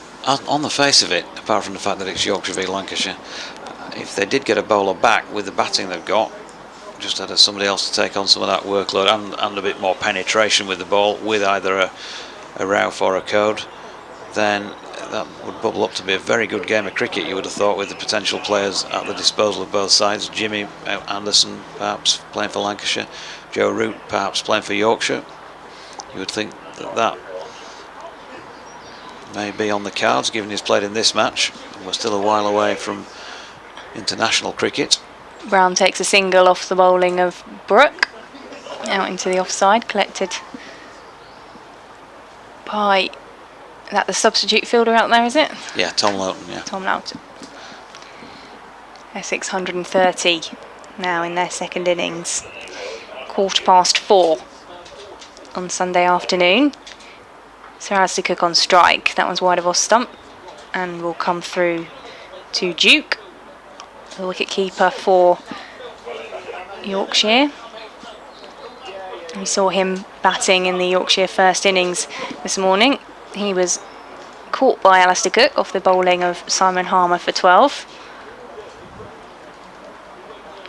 That was the first Simon Harmer wicket we've seen at the county ground this season. As Brooke comes in to Cook, he slashes that one away into the offside, straight at the fielder for no run. And that's the end of a Harry Brooke over. 130 for Essex, with Cook on 82 and Brown on 38. It's a lead of 68. Incidentally, that Roses match, I think, is going to bring up a landmark for Adam Lyth should he make selection for Yorkshire, because it'll be his 200th first-class match. So these days, of course, a lot less Championship cricket than there once was. Longer games, less of them. Still a pretty major landmark in the modern game. 27 hundreds he's scored in his 199 so far, but at the moment he's trying to do it with the ball for Yorkshire from this river end. First delivery, just pushed up to Patterson at mid-on. Got a couple of emails to get to in a moment. Here comes Lyth again, and Brown once again pushing up to Patterson. And I know they're trying to take a wicket here, but I think part of the reason that, you know, we've seen Joe Root have a bowl, that we're seeing Adam Lyth have a bowl here, it's almost like a net out there in the middle. Get a bit of practice in case we need you, and also just taking some of the workload off the seam bowlers who've bowled plenty so far this season. Had to make up for the miss of Harris Ralph in the second innings last week, for example. Brown's latest push to Patterson was another dot, and Lyth turns, comes in past umpire Tim Robinson, wide on the crease. Oh, and a wild shy from Nick Brown. Not sure if it didn't bounce as much as he expected it to. He's trying to pull that, missed it, as did Harry Duke, and it's 4 byes. So Harry Brooke bowling 7 overs. Yeah, we're more accustomed to seeing him doing a bit anyway, but Joe Root's bowled 6, and so 13, 4 more from Adam Lyth, 17 so far. 17 overs taken off the Jordan Thompsons, the Stephen Pattersons, the Matthew Revises, who's bowled quite a few, which just might not seem much, but just gives them an extra little bit of rest with matches like the Roses game in mind. Brown again pushing to mid-on to Patterson, and Yorkshire may or may not say that that's the case, but you would think that it's got to be part of the thinking as well. In a game that's dead, what's the point in risking one of your bowlers who is fit to bowl seam getting an injury at this stage of a game? Brown pushes into the offside, final ball of the over, and a maiden from Adam Lyth. 4 overs, 2 maidens, none for 3. Stephen's been in touch on the email, one of our Around the Wicket fans panellists. He says, Victoria and Jonathan, as a former resident of Pudsey, I always used to like posing the trivia question, which was the parish in England that has produced 2 England captains? Pudsey, St Lawrence, Sir Len Hutton and Ray Illingworth. Thank you very much. He says, my sporting hero was the wonderful Keith Boyce, who bowled fast, hit hard and fielded like a demon. He rejuvenated Essex cricket in the late 1960s and early 1970s. I remember seeing him in the cricketing annuals as a nipper, Keith Boyce. Harry Brooke to continue from the Hayes close end for Yorkshire to Sir Alistair Cook, who pushes that one out into the offside. It'll be chased by the fielder, and he'll come back for 2. And Steve Everett on the subject of Sir Alistair Cook and Nick Brown, and this might be a question we all need to bring Paul in on at some point. He says, in county cricket, are Cook and Brown the current longest serving opening pair? I can't think of any other contenders. Nick Brown started in 23, so 9 years ago. He says, thank you for keeping us going, as Brooke comes into Cook again, and he slashes away again. Bess will stop that square of the wicket in the offside, and Cook will take the single.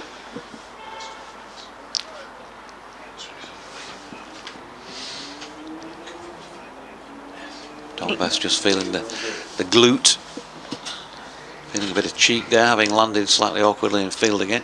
Just throw himself around. Keeping him busy with that wrist and then the glute as Brooke comes into Brown. Hits that hop to mid on and takes the single.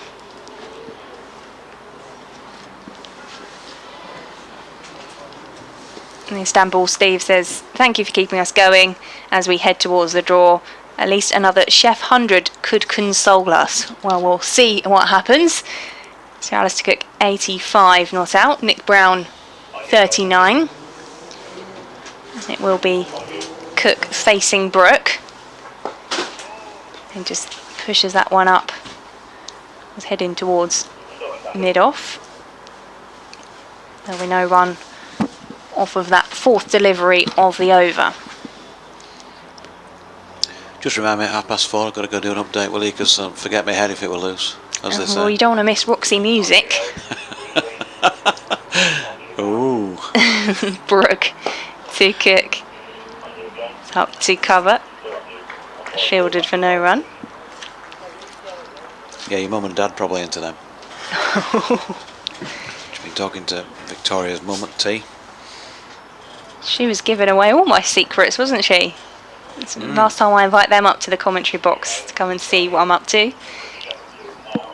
Final ball of the over from Brooke to Cook.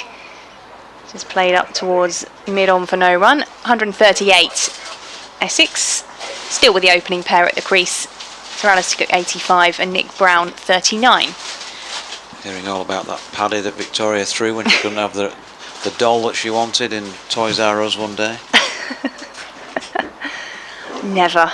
I was a model child. She used to regularly break the cricket bat when she was out because she said it was never LBW. My dad would never let me win at any kind of sport. He didn't believe in all that. Oh, we'll let the child win. And it was no. Very competitive, my family. I know exactly where you're coming from. Live then from the river end. Nick Brown. He's got a strange looking stance, hasn't he, Nick Brown? One foot pointing one way and one slightly another as he pushes to Patterson at mid-on. Yes, quite distinctive, which is helpful when you've got an opening left-handed pair. Yeah, it's not helped me, has it much? Oh, good delivery from Lythe. Has he got him? No, Harry Dukes missed a stumping. He came out, it beat him in the flight, did Adam Lythe, and Duke has not been able to take it cleanly and therefore couldn't legitimately break the stumps. It would have been well gone there, Nick Brown. He was all over the place. Lythe again. Brown goes back this time and pushes into the covers where George Hill feels one-handed.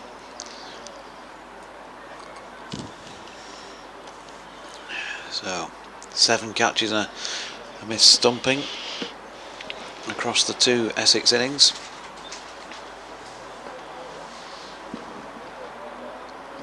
Lythe again round the wicket, gives this one just a little bit of flight once again, and Brown steps forward and just works it out into the mid-wicket region where Jordan Thompson does the fielding.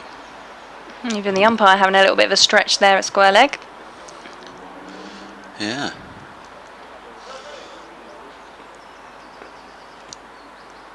There's Lythe comes in again, and so Alistair Cook, watchful as ever, just pushes to Don Bess. If you're of a certain age, and as Paul said earlier, I guess we're all of a certain age, you might remember Bill and Ben. He's got one of those. It looks a little bit like that. He's floppy on. Now then, Cook drives into the offside to this next live delivery. Curran and Ratner's going to get round, sweeping on the cover boundary and field it. It looks inevitable, doesn't it, that Cook is going to end up with 100 here. He's 86 from 157. A century in each innings beckons. Little, I'm sure, that can go wrong for him here. Brown not out on 40, 140 without loss. Victoria probably cursing me for saying that. I'm glad you said it and not me, because that might well be the commentator's curse. but he has looked the more comfortable and the quicker scoring of the two opening batters for Essex in this innings. Racing away to 86 off 157. Nick Brown 40 off of 164 as Cook just pushes that one up to mid-off for no run. And by the way, I think Bill and Ben span generations. I don't think you have to be of a certain age to remember them. No way were they still repeating it when you were little. Yeah. No way. I don't even know that they were repeating them. I think they were Still reinventing them, yeah. Brooke to Cook. He tries to cut that one away with the diving slip. Trying to take the catch, and he will get 4 down to the third man boundary. 144 Essex, and that moves Cook to 90. He's back at the back of the box, looking like a head teacher who's had too much caffeine in that shirt, Paul Newton.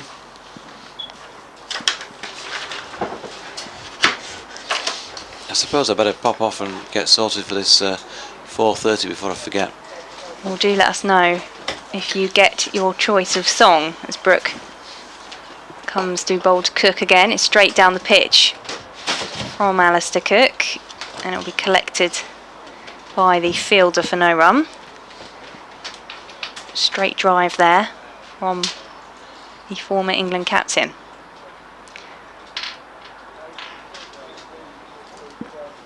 .107 in the first innings for him as he faces another Brooke ball. Pushes that one up towards mid-off for no run. .4 ... in this over so far.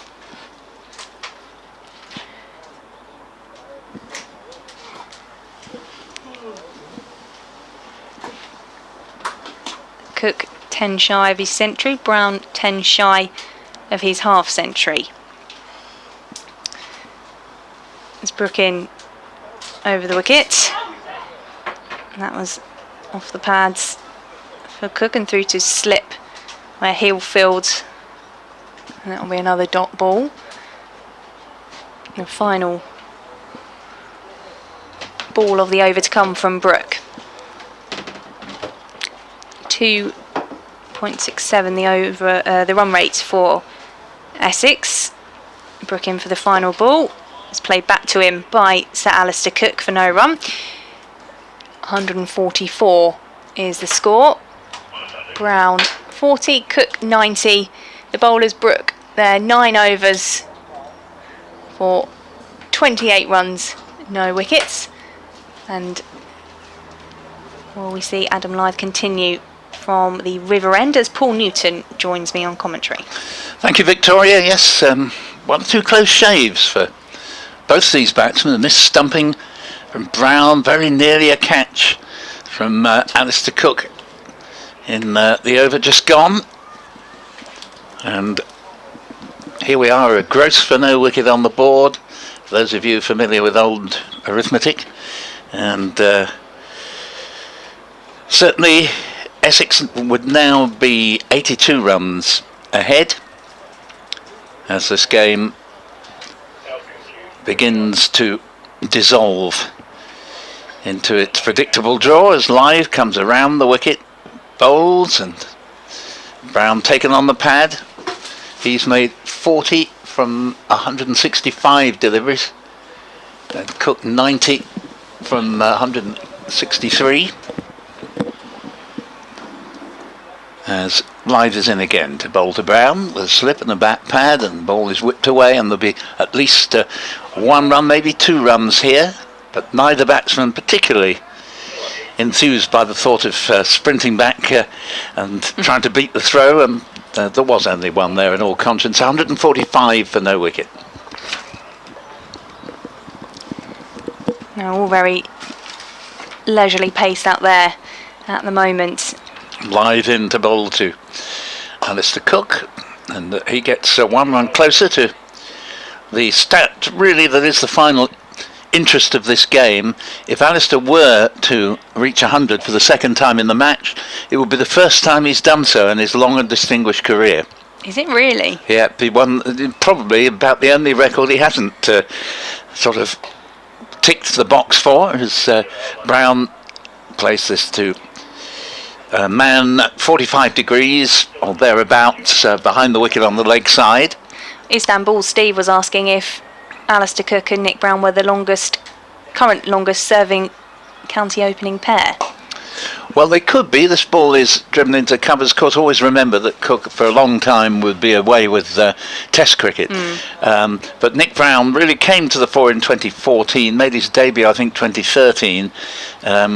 So he's been playing nearly a decade, and certainly on and off, the partnership between them could be traced over the better part of a decade, and there can't be many rivals to that accolade. 2 runs here as Brown flicks the ball away to long on, and Patterson retrieves, and the over ends with 148 for no wicket on the board. Brown has gone to 43. Cook 9 shy of his second 100 in the match. 55 overs in the innings. 84 the lead for Essex after Yorkshire in some ways collapsed really this morning from 425 for 5. Only 2 wickets all yesterday, and all 5 remaining wickets well before lunch today. So that really was a surprise when they were all out, having added just 40 for the last 5 wickets. So Alistair Cook on 91 to face from the Hayes close end. And drives that one up to mid-off the bowling of Brook for no run. 148 the partnership between these 2 Essex openers as well now. So perhaps another milestone we might see in the next couple of overs. Are you okay there, Paul? Yes, and apologies for swallowing down the wrong hole. Brook to Cook off the edge and bounces out to Don Bess. Yes, not that I was eating anything, which makes it even worse in some ways, because I don't know why I suddenly convulsed, but there we are. I don't know who the first aider in the commentary box is, but a relief that you're all right, as Cook tapped his bat a couple of times. Brook making his way in. It's driven back down past the bowler by Alistair Cook. There's Adam Lyth chasing it to the boundary. He'll just get a single there to move his score on to 92. Yes, Cook was in no mood to run the first one flat out to see if there was a second. I think he understands the position anyway so well that there wasn't quite a second one there, whatever he'd done. That brings Brown to strike. Nick Brown with a punch up to mid-on for no run. Food, because Essex are 149 and Stephen's been on touch on the messages, on the emails. He says, research suggests Cook on 4 occasions has been dismissed in the 90s in the same match as notching a ton, as Brown faces the bowling of Brook. Didn't get that cleanly, and there will be a single, which does bring up the 150 partnership. Is that what the ripple of applause is for? That's right. Yeah. In old money, that would have been a bonus point. There was a time you only had to get 150 to get your first bonus point. Of course, I realise that that's only for first innings, and this is a second. Well, I think they might have been premature there. Yeah, pretty much. I mean, they pick up, as they do now take the single that will bring up the 150 to the Essex opening pair. Takes the lead to 88. And that was the final ball of the Brook over as well. So 151, Cook 93 and Brown 44. Well, Alistair's pretty good at stage managing these things, and if he is to reach his 100, he's got a quarter of an hour to get the remaining 7 runs he needs.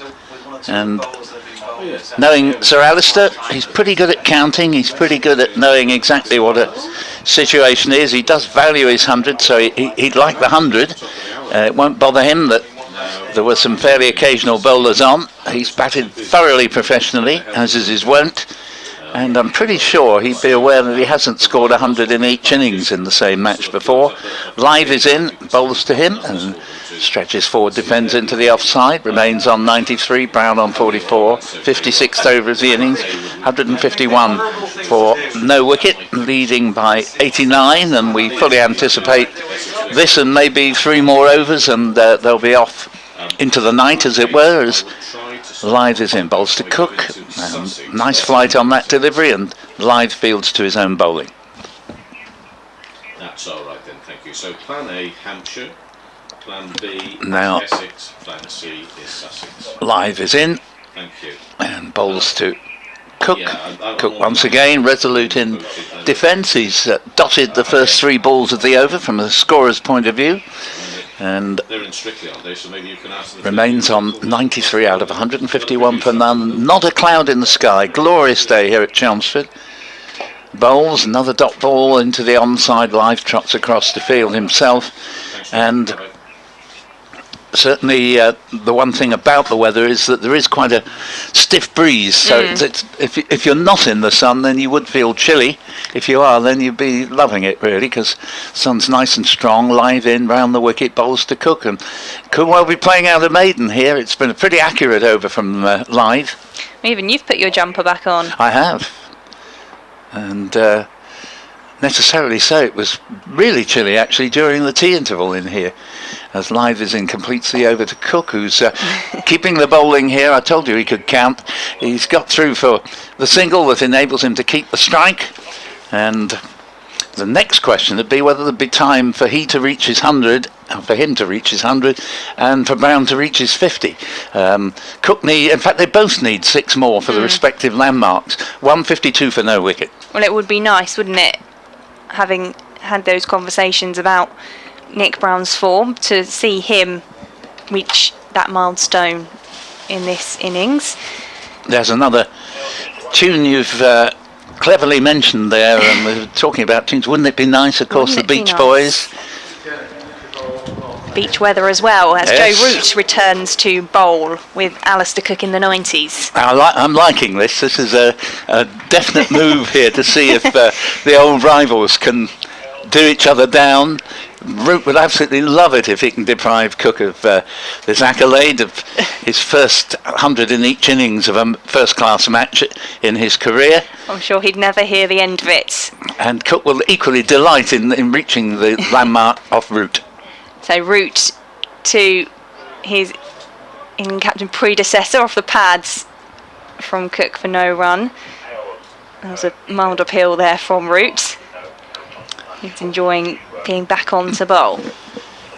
Well, he's not to be taken lightly. He's a very, very capable bowler, Joe.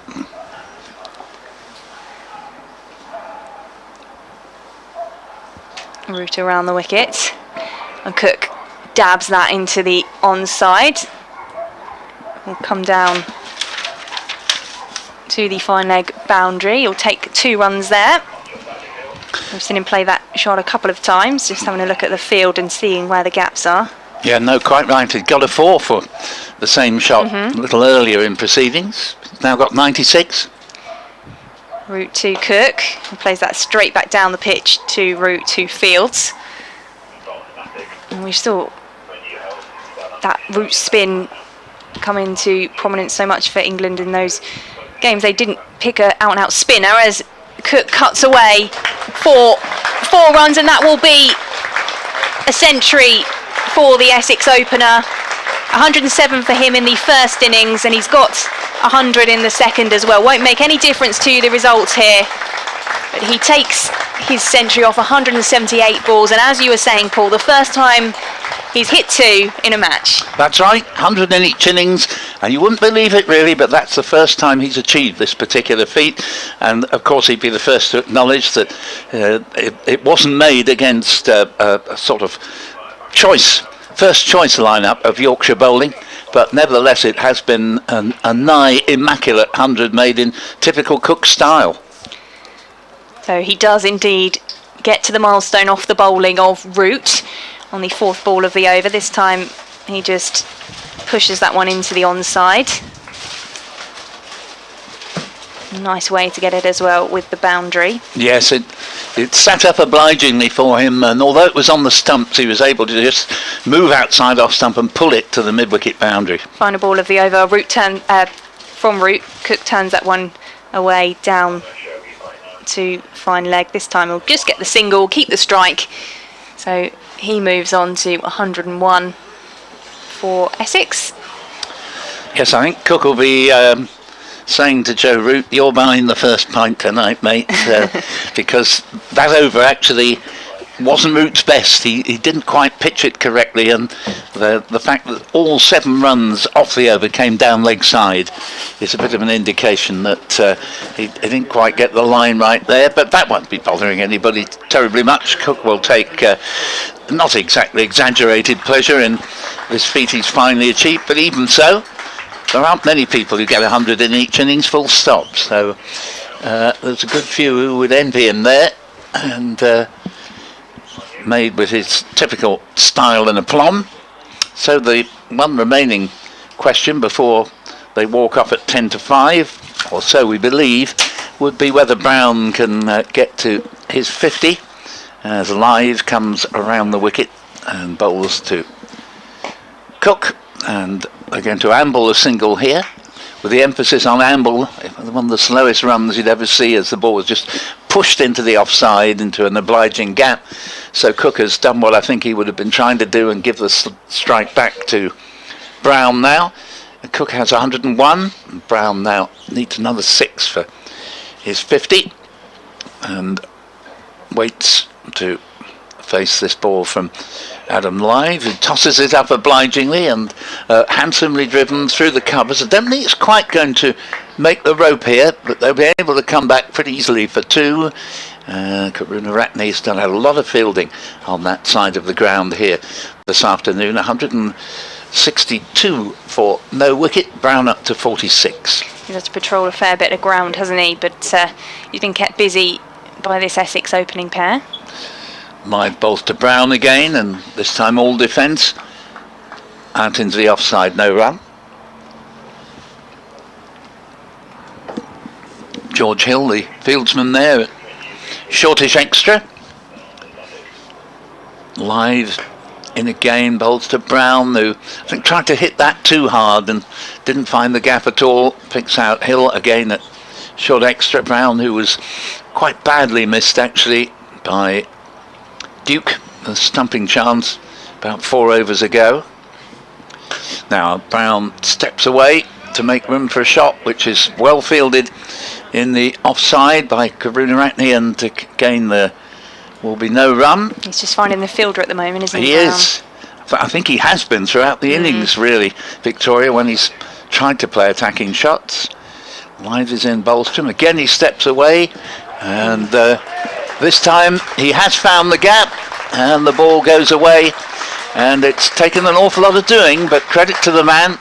He's sweated it out there and got there, and well, we thought it would end at 4:50. I'm just wondering if they're going to leave it at that. Apparently, no, I tell you what, it's drinks. It's drinks now. I saw something like this the other day, and the name of the game here, Victoria, you may well have seen the same thing happen in the Northamptonshire game. I was there, yeah. Is that they deliberately just waste a bit of time so that they're not having to bowl and the batsman isn't having to risk being out, and they will take an extraordinary length of time to sup this last refreshment of the game, because it'll be their last for, in the case of Essex, for nearly a fortnight, and they'll just come back and set up as though the game will continue, and then in all probability they'll say, oh heck, it's 10 to 5, who'd have thought it, and walk off. Or they might just go through the motions of the last no, in fact that was the end of that over, so probably we have seen the last ball of the match,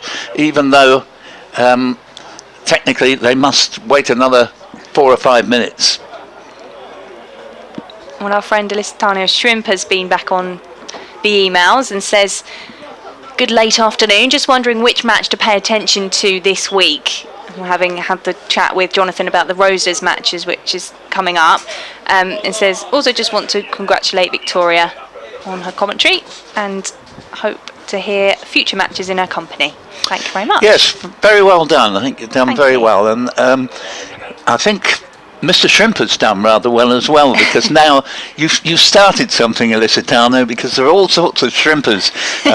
Now we've had Sheringham Shrimper, who might have called himself North Norfolk Shrimper, and one or two other people who've got a place on the coast. So well done to you. Thank you for your emails, and to everyone else who's been emailing us. We've had a goodly number in, particularly considering this is a sort of bit of a dead game today, and there's been some really thought-provoking emails from many emailers on the day. It's made it very enjoyable. Thank you very much indeed. And as I predicted, they're taking far longer than usual to get through this round of drinks. And of course, fair play, very sporting from Yorkshire to, assist really in the process of Cook reaching his 100, Brown reaching his 50. And at the moment Brown reached that 50, we went into this sort of faux, F-A-U-X, i.e. false, a drinks break, which they wouldn't have taken at that particular junction normally. And now one or two are slowly making their way back towards the middle, but others aren't. And so it will all achieve this goal. They've still got a couple of minutes to kill on my reckoning. So I'm still doubtful when it comes to it as to whether they will bowl another ball in the game. Which match might you be keeping your eye on next week then? I'm not sure really. I mean, for one thing, I haven't really looked at the fixture list. The only one I'm aware of is the Roses match, so I'll certainly take an interest in that. And it has to be said, both Yorkshire and Lancashire have got some pretty decent batting lineups, Yorkshire in particular, so I probably would have a sneaking fancy that one might well be a draw. Of course, with all these hundreds being made, there's going to be far more draws than we've been used to. Gloucestershire need 91 to win in their match against Hampshire. How many wickets have they got left in hand? Just the one. Yeah. How they must rue that century partnership for the last wicket from Hampshire. Fair play to Gloucestershire, they're fighting, and had they been able to take that last wicket, even for sort of 20 or so, maybe they could have won the game. They are 280 for 9. So we've had a change here with Harry Duke coming on to bowl, and Adam Lythe has taken the gloves. That's right. I think we can safely say that, assuming this over does get bowled, I think it is the last of the match. So Duke bowling to Cook, is wide of off stump, through to his substitute wicketkeeper Lythe. Doing what looked to me like a slightly watery version of Bob Willis there. He's certainly satirising the art of bowling here. So what is potentially the last over from Duke? That's cut away by Cook, who's just going to walk down the wicket for the single. Yes, Cook doing his Gooch impersonation in many ways, because Graham Gooch, he would quite typically early in the game just play the ball very gradually down to long leg, and there'd be a long leg down there with Gooch batting, and walk the single. Gooch was a master of, even though he was a phenomenally fit man, and I don't say that lightly, phenomenally fit. He used to run in from his home in Ingatestone to the ground here of a morning and run back home again afterwards. But he didn't believe in expending energy unnecessarily in the middle.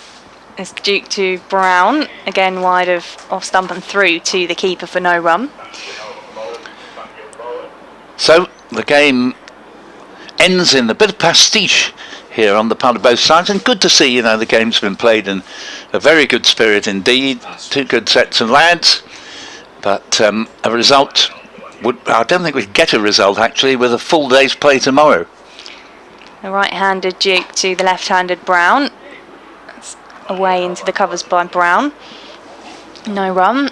Quite a thought, I think, Victoria. I mean, quite literally, we've had one or two emailers, and that's it. They're going to jump ship in mid-over. They're not even going by the over. They're just sort of saying, right, 10 to 5, quick lads, off you go.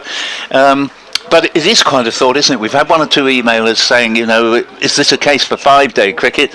And I think you'd have to say, no, I think we need at least 6, because here are Essex, 167 for no wicket. All right, if there had been another day to come, the bowling would have been more of the genuine bowlers. But it's hard to think that anyone would have got Cook out. The pitchers played that easily in the afternoon session.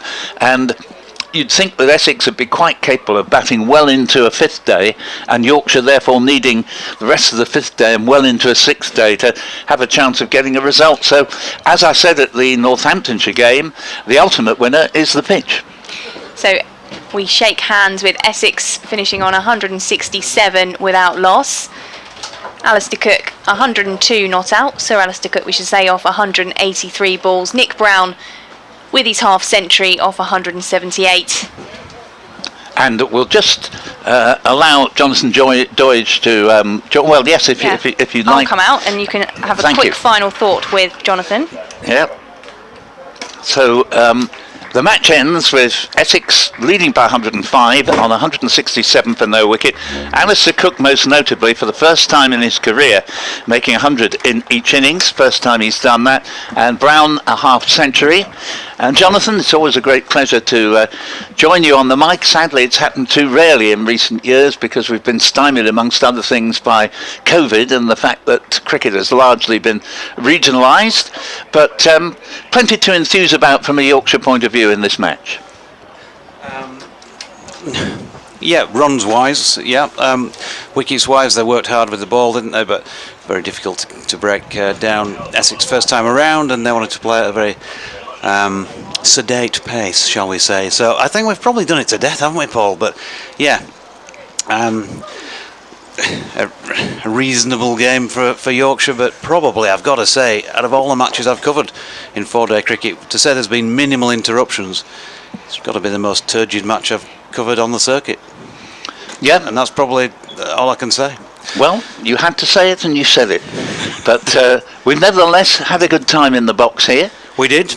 And I quite agree with you. I mean, I have to say that I think we have all this interfering with the course of matches on the part of the ECB, and we've now got the twin evils. I get the distinct impression, nothing to do with merely Chelmsford, that all the groundsmen have received the word from the ECB, make your pitches more batsman friendly, and the smaller seam on the ball, the combination of those two. If you'd had only one of those two factors, I think there might have been some absolutely thrilling finishes. But to have both of them has moved a game that was too much one way, now too much the other. Yeah, I totally agree. We just want to see competitive cricket, and for the most part, still Yorkshire have had some competitive games this season, but this, as I say, turgid stuff. Yorkshire bowled reasonably well in the first inning, pretty well, I think, overall, and Essex didn't sort of particularly want to take that on and risk losing the game, and that was the key, wasn't it? And barring that possibility this morning that they might have clocked on and whacked a quick 150 and made something of it, Yorkshire, I think the immediate loss of Milan pretty much scuppered that, and they should have shaken hands at about noon and put us all out of our misery. Well, thank you very much, Jonathan, and both these teams face Lancashire in their next game, with the Roses match for Yorkshire. Is that at Headingley? Headingley next Thursday, and then the following Thursday, Essex don't play next week, as you know. The following Thursday, Essex make their way to Old Trafford. So from